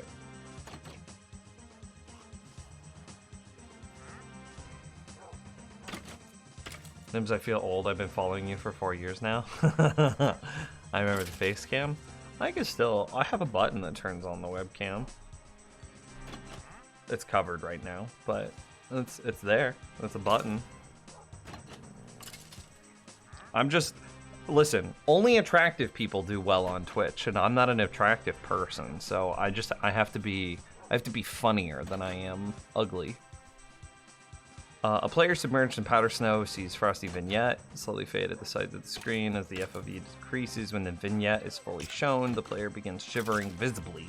After 140 game ticks, the player's heart changes to a cyan frosty texture, and the player begins taking damage at a rate of 1 HP every 2 seconds. If the player leaves powder snow block, the vignette slowly fades away. A frozen player moves much slower. That's kind of cool. This is a data tag. It decreases over time. Interesting. Wearing any piece of leather armor stops the freezing effect and damage. This applies to entities that can wear armor, such as zombies. Horses wearing leather horse armor are also immune to freezing. Interesting. Snow golem, strays, polar bears, and withers are immune to freezing damage. Fire-related mobs take extra damage from freezing. Interesting. Can you put powder snow in the nether?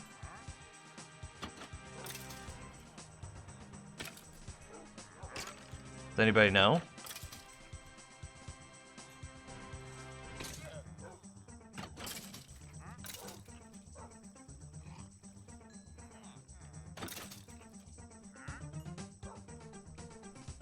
You shall test. Okay.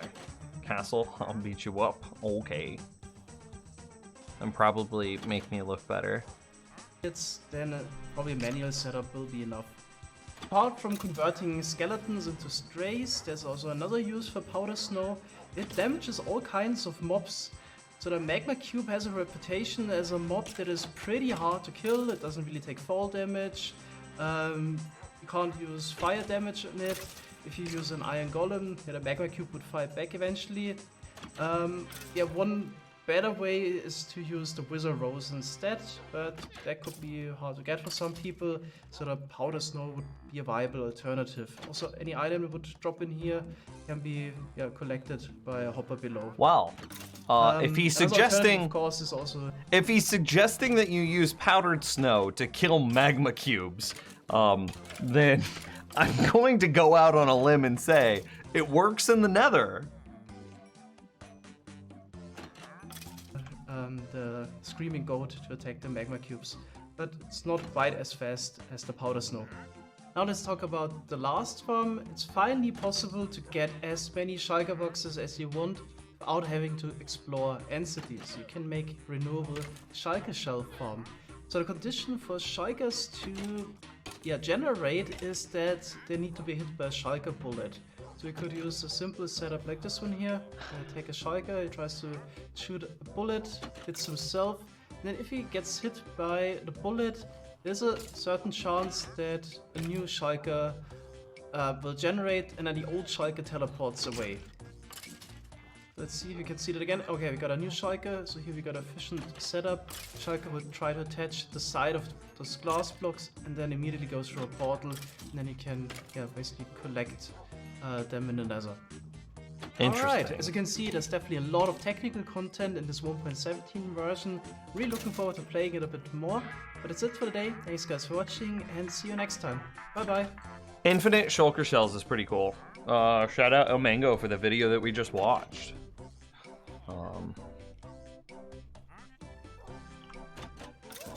Infinite shulker shells is pretty sick. I don't think that we're gonna build that. That's not really necessary for a single player world. You just don't go through enough shulker shells when it's just you. Whenever you're on a server, God, that almost seems necessary to build whenever you're on a server. And it doesn't seem like what I saw from his like little screenshot there. It didn't seem particularly complicated. Just a bunch of nether portals, some wither roses to like, I don't know what the wither roses were for. And then to just get the shulker to shoot itself.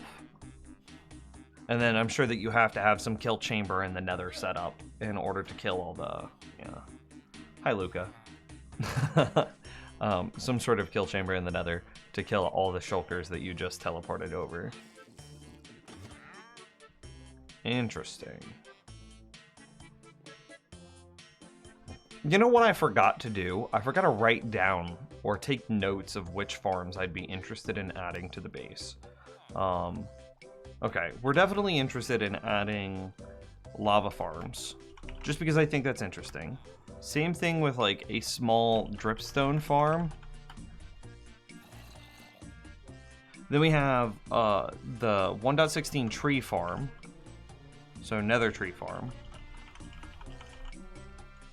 What else are we interested in? Jessica now, powder can be placed in the nether. Nice. Hey, that's pretty handy.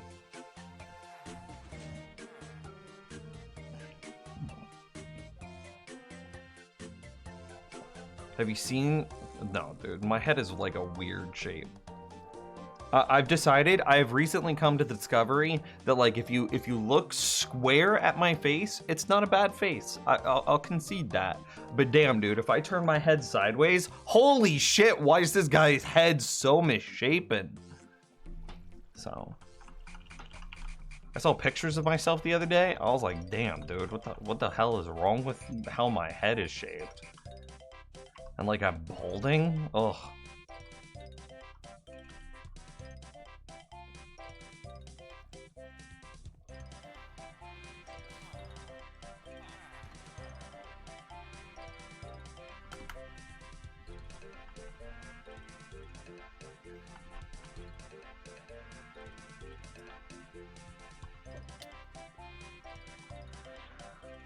Oh, so is there anything else that we would want to add to the base? Did those just despawn right in front of us?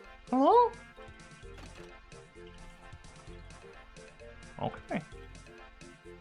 Slamming's going pretty good. I ran out of cobblestone a little bit earlier, and so I'm not in a rush to go get more. But yeah, we're out of that. So what else? What new stuff came in 1.16? I think it's just, oh yeah, we need to add lava farm, dripstone farm, 1.16 nether tree farm. We need to add a fungus farm. What else? Lava, dripstone, tree, fungus. Do.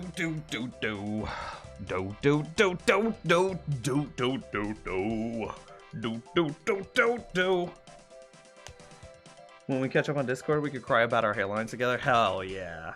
Bro, my hairline in the front's not that bad. Like, I'm definitely getting like that peninsula balding happening. Like, the front of my face just looks like Florida. But it's like the back of my head, dude. Like I'm gonna look like one of those old school friars, where like I have hair that goes around like the side of my head, but then the top is just gonna be completely empty. Fix the bee farms? What's wrong with the bee farms? I just fixed the bee farm. It got even better. Did you not see? Look at this.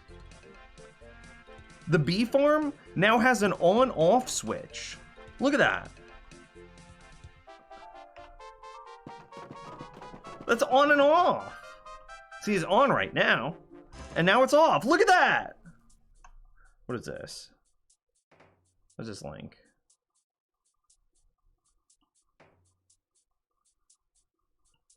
What am I supposed to be looking at? I would rather you ask before you just link stuff, but it's kind of fine. This is like somebody tried to make Minecraft into Factorio. That's what this looks like.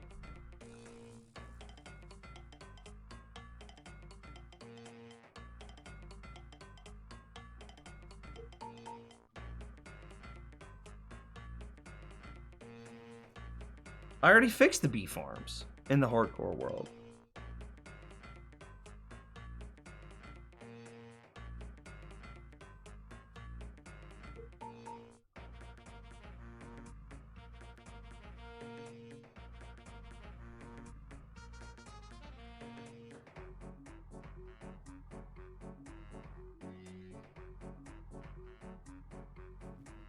This took somebody a lot of time.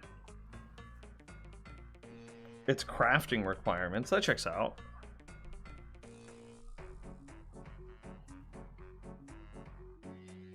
Give me auto crafting support, Mojang. I want to milk. I want to make that Factorio in Minecraft. Well, one day maybe. But look at this. You don't have to worry about Call of the Void accidentally opening this up and letting all your bees out. You still get hella honey. You still get all the intelligence of the farm. You get an on-off switch. You see how as soon as I flipped it, all the bees came out? And like, I can't accidentally... Listen, I'm spam clicking. Can you hear that?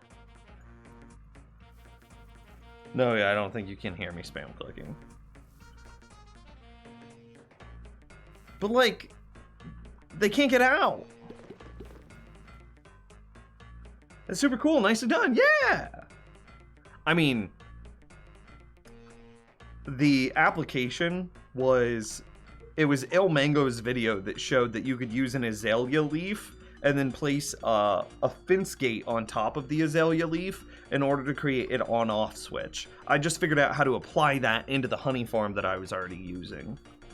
And then, because we have this, I was like, well, we do need to make sure... Then I was like, how do we get a trapdoor on the front of this that doesn't then get triggered by this lever? And then I was like, oh, well, we'll just put a redstone torch right there. NBD. And that's what we did, is we put a redstone torch right there, NBD. And see, they can't get out. I could get, no problem. See, then we open it, and then the bees can escape whenever they'd like. Maybe I want an option to jump into the void, though.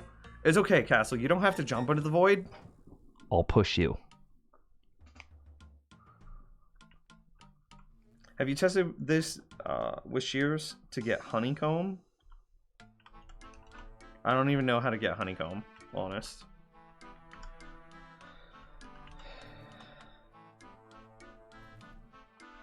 I right-clicked it, nothing happened. How do you get honeycomb?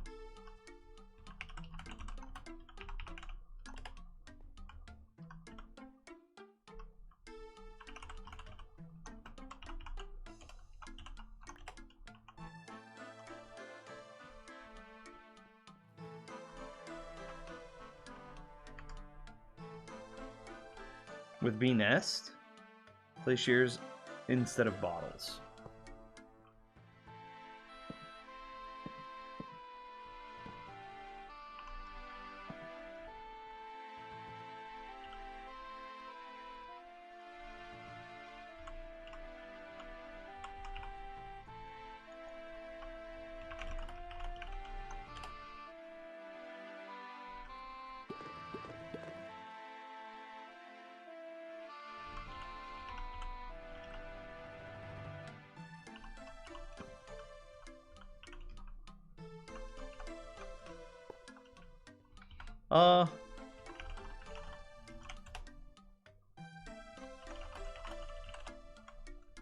Let's just clone it. I don't feel like doing all of this again. From there to here. Oh, I didn't type the thing in. Okay. From there to there, and it always grows like to the north. So I think I could just place it like here and it'd be okay. It probably wants to be placed here though, honestly. Nope, okay. It wants to be placed here.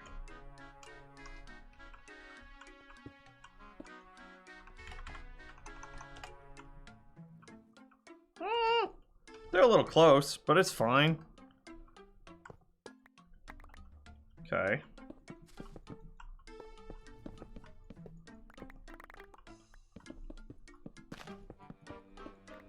All right. We have a new one. Let's place it a little further over, damn it. I hate how claustrophobic that is. From there to here, air. Yeah. Okay. And then you want me to see if it works with, what the hell do you call it?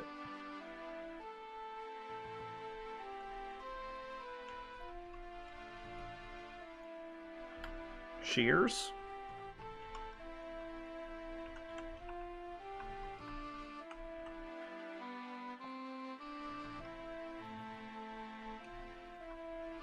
Okay.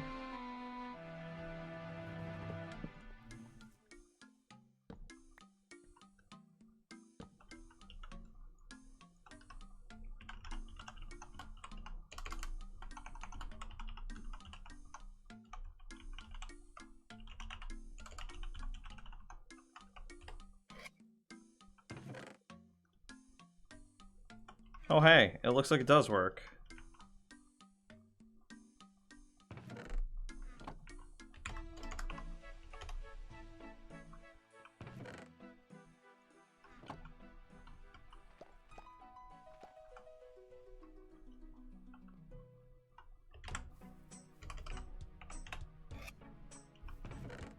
Yeah.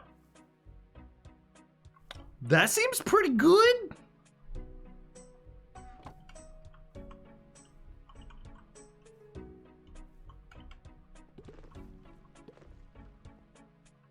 Is that what you want? Is this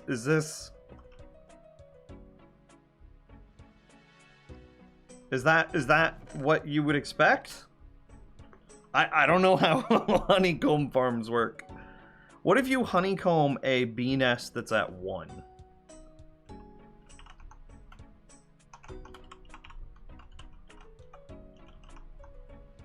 Or like, yeah, 1. Nothing. You can't do it. So you can only shear it when it's at 5. Oh, I didn't even know that was a thing. I didn't know that that's how you did that. That's bee nests. What about beehives, though? I don't think that you can... do it to beehives, can you?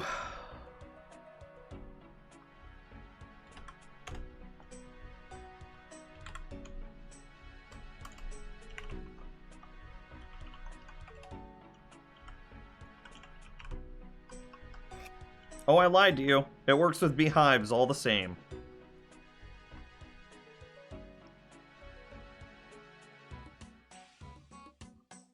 I'm gonna make one of these small ones for honeycomb and the tileable one for honey. Hey!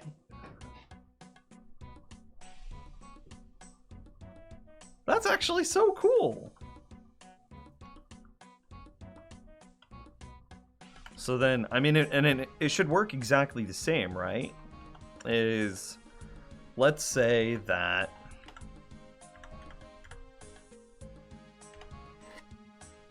That works. And so each time we're doing this, the shears are... We're using some of the durability of these shears. Right? Eventually, we'd run out of durability, right?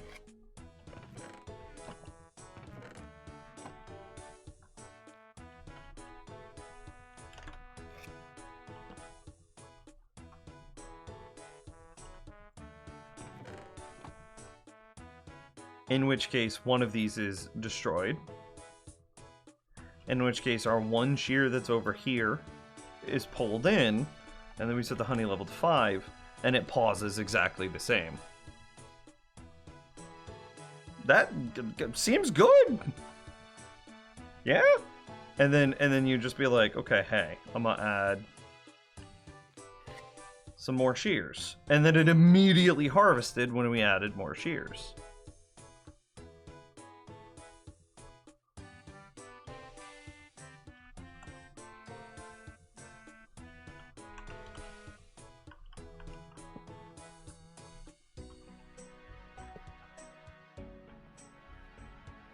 This isn't just a honey farm. This is just a bee farm. Honey. What is that stuff called?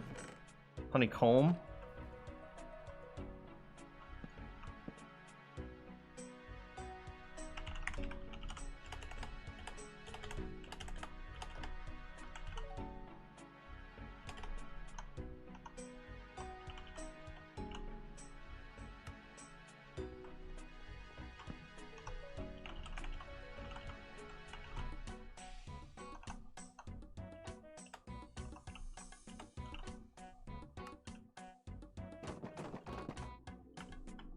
And it's just, it changes what type it is based on what you put in it. If you put a bunch of shears in it, then it's a honeycomb farm. And if you put a bunch of glass bottles in it, then it's a honey farm.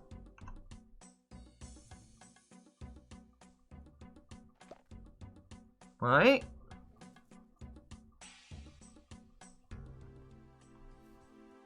How does that work? What do the target blocks do? Target blocks allow you to spin redstone that normally wouldn't spin. So, like, say you have a straight line of redstone like this, right? But you really, really, really need to get it to do something. You need to get it to turn without turning. So I could say, like, what if I need this redstone to end up in this block? Well, I can't do that because the redstone's not pointing that way, right? And here, we'll set up a test. Okay? So I need this torch to be off when this is on. But what I can do is I can use a target block here that'll cause the redstone to turn into the target block, and now it works. That's pretty good, right?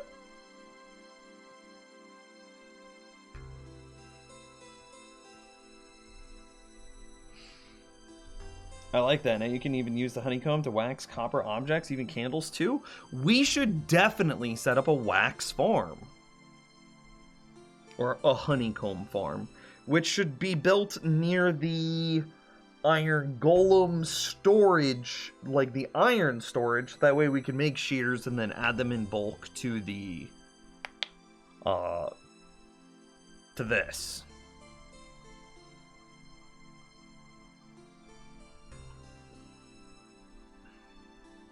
This isn't a one tick thing. That's the issue. So in the context of this farm, is I needed to get the output of this torch to go into the output into this torch here. So in that case, how do I get this torch to go into this torch? Without going, I could go on top of it like that. You're absolutely right. But then this would add 1 block of height. We don't want to add 1 block of height because this is the top of the farm. So how do I get this torch to go into this torch without putting it there? And this is my real world, you know, example. And I did it this way.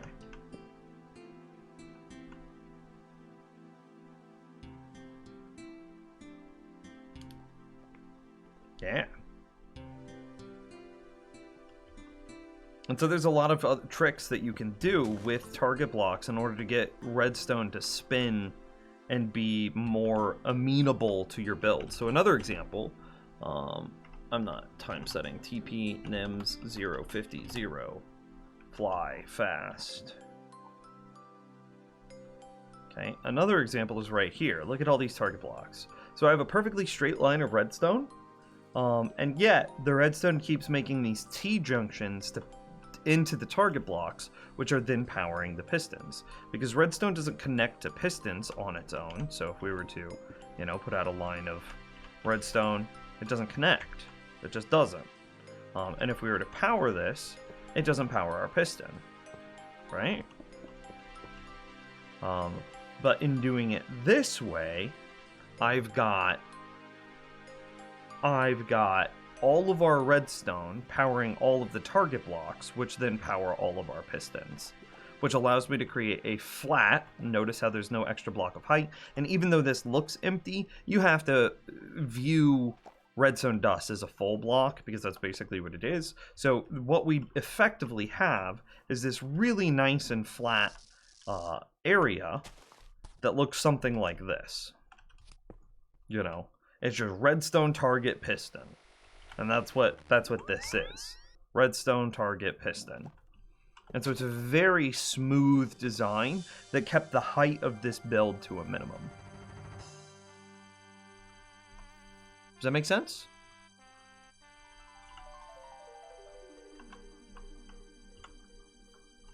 I'll ever use target block for the purposes of its output. Never thought of taking advantage of this. Yeah! You can do a lot of redstone compacting with target blocks. So, in both of these use cases, it's just for compacting. But for some things, compacting can be huge. Some mechanics, and I don't have an example of this immediately ready, but you can create systems. Like, look at, this was an earlier design of a bulk honey farm.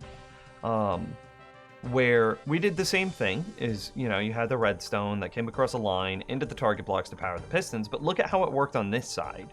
So down here, when these pistons extended,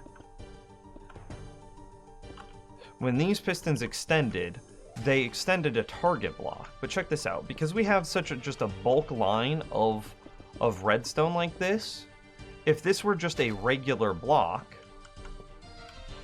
when this extends, nothing happens. And so, nothing happens, right? But because this block is a target block, whenever this piston would extend, the target block connects to the redstone, which would then power the piston.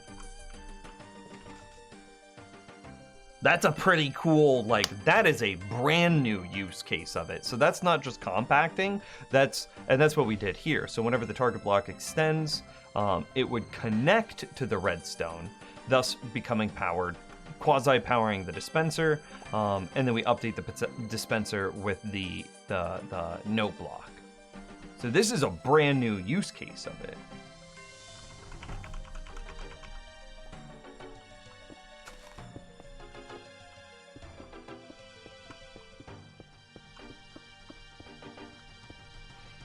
Yeah, and then you have stuff like, if you compact the design, maybe the design becomes possible because you use the target block. So sometimes you have such a compact, tight area that you're trying to work in, and TP 1050, 1000. Sometimes you have such an area that's so small that you couldn't do anything with it. But then you could use a target block, and all of a sudden you've got a little bit more space than you thought, or maybe you were able to fit that extra component in that you weren't sure if you were going to be able to fit.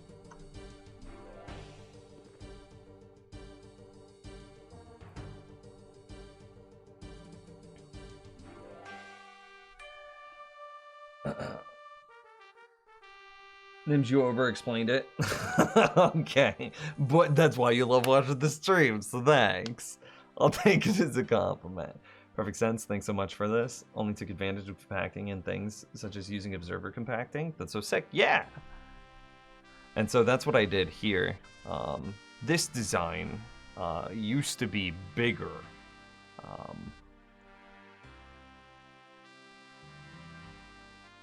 Trying to think.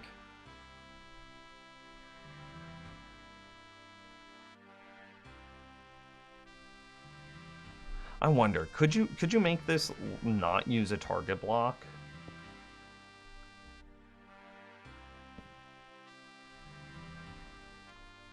Yeah, I just triggered. Did that not shoot out? Interesting.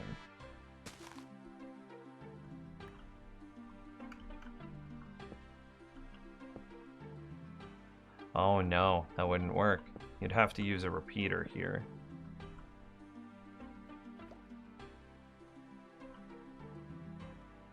Dust still has to be there because this torch has to do it.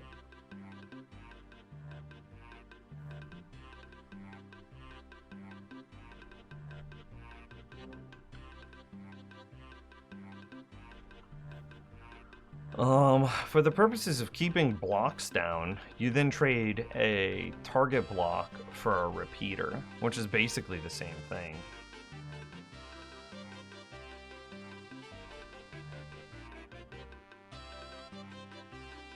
Yeah, I don't know if that's any better.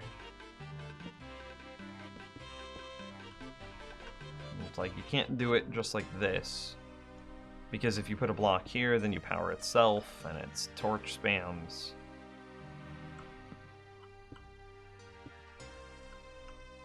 Same thing is true here. You can't just put a block there, because then it torch spams.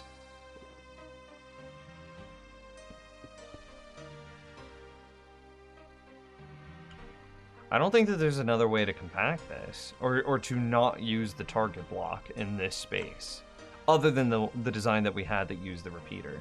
What's the furnace for? That's a great question. This design is so freaking cool. So, you measure the honey level. It goes from 0 to 5. The torch creates, or excuse me, the furnace creates with a single stack in it, which we just use a shovel, creates an output of 5. When the beehive or bee nest reaches an output of 5, this is in subtract mode, so output of 5, it would actually be this. It would be the furnace output of 5 minus the bee nest output of 5, which would be 0. Upon reaching 0, remember that the design is actually supposed to be built like this. Upon this reaching 0, this torch turns on, which would trigger the dispenser and either shoot out a glass bottle, turning it into a honey bottle, or use the shears, which would collect the honeycomb, or harvest the honeycomb might be a better way of saying it. So we have an output of 5 here, 5 minus 0 to 5. So if it minuses 0, then we have an output of 5, and this stays on. If this has an output of 1, then we have an output. Here, I can show you.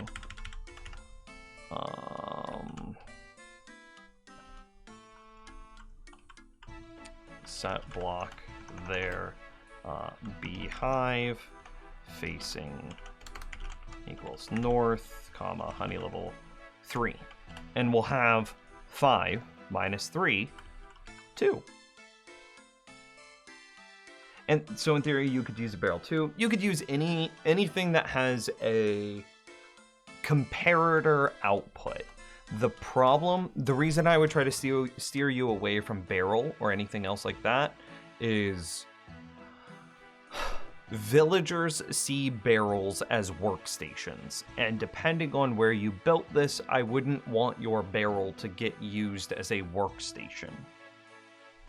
But yeah. So if I set this to 1, we'll see an output of 4.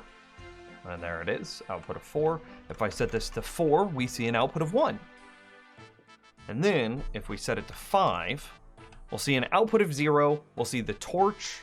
We'll see this torch flash on. It'll go 0, torch, 5. Ready? Remember, 0, torch, 5.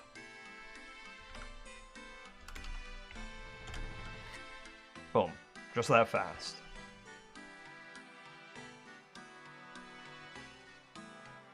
I thought comparators could only detect items. No, they have like a lot. They're doing math right now. So comparators in the name can compare. So you could either, so right now, this has an output level of 15, right? If we move this a couple of blocks back, it has an output of 13, okay? Then, if we go, say, an output of 15, right? We'll do it like this. 13 is less than 15, so output 0. Make sense? So this will always give, it in this mode with this light down or off, it's comparing its input against its sides. So if we have 13 compared to 13, it's on, because 13 and 13 is the same. The same thing would also be true if we did, I have to scoot this back again. The same thing would also be true of 12. 12 is less than 13, therefore it's on. Now, interestingly, if I turn this to its other mode, then it's doing subtraction. So 13 minus 12 is 1. What's also interesting about this is you could do multiple levels of subtraction. So you have 13 minus 6 equals 7.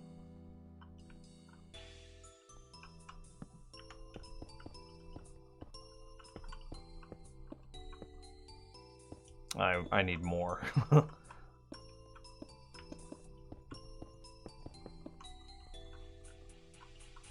Oh, it only does subtraction from the big side? That doesn't seem right. I thought it did them both at the same time. Though it only does the big side. Okay, I was mistaken. I thought I would subtract both at the same time. But I'm wrong. Okay, well this doesn't matter then.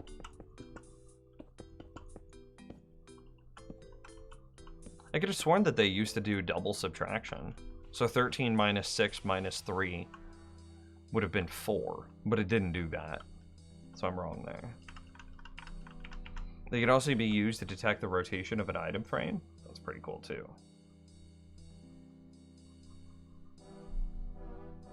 But yeah, so they either compare, which is basically a less than equal to function, or they do subtraction, which is just 13 minus 6 is 7.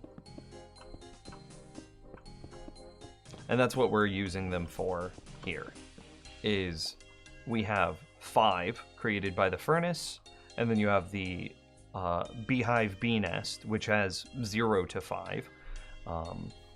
So whenever it finally reaches 5, you have 5 minus 5, which would be 0. 0 would allow this torch to turn on, which would shoot out something from this dispenser, either shears or a glass bottle, harvesting whatever was in the beehive bee nest. And then because the bee nest is now back to 0, this is 0, so 5 minus 0 is 5. And then that would turn the torch back off, putting it back into a reset position. What's also interesting is if there is nothing in this hopper, then this comparator would see nothing, so it would have no output, which would allow this torch to turn on, which sets this to 15, which means that no matter what's happening here, so this is 5 minus 0 to 5, it never matters because this torch is setting it to 15, which means this can never turn on. So if we were to set that to being honey level 5, and you can see that that is indeed honey level 5, and I'll do a trick to prove it. Boom, see it's 5. it doesn't matter that it's full because it's being overridden by this torch here being 15. But then as soon as we were to add a number of shears, we harvest it and everything is happy, hunky-dory again, and reset back to nil.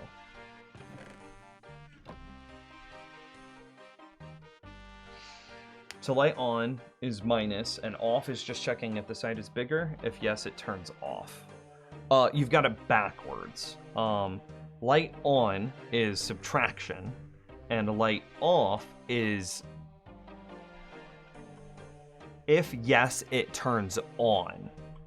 So if you have... So this is an output of 12. And here we can use an item frame, just because it'll be easier.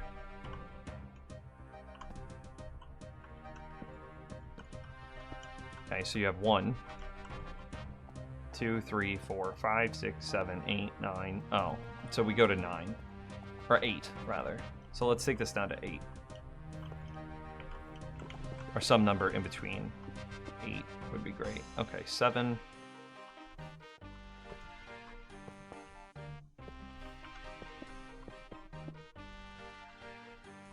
So you have 4. And so 4 is greater than 1, so output 4. 2. 4 is greater than 2, output 4. 3. 4 is greater than 3, output 4. 4 is equal to 4, output 4. 4 is less than 5, output nothing. If we then change this to subtract mode and reset, 4 minus 1 is 3. 4 minus 2 is 2. 4 minus 3 is 1. 4 minus 4 is 0.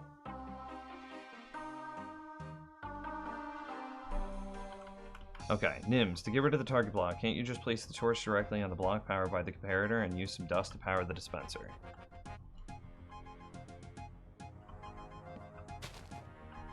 Can't you just place the torch directly on this block and use some dust to power the dispenser?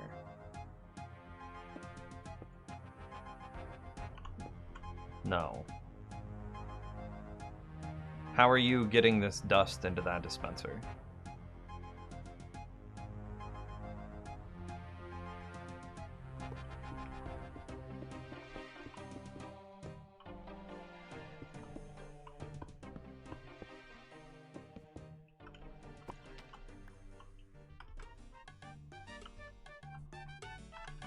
To get rid of the target block, can you place the torch directly on the block powered by the comparator? Yeah, yeah.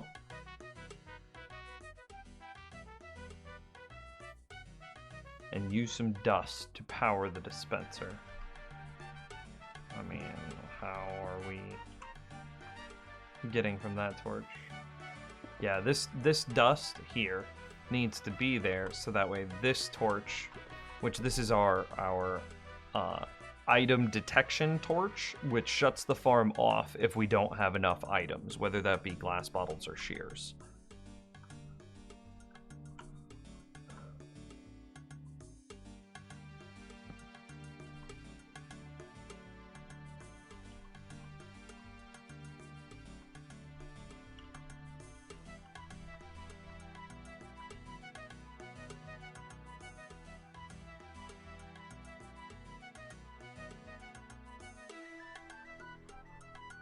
We can move the torch, that torch as well.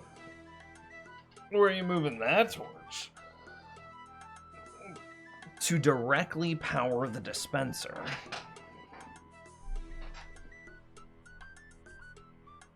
No, you can't have this torch power the dispenser, because what would happen is when you run out of items, then you would trigger the dispenser, which would shoot out a glass bottle.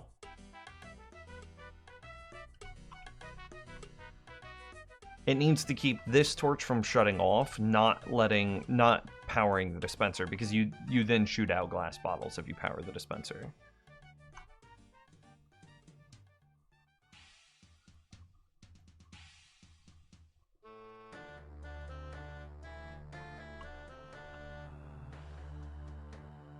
There's still items in the dispenser itself?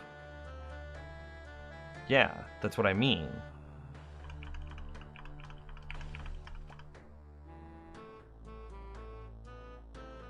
Okay. So, trying to think of how to explain this. In order to make sure that you never run out of shit. Okay, so there's a problem that happens. I'll show you what the problem is.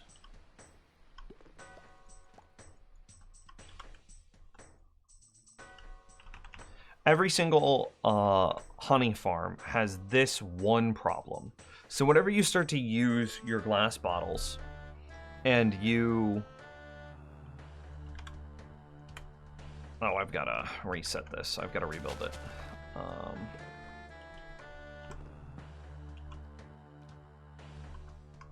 Oh, I just have to manually trigger it anyway. Okay, so if we didn't have this torch here, okay, so we're just not observing that we're out of items, what would eventually happen is you would have an empty space created inside of your dispenser.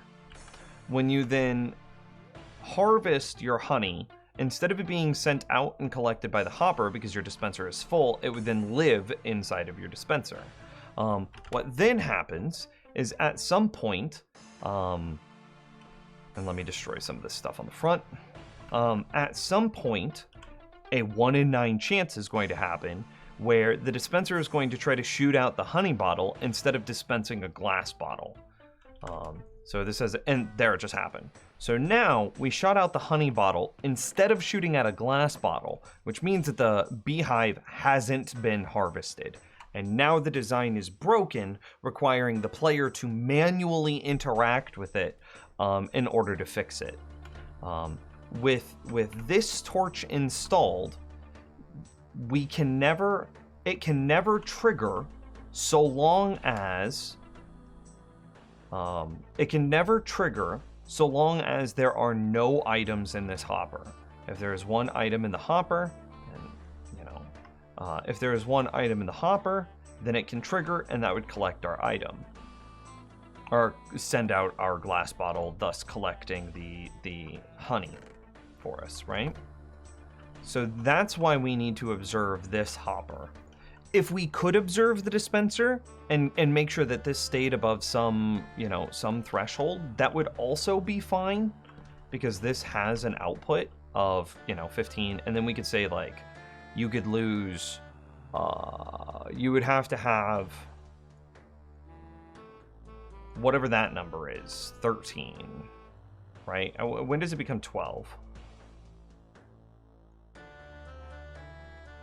Okay, so you'd have to have 14.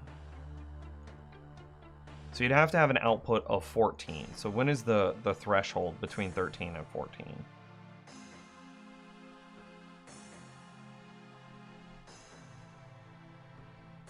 Right there. 8 plus 43. You could theoretically use this output of 14 to make sure that you had enough items in here. That would work as well. But it is effectively the same thing as just monitoring the hopper. And to monitor at 14 gets really weird, because then you probably want something like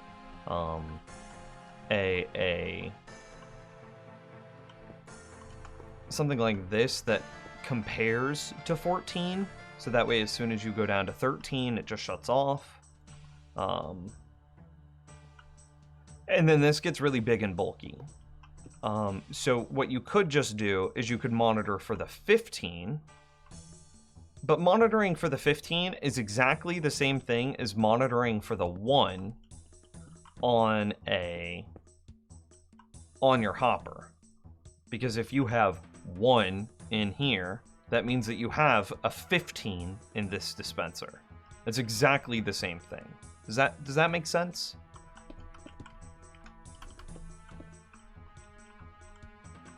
Those are the exact same thing.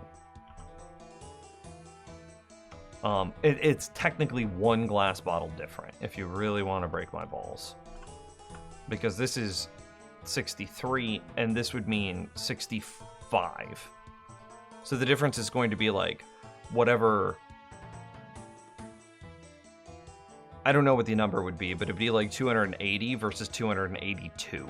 There's no effective difference between that.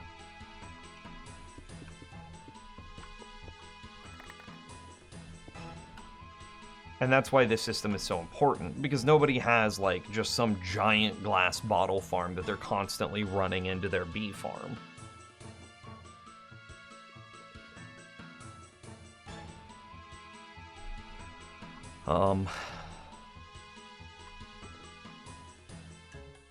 On shears, though, there is a difference.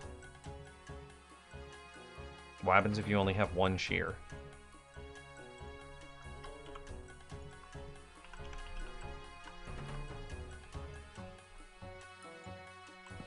Disable the protection. And then set the honey level to 5. For shears, there's a difference. I'll totally concede that there's a difference for shears. Kind of, though, because eventually you run out of shears.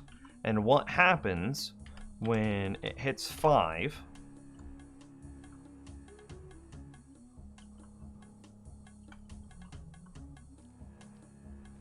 Yeah, if you ran out of shears, it would break all the same.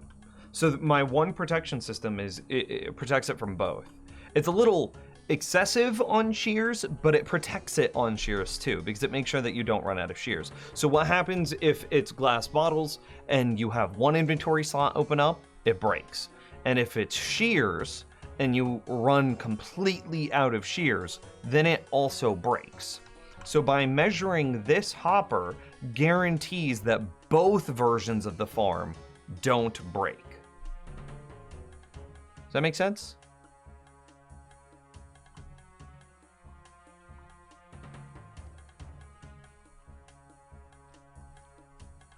But then you need to have 20 iron for it to work. True. You'd need to have 60, 80, 140, 200, no, 60, 120, 180, 240, 300, 360, 420, 480, 540. You need to have 540 plus 9 times 4, 540, 576. You need 576 glass bottles for it to work. I didn't say early game farm. 576 glass bottles isn't that hard to do. Again, it's just 9 stacks of glass, because glass is converted into glass bottles, or sand is converted into glass bottles at a 1-to-1 rate. So it's just 9 stacks of sand. That's not terrible. Yeah. But yeah, 20 iron. You would need 20 iron to make it work as well. But again, that's way better, in my opinion, than the farm breaking, which it's currently broken, anytime that you don't have a perfect supply. It only costs you that much in the initial setup, but you can run it with however much or however few items you want. If you only want to then, you know, once it's set up,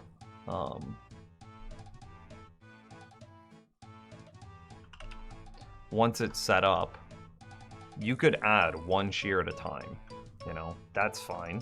And then you go, okay, I add my 1 shear, and now it's good to run.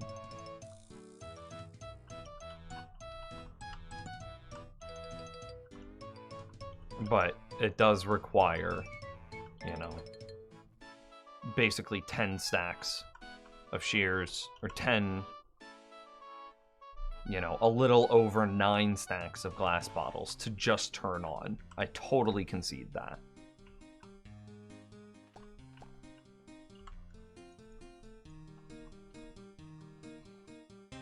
"10 stacks of bottles for 1 stack of honey?" Kind of true, but I'm trying to think of it. You're phrasing this wrong in your mind. It's not 10 stacks of glass bottles for 1 stack of honey. the 10 stacks of glass bottles should be viewed the exact same as it takes 2 hoppers, 3 comparators, 2 torches, a target block, redstone, some solid blocks. In the same way that it costs you all of these resources, it costs you, 9 shears, so 18 iron. It costs you 9 stacks of glass bottles, which is like 500 glass. Yeah, so it's a 9 stack investment, but then you get a 1-to-1 on the output. That's a perfect way of putting it, Tree.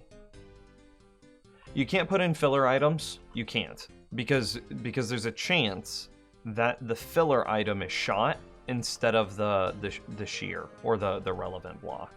So if you did it like this, right? This is what you're suggesting. And then we set the honey level to 5. And of course it shoots out a... Oh, we don't. This is wrong. And so it shoots out a stone instead. Right? So it didn't collect your honey. So you can't use filler blocks either.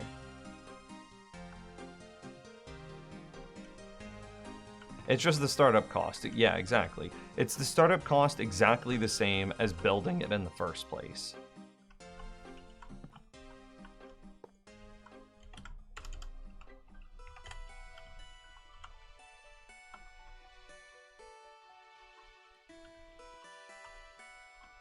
Put a stack of stone with stone in the hopper.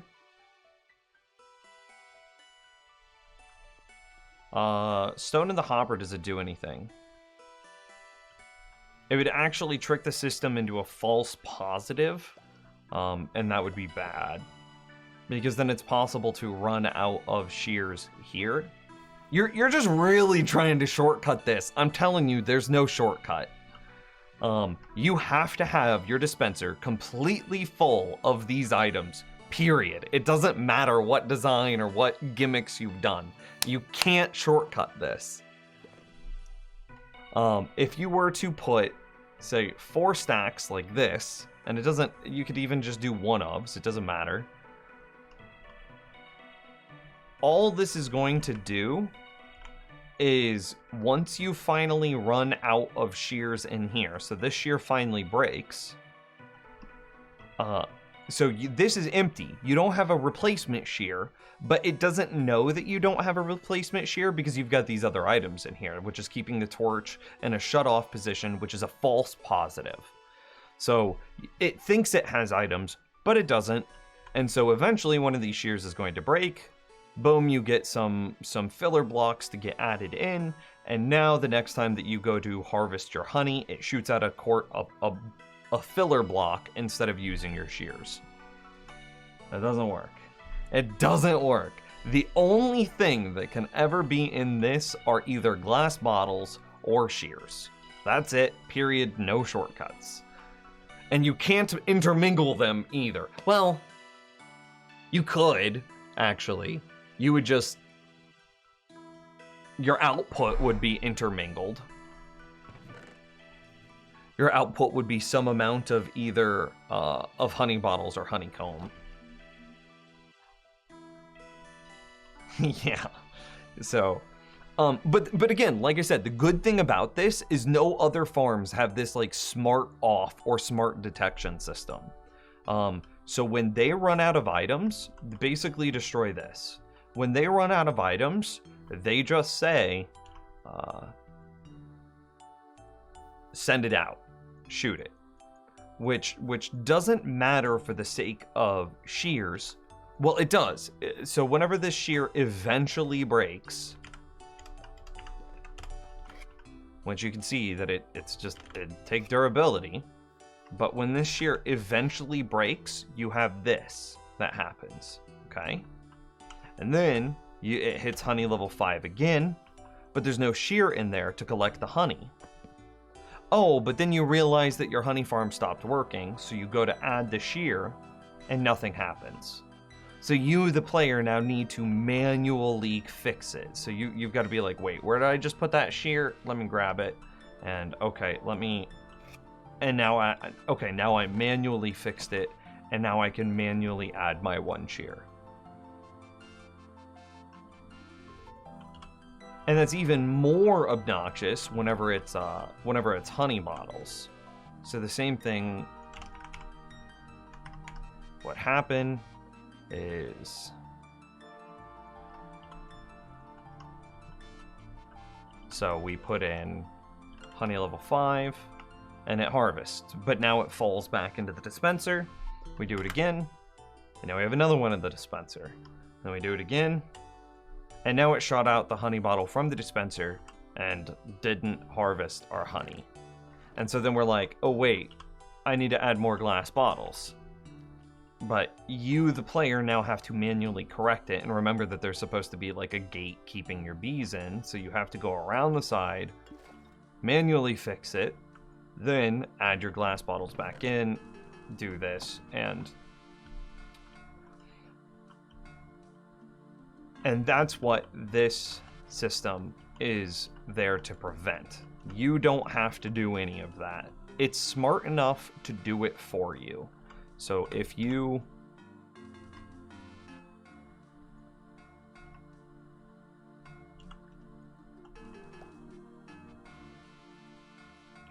with the investment of 9, true. But as long as you get 1 glass bottle in there, it's like, okay, yeah, I'll work. And see, it worked. But now it knows that it's low on glass bottles. So if we fill it up with honey 5, oh hey, it doesn't work. But then if we put our 1 glass bottle in, it works. I didn't have to do anything, I didn't have to reset anything. Which makes this really good to build it together with something like a witch farm. Because then you get your slow trickle or a darkroom mob farm. And you can have your slow trickle of glass bottles that are created by both of those farms. And you don't have to worry about underfilling your honey farm and thus breaking the honey farm. Does that make sense?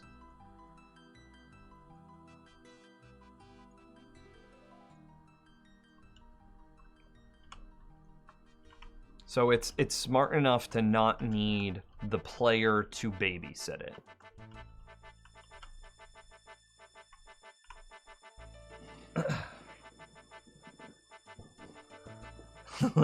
How's it going, eyebrows? So make the video already? Well, it just got better again today. What if I had made the video yesterday and then it wouldn't have been this good? I better just never make the video because who knows how good it'll be 6 months from now.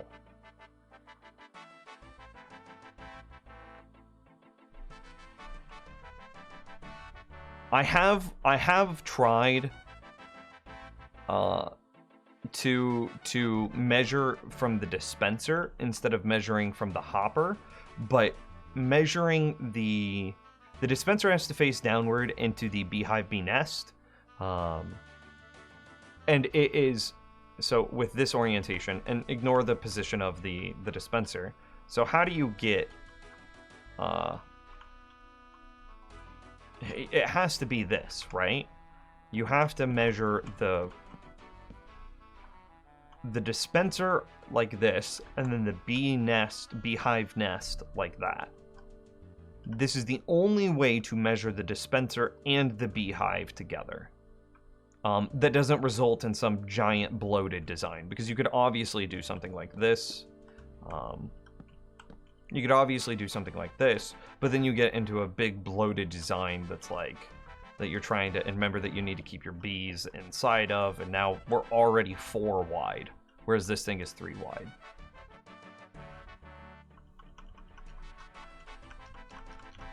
So the only way to measure the dispenser directly that doesn't result in a bloated design is something like this, where you then could have your output here and, you know, an output here. But this is already 1, 2, 3, 4, and then you have to have your grass block here and then your bee container here. So this is 6 blocks deep. 1, 2, 3, 4, 5, 6. This design, 1, 2, 3, 4, 5, because you have to count this front like IO stuff. So this is only 5 blocks deep. So there's basically no way to monitor the dispenser itself without turning it into some giant, bloated, unnecessary design. So we monitor the hopper instead. And I think that this is a very clean user interface too.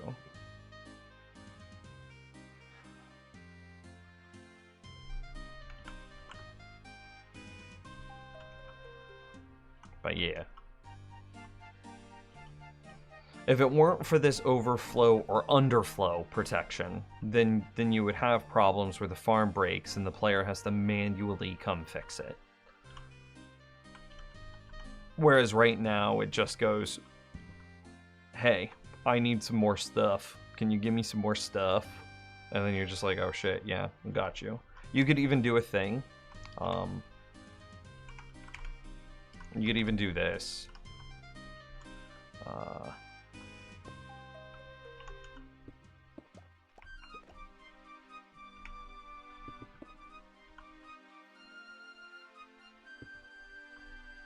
Where you have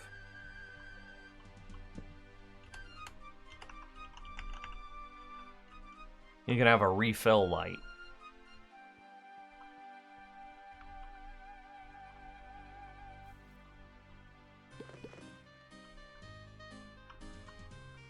So then you're just like, oh, you're out walking around your base and you're just like, oh, hey, the refill light is on. I guess I should go refill my shears or honey bottles. And you don't have to worry about it breaking because of the underflow protection.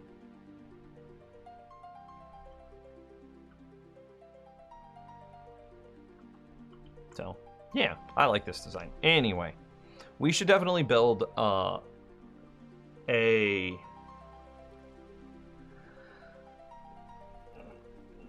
honeycomb farm in our hardcore world, and it should go somewhere nearish this. See you later, Shree. Have a good night. Thanks for the conversation. I appreciate it. Both you and Luca.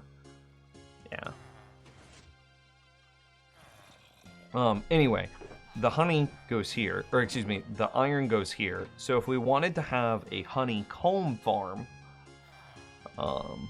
it should be near-ish these iron ingots. So that way we could just be like, okay, let's grab some iron ingots, convert them into shears, and then dump them into the farm.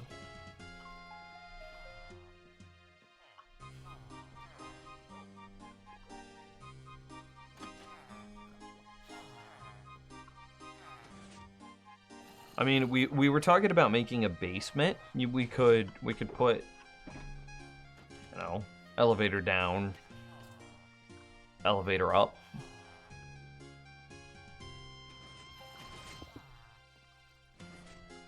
Yeah, elevator up, elevator down. And put it, and then you have a relatively centralized thing.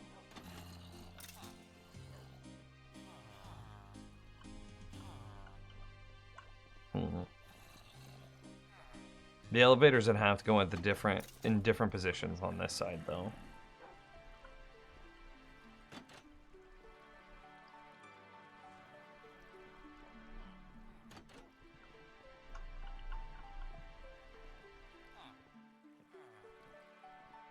Okay, I need to get some signs. I'm going to write this stuff down. Plans and projects that need to be added. Let's see. Signs here. Sure. So we need a honeycomb farm.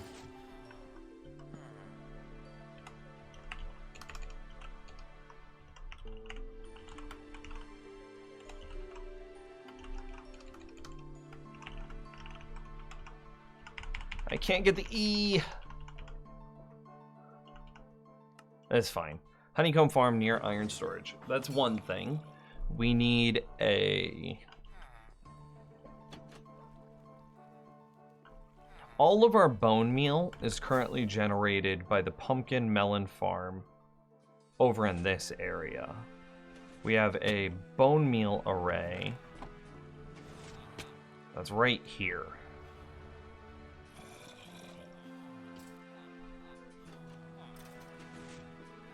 Like, all of this is bone meal, and it's coming out of those two composters.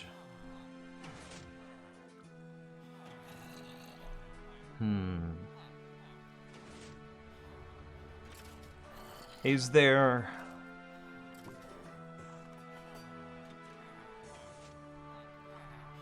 So if we're gonna put in the,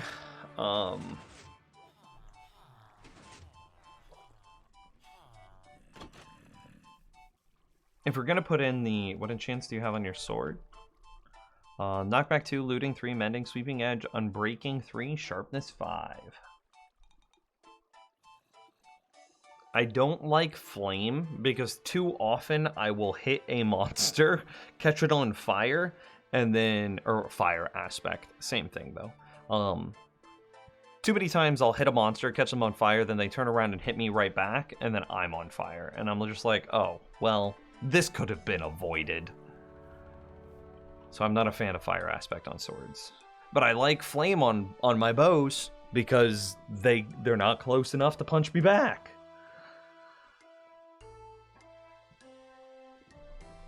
Anyway, you also can't find Ender with them. Do what now? What do you mean?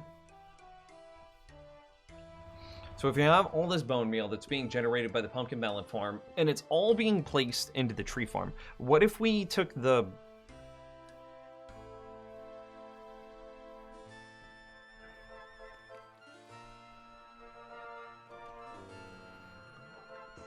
What if we changed this from being a series of hoppers into a smart dispenser? So you can see the two hoppers that matter are those two. Okay? Man, I have to go pee. Give me 1 second. Let me park myself inside the AFK room, and then I'm gonna go pee real quick.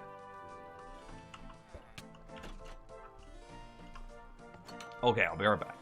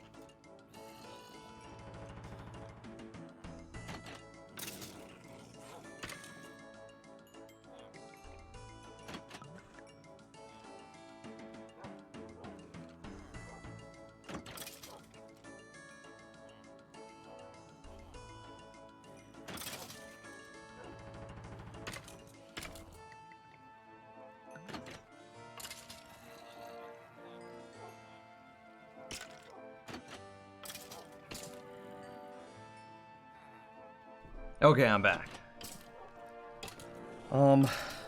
Is loose entities moving on items better than hoppers for lag efficiency? I have no idea.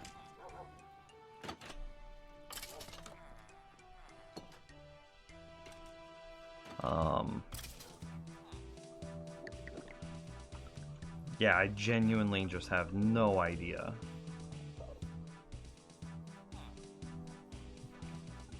But it's a lot easier to interact with.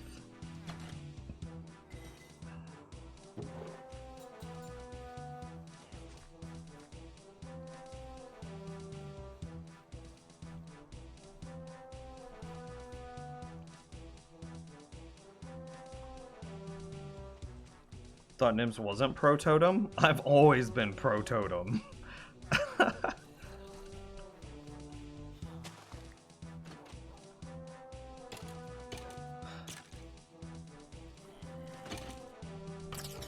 What are we filtering here? Arrows and bones? Yeah. And then whatever's remaining is being trashed, right? This is another old pre-target block style.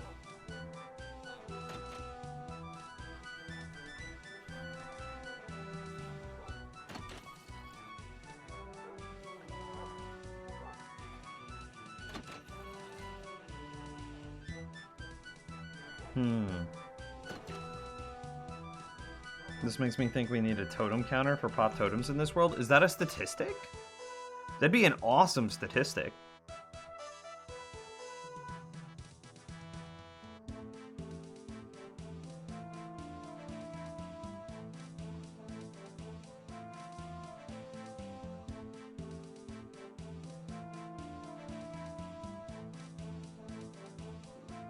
Nope, not a statistic. Maybe item stats? Okay. Ooh, how would you even find it?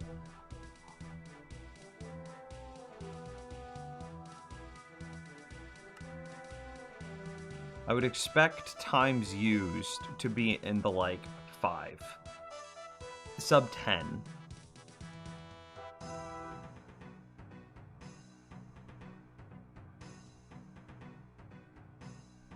And it's this category, so we want to get that down to like 5. Sub 10 is where we'll start watching. I might have done a few of them, just a meme.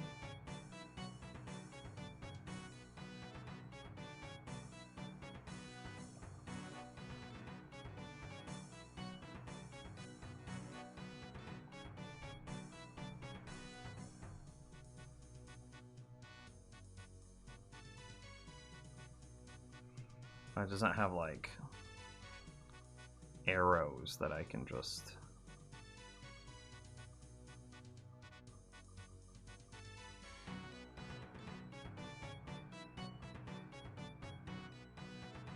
Man, I don't know where a totems used or totems popped statistic would be. Broken? Okay.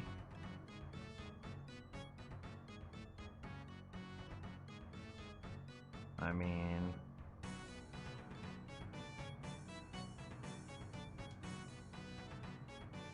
No, it's not in here.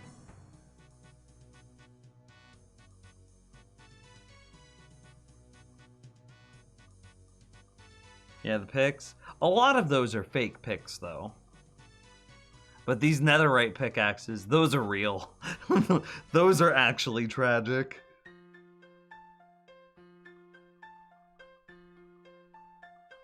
Totem, at broken a bit down. Oh, right here. Okay, Totem of Undying. Can I select it? 2153 491. 2153 491. 21. Oh, times used? 53 491. Okay, 21. Have I really popped 21 totems? Okay, we can test this real quick. Ready?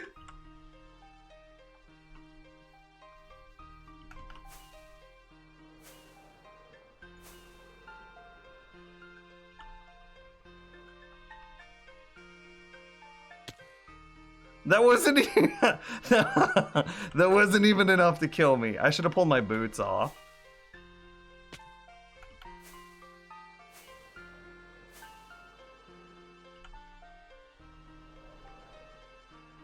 Oh, I'm floating. I don't want to float over here. There might be monsters.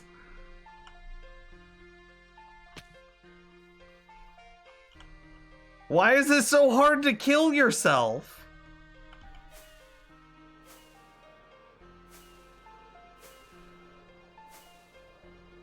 Okay, it's currently at 21.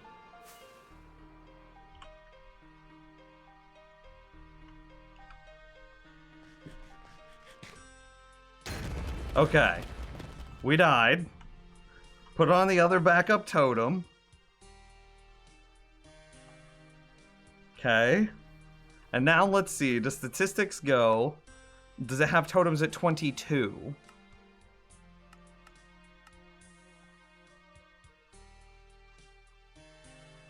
Totems, 22! It worked!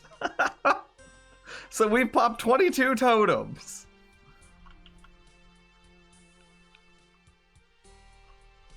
Okay, let me go get another backup totem.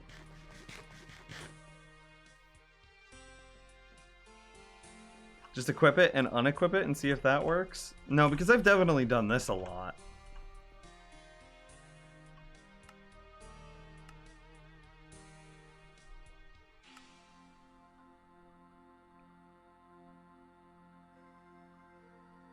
Totem 22, yeah.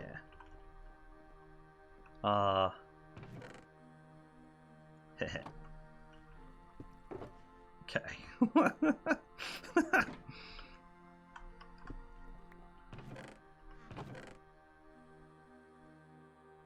And that's not my only Totem of Undying box, for the record. I have all those totems. I also have all of these totems. Yeah. Here, let's refill that.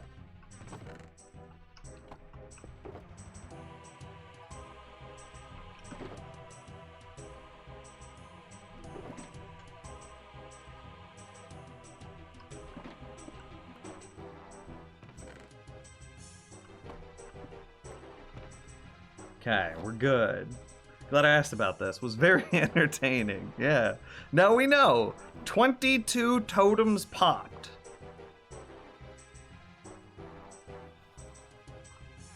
Okay, anyway. We want a stalactite farm. Or dripstone farm. We want a lava farm.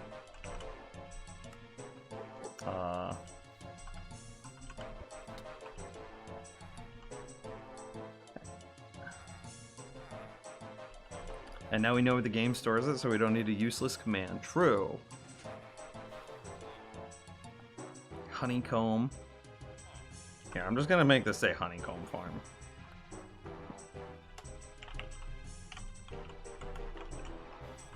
Okay.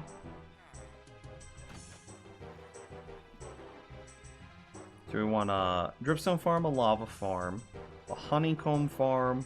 We need a villager breeder.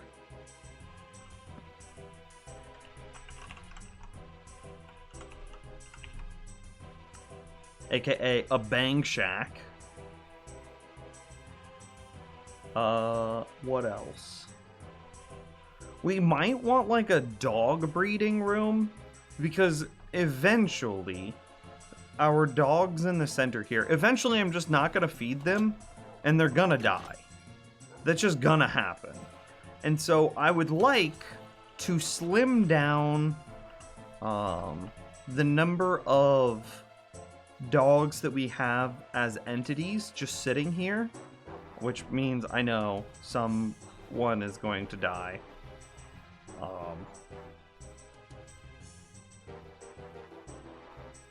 I would like to trim those down and then have 2 that are just ready to be bred at any point. So what would you say, like dog breeder?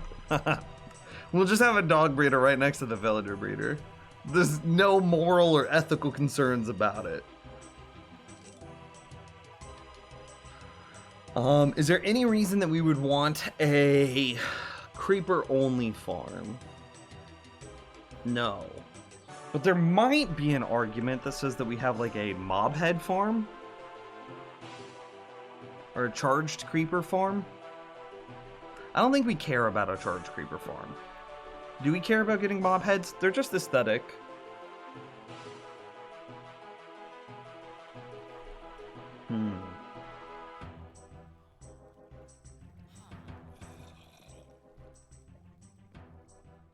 Creeper head fireworks? Fireworks are the definition of aesthetic.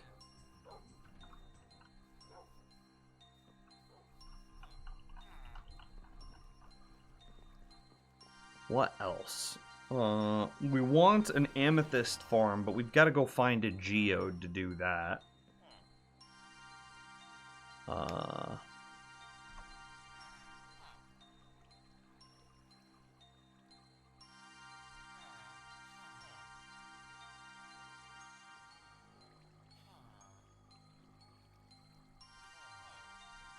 Thinking. So that doesn't get placed near the base. An axolotl farm we don't care about. Do we care about, like, a sheep farm that farms us all the different types of sheep? Like all the different wool colors?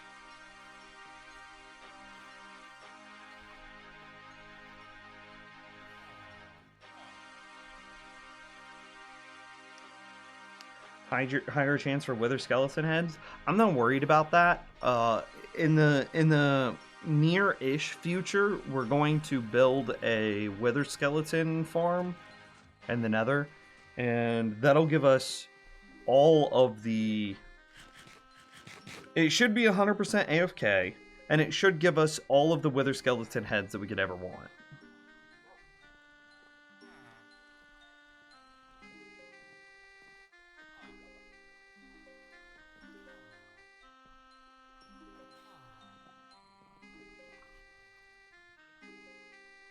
Should we have a sheep farms for all the colors of wool? I don't think we should! That's just aesthetics!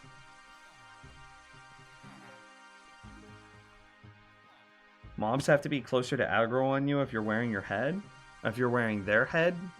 I would never do that, because eventually they would aggro to me, and that's just missing protection and armor, right?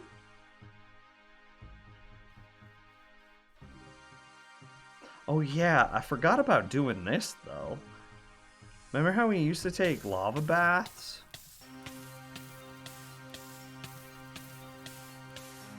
I mean, look at this, I'm not even taking damage. My armor's not even taking durability. What if I don't even eat? Nah, still good.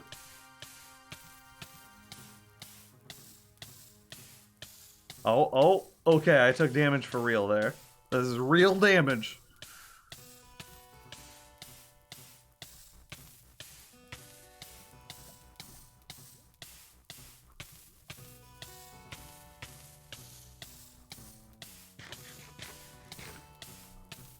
Aw, yeah.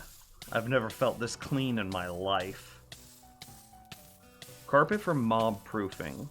If it's just regular old carpet that we're trying to get, then we get string from the Darkroom mob farm. And we can turn the string into wool, wool into carpet. String into wool, wool into carpet. Yeah, sheep not needed. Yeah.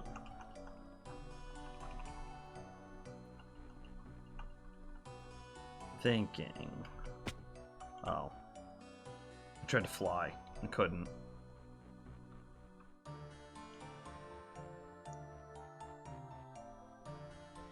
What else could we want?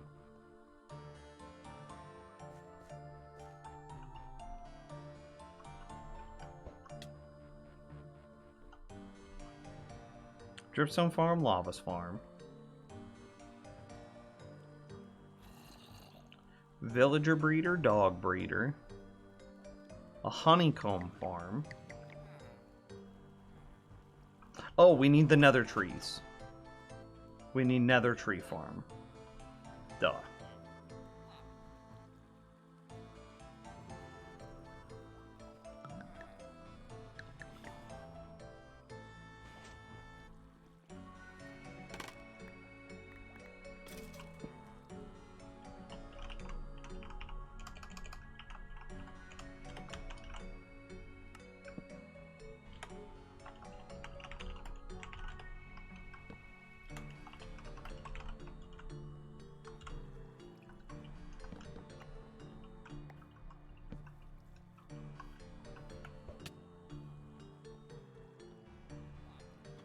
What else do we need to build into the base? A dog breeder, so that way I can, like I said, I can cull some of these dogs And we can go down to some reasonable amount.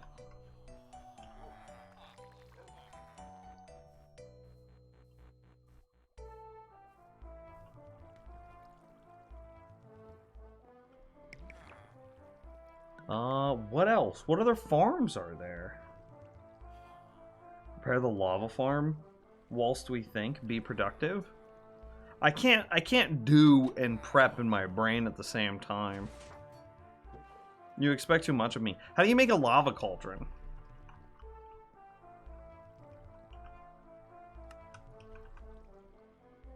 I don't have the recipe. Hang on. Lava cauldron Minecraft. Oh, it just cauldrons can do everything. It's not different. It's just a cauldron and it works all the same. Okay. Well, we can take a bunch of iron. Is my...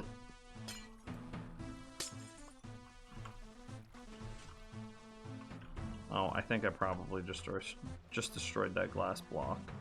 Hang on. Yeah, look at all this garbage that's in here. Not supposed to be in there.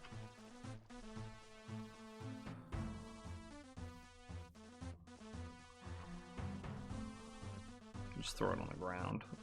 Throw it on the ground? Throw it on the ground? Okay.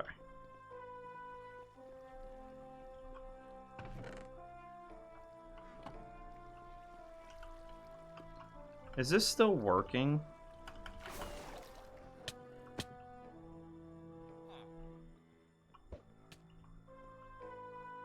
Oh. No. Iron Golem Farm broke.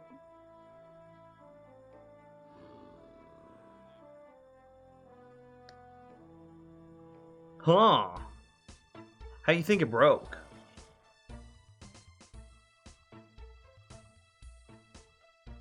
I bet this design is just broken.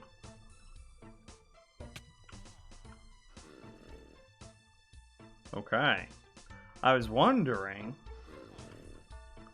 why we hadn't seen any iron golems in a while. That explains it.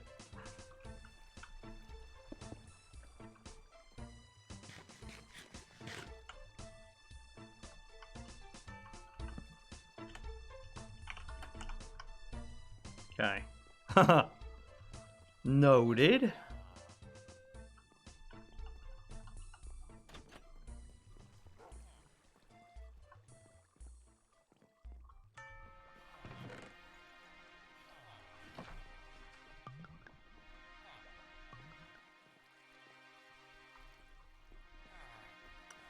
I'm thinking. Yeah, is there anything else? We could fix the bee farm and this, like, all of this, but that's just kind of upgrading it, not really fixing it. It still works.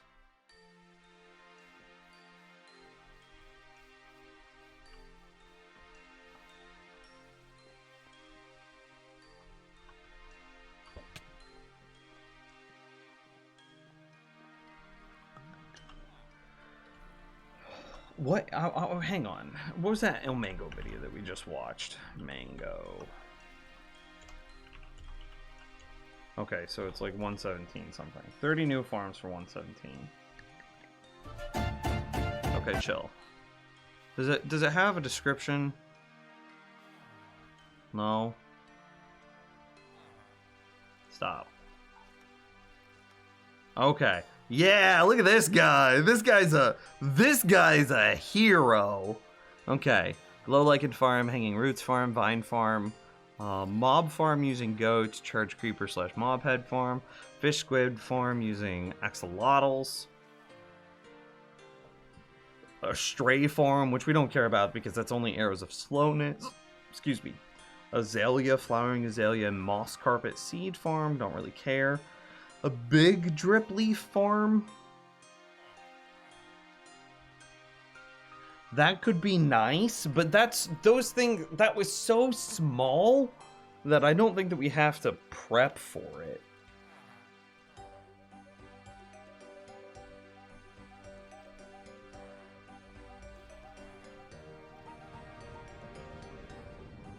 Maybe when it want a proper netherwort farm. We have a tiny one, but it's only 3. And I think this means that it only makes like 7 netherwort per hour.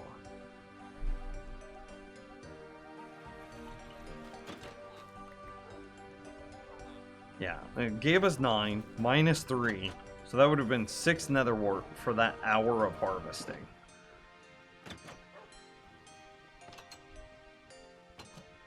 Nims, does your first name start with a P? Yeah, I mean, it's my Twitter handle.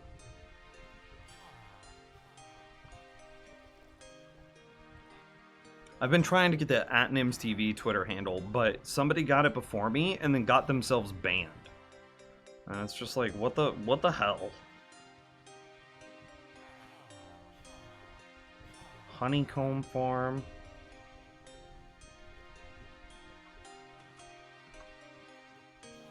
So like, sometimes you could even be like, yo, I want your handle. I'll pay you some amount of dollars if you give me your Twitter handle, right? And that's the thing. It happens all the time with websites.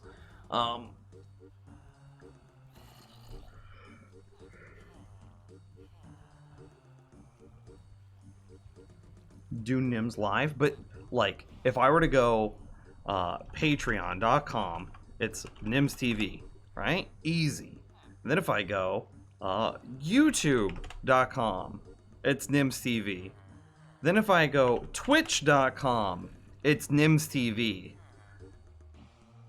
I want it to be twitter.com /Nims TV. But this guy, whoever this is, got their account banned. It wasn't me.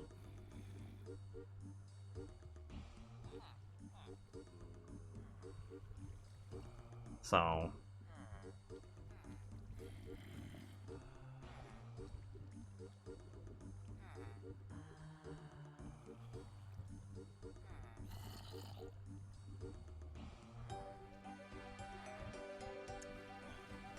anyway, Netherwort might be nice to have like a bigger, more bulky farm that can like actually supply us with a reasonable amount of Netherwort. But what am I gonna use all that Netherwort for? We do have a potion auto brewer thing here, which is pretty nice. But it's not it doesn't really, it's not so important to us. Moss spreading mechanic. Lots of farms involved. Self-sufficient bone farm, Durapodzel farm, fully automatic tree farms, flowered azalea.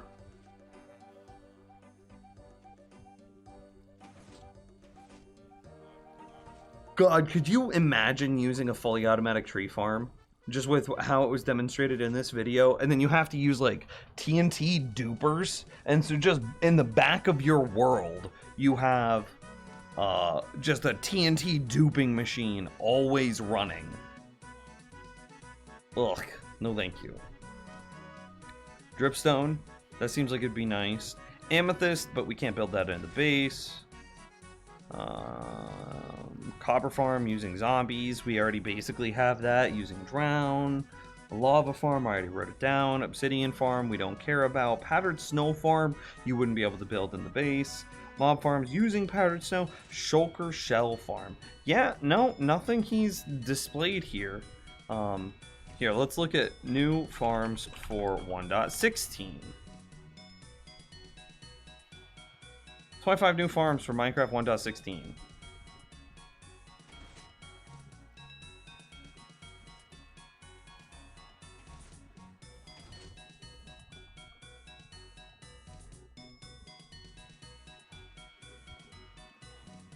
Okay, Wither Roses, Magma Cube.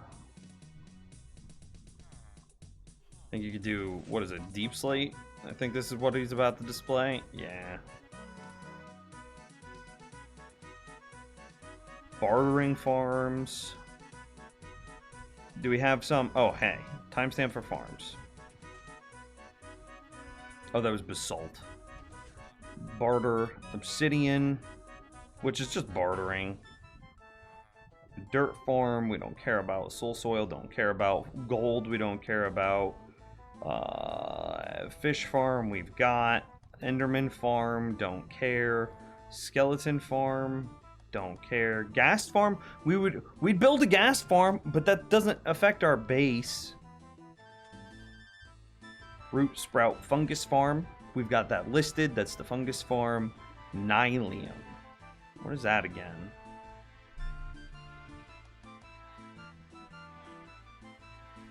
Oh yeah, we don't care about that. Okay. Basalt. Yeah, I misspoke. You're right. Bone meal, stripped stem. I can do stripped stem farms. Hoglin. That's not on our base. String from Striders. Witch farm using Zoglin. Kelp. Do we want a kelp farm? Does kelp do anything interesting?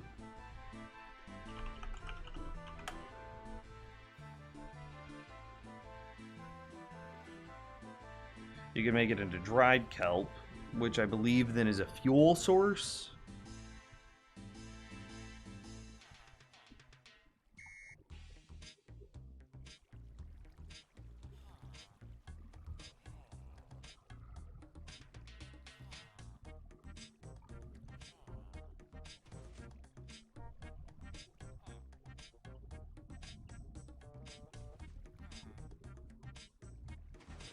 Yeah, and then they can go dried kelp, and it's fuel. A bunch of dried kelp together can be a dried kelp block.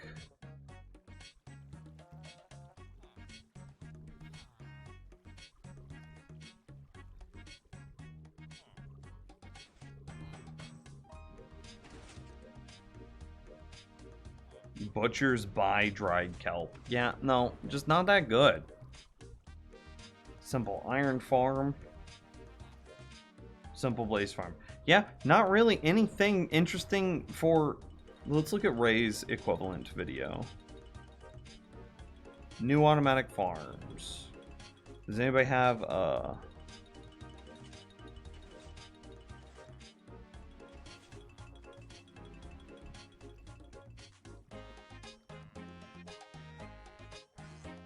No. Yeah, nobody made a list or anything. I don't care to just watch the video. Basalt generator at your skeleton thing? Like the cobble one. But do we need that much basalt? I mean, this is just aesthetics, right? What are we using in the... Isn't it Blackstone that we're using in the Nether? He had chapters? No, he didn't. You're joshing me. Oh, you lied to me. Yeah, you're right. Okay, hang on. Let me walk back in. Okay, I'm safe again. Okay, intro. Hoglin Farm. Yeah, that's not something we build in our base, though. A big Hoglin farm, still not in our base. Some sort of like TNT duping machine to just blow the crap out of the world to find all of your ancient debris. Okay. Now it's an ancient debris duping machine that like bores through the earth.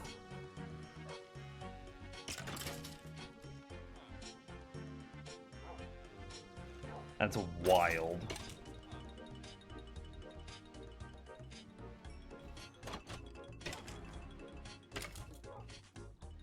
Okay, Piglin Farm. Do we care? I mean, still not something that we'd build in our base. Same thing with bartering. You couldn't even bring a piglin to the overworld to barter with, because then they just turn into a zombified piglin. Gas tier farm. Skeleton, bone, and arrow farm.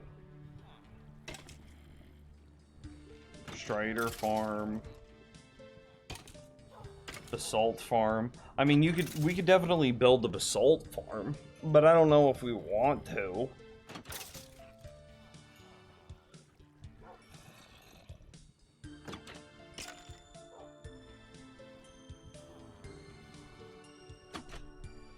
But we could, absolutely. Let's all farm fast. Yeah, there's a TNT duper.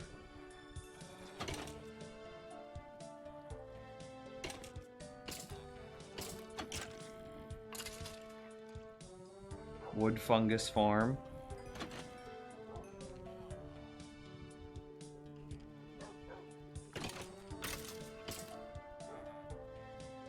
Interesting. And then it looks like he's turning it into a... You grow the tree, it pushes it down, you TNT dupe, destroy the tree. Magma cube farm, nether plant farm.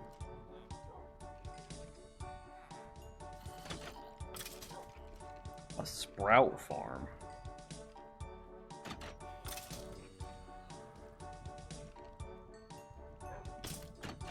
Weird, but okay.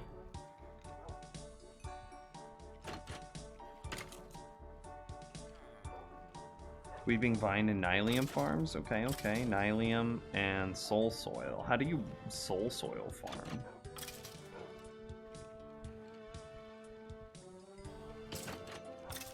Okay. Anyway, everything in 1.6 is not something that we'd be able to... It's all nether stuff. So the same thing is still true, is there's just nothing that we'd build in the base. So are the farms... I'm running the wrong way. Are the farms that we've listed now the farms that are available to us to build? Lava dripstone, nether tree, along with villager and dog breeder. I think they are. I think this is it. This is it. So we go out a distance. We create some sort of platform.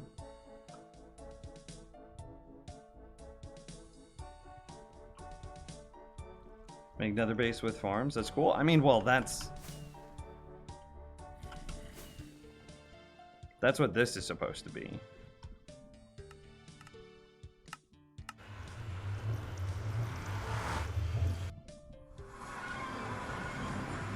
That's what this area is. I plan on populating this with all of the nether farms that we just discussed.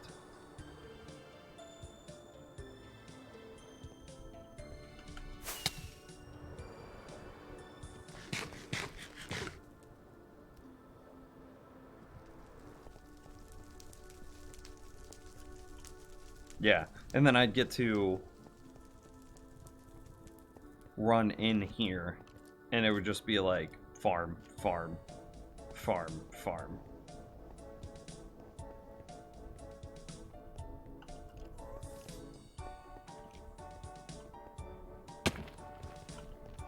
Where's that skeleton? Oh, what up, buddy? I'm just like laying on the ground shooting him.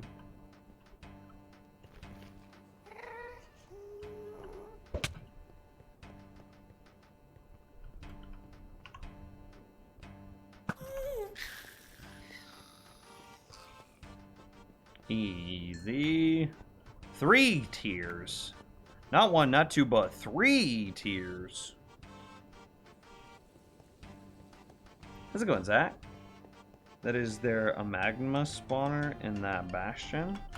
Yeah. I think so.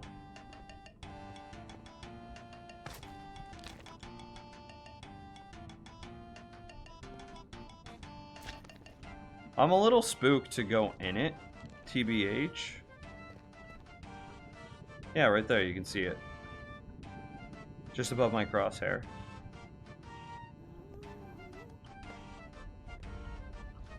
But I mean, do we want...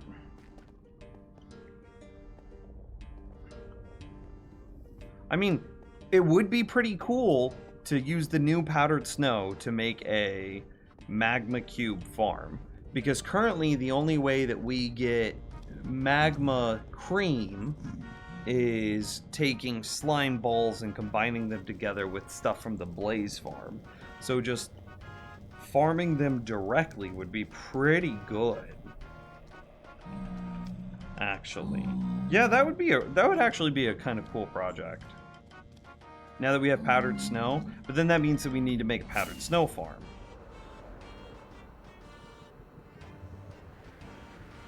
Right?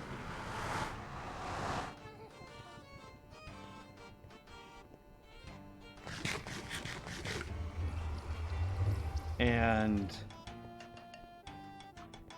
powdered snow farm means that we need tons of cauldrons, which means that we need tons of iron, which means we need to fix the iron golem farm. Fun, maybe, and scary to build, but unnecessary. Yeah, I mean, we're pretty much done with what we need magma blocks for, right? It was just magma blocks for this. And that's done.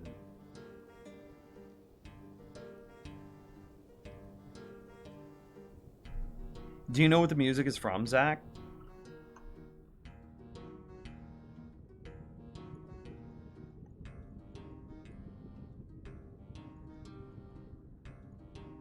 Fun, maybe scary to build, unnecessary. I mean, yeah, you're right.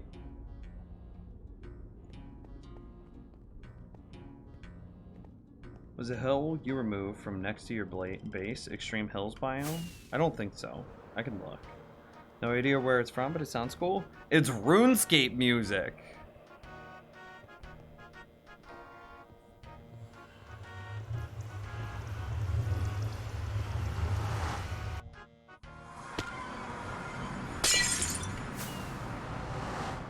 I don't think so. Wooded Hills? Wooded Hills. But I do have Extreme Hills just there.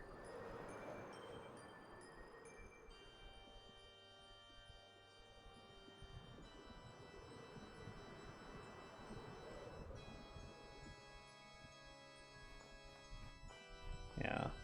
Mountains. Oh, this isn't... I mean, it's not Extreme Hills. It's just mountains. So if I were to, like, level this... Oh, wait.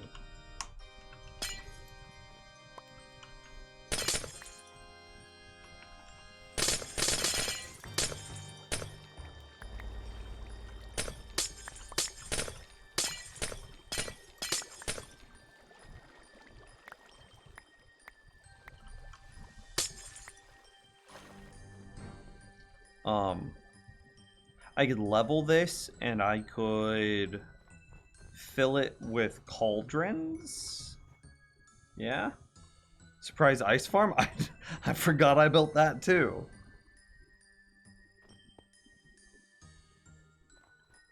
We should build a proper... Ooh, this is something we should do. We should build a proper outpost up on top of this mountain for things like powdered snow and ice farms.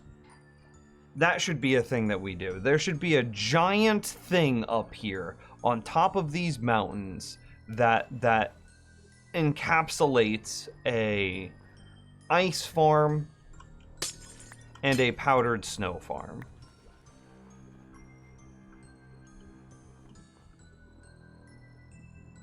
There's a dirt pillar with a torch on it over there. I mean, yeah. I think this is somewhere where we dug out of the ground. Or maybe it was to find our way back home. I don't remember. Nope, it was where we dug out of the ground. You wanna see what's down there? Let's go find out. Okay, okay. Some underground cave thing. Let's keep going.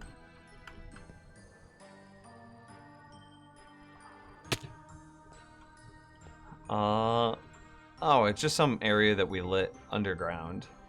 Nothing too special, fancy.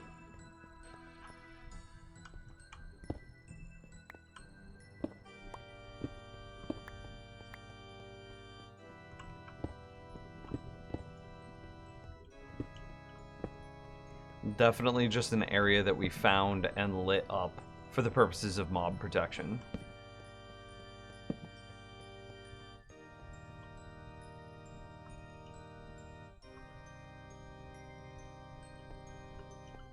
Is it possible to fly out of this?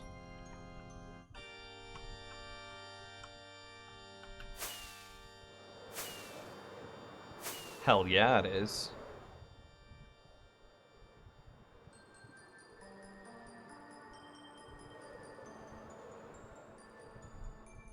Yeah, having a, like, outpost over here that served as an ice farm and a powdered snow farm would be very cool.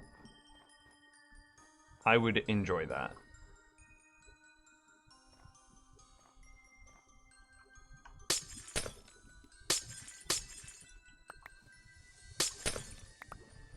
And then I could just, like, let them run and then come over here every now and then and maybe make, like, a 12 by 12 cube of ice. And then just have fields of... Maybe we make a cauldron tape? Nah, it would be faster if I just ran through with a bucket. No, I think we'd want to AFK the cauldron. So we make a cauldron tape for powdered snow. So we make like a 12 by 12 cube of ice or something equivalent, right? Maybe we could make it bigger. It can only be 12 blocks up, but it could be any amount of size, like flat.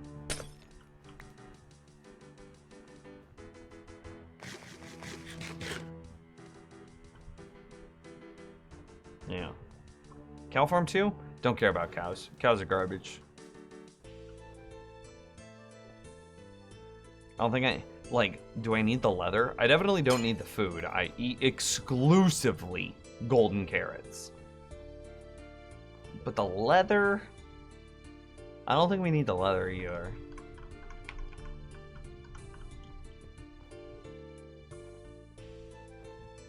So we want some sort of like ice base up here. That'd be nice. Ice farm, powdered snow farm. Okay, that's what we need to put up in this space. See you later, Uskal. Have a good night. How many carrots have you eaten in this world? A lot. Items. Would it be used? Golden carrots. 57,000?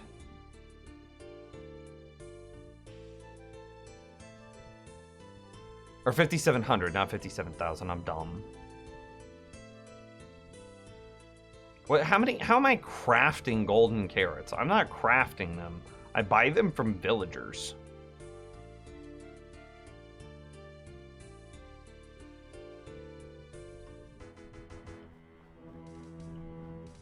Leather equals item frames? What, yeah, no. I like how you put that in parentheses. No. Yeah, we're not using item frames. And books. Books could be sold to villagers. You could also enchant a book to get a books of enchanting. I don't think they matter.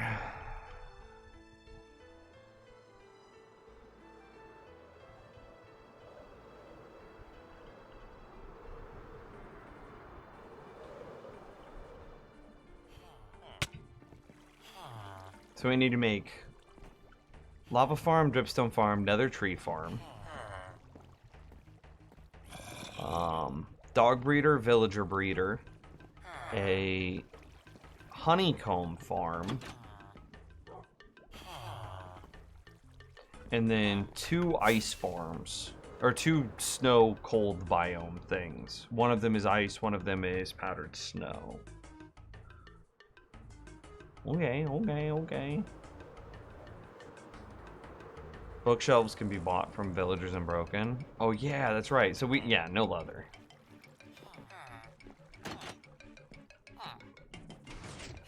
There's more of a demand for a chicken farm than there is a cow farm. Because with a chicken farm, you can turn it into an egg farm, and then you take all of your eggs, bring them to a hole in the ground, use a splash potion of poison to set them all to 1 HP. Spam your eggs into the hole in the ground. Then once all your eggs are gone, you hit them with a splash potion of poison so they're all at 1 health, and then you summon a wither to kill all of your chickens, all of your baby chicks, which turns them all into wither roses. And like, that has, getting a bunch of wither roses is legitimately useful. Whereas I don't think that anything that cows do is helpful.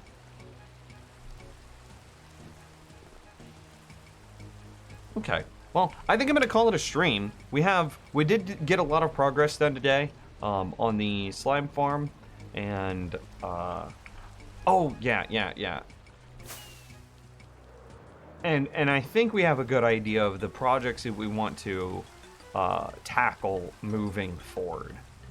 So I'm happy. I'm gonna head out, chat room. I'm gonna go get dinner or something.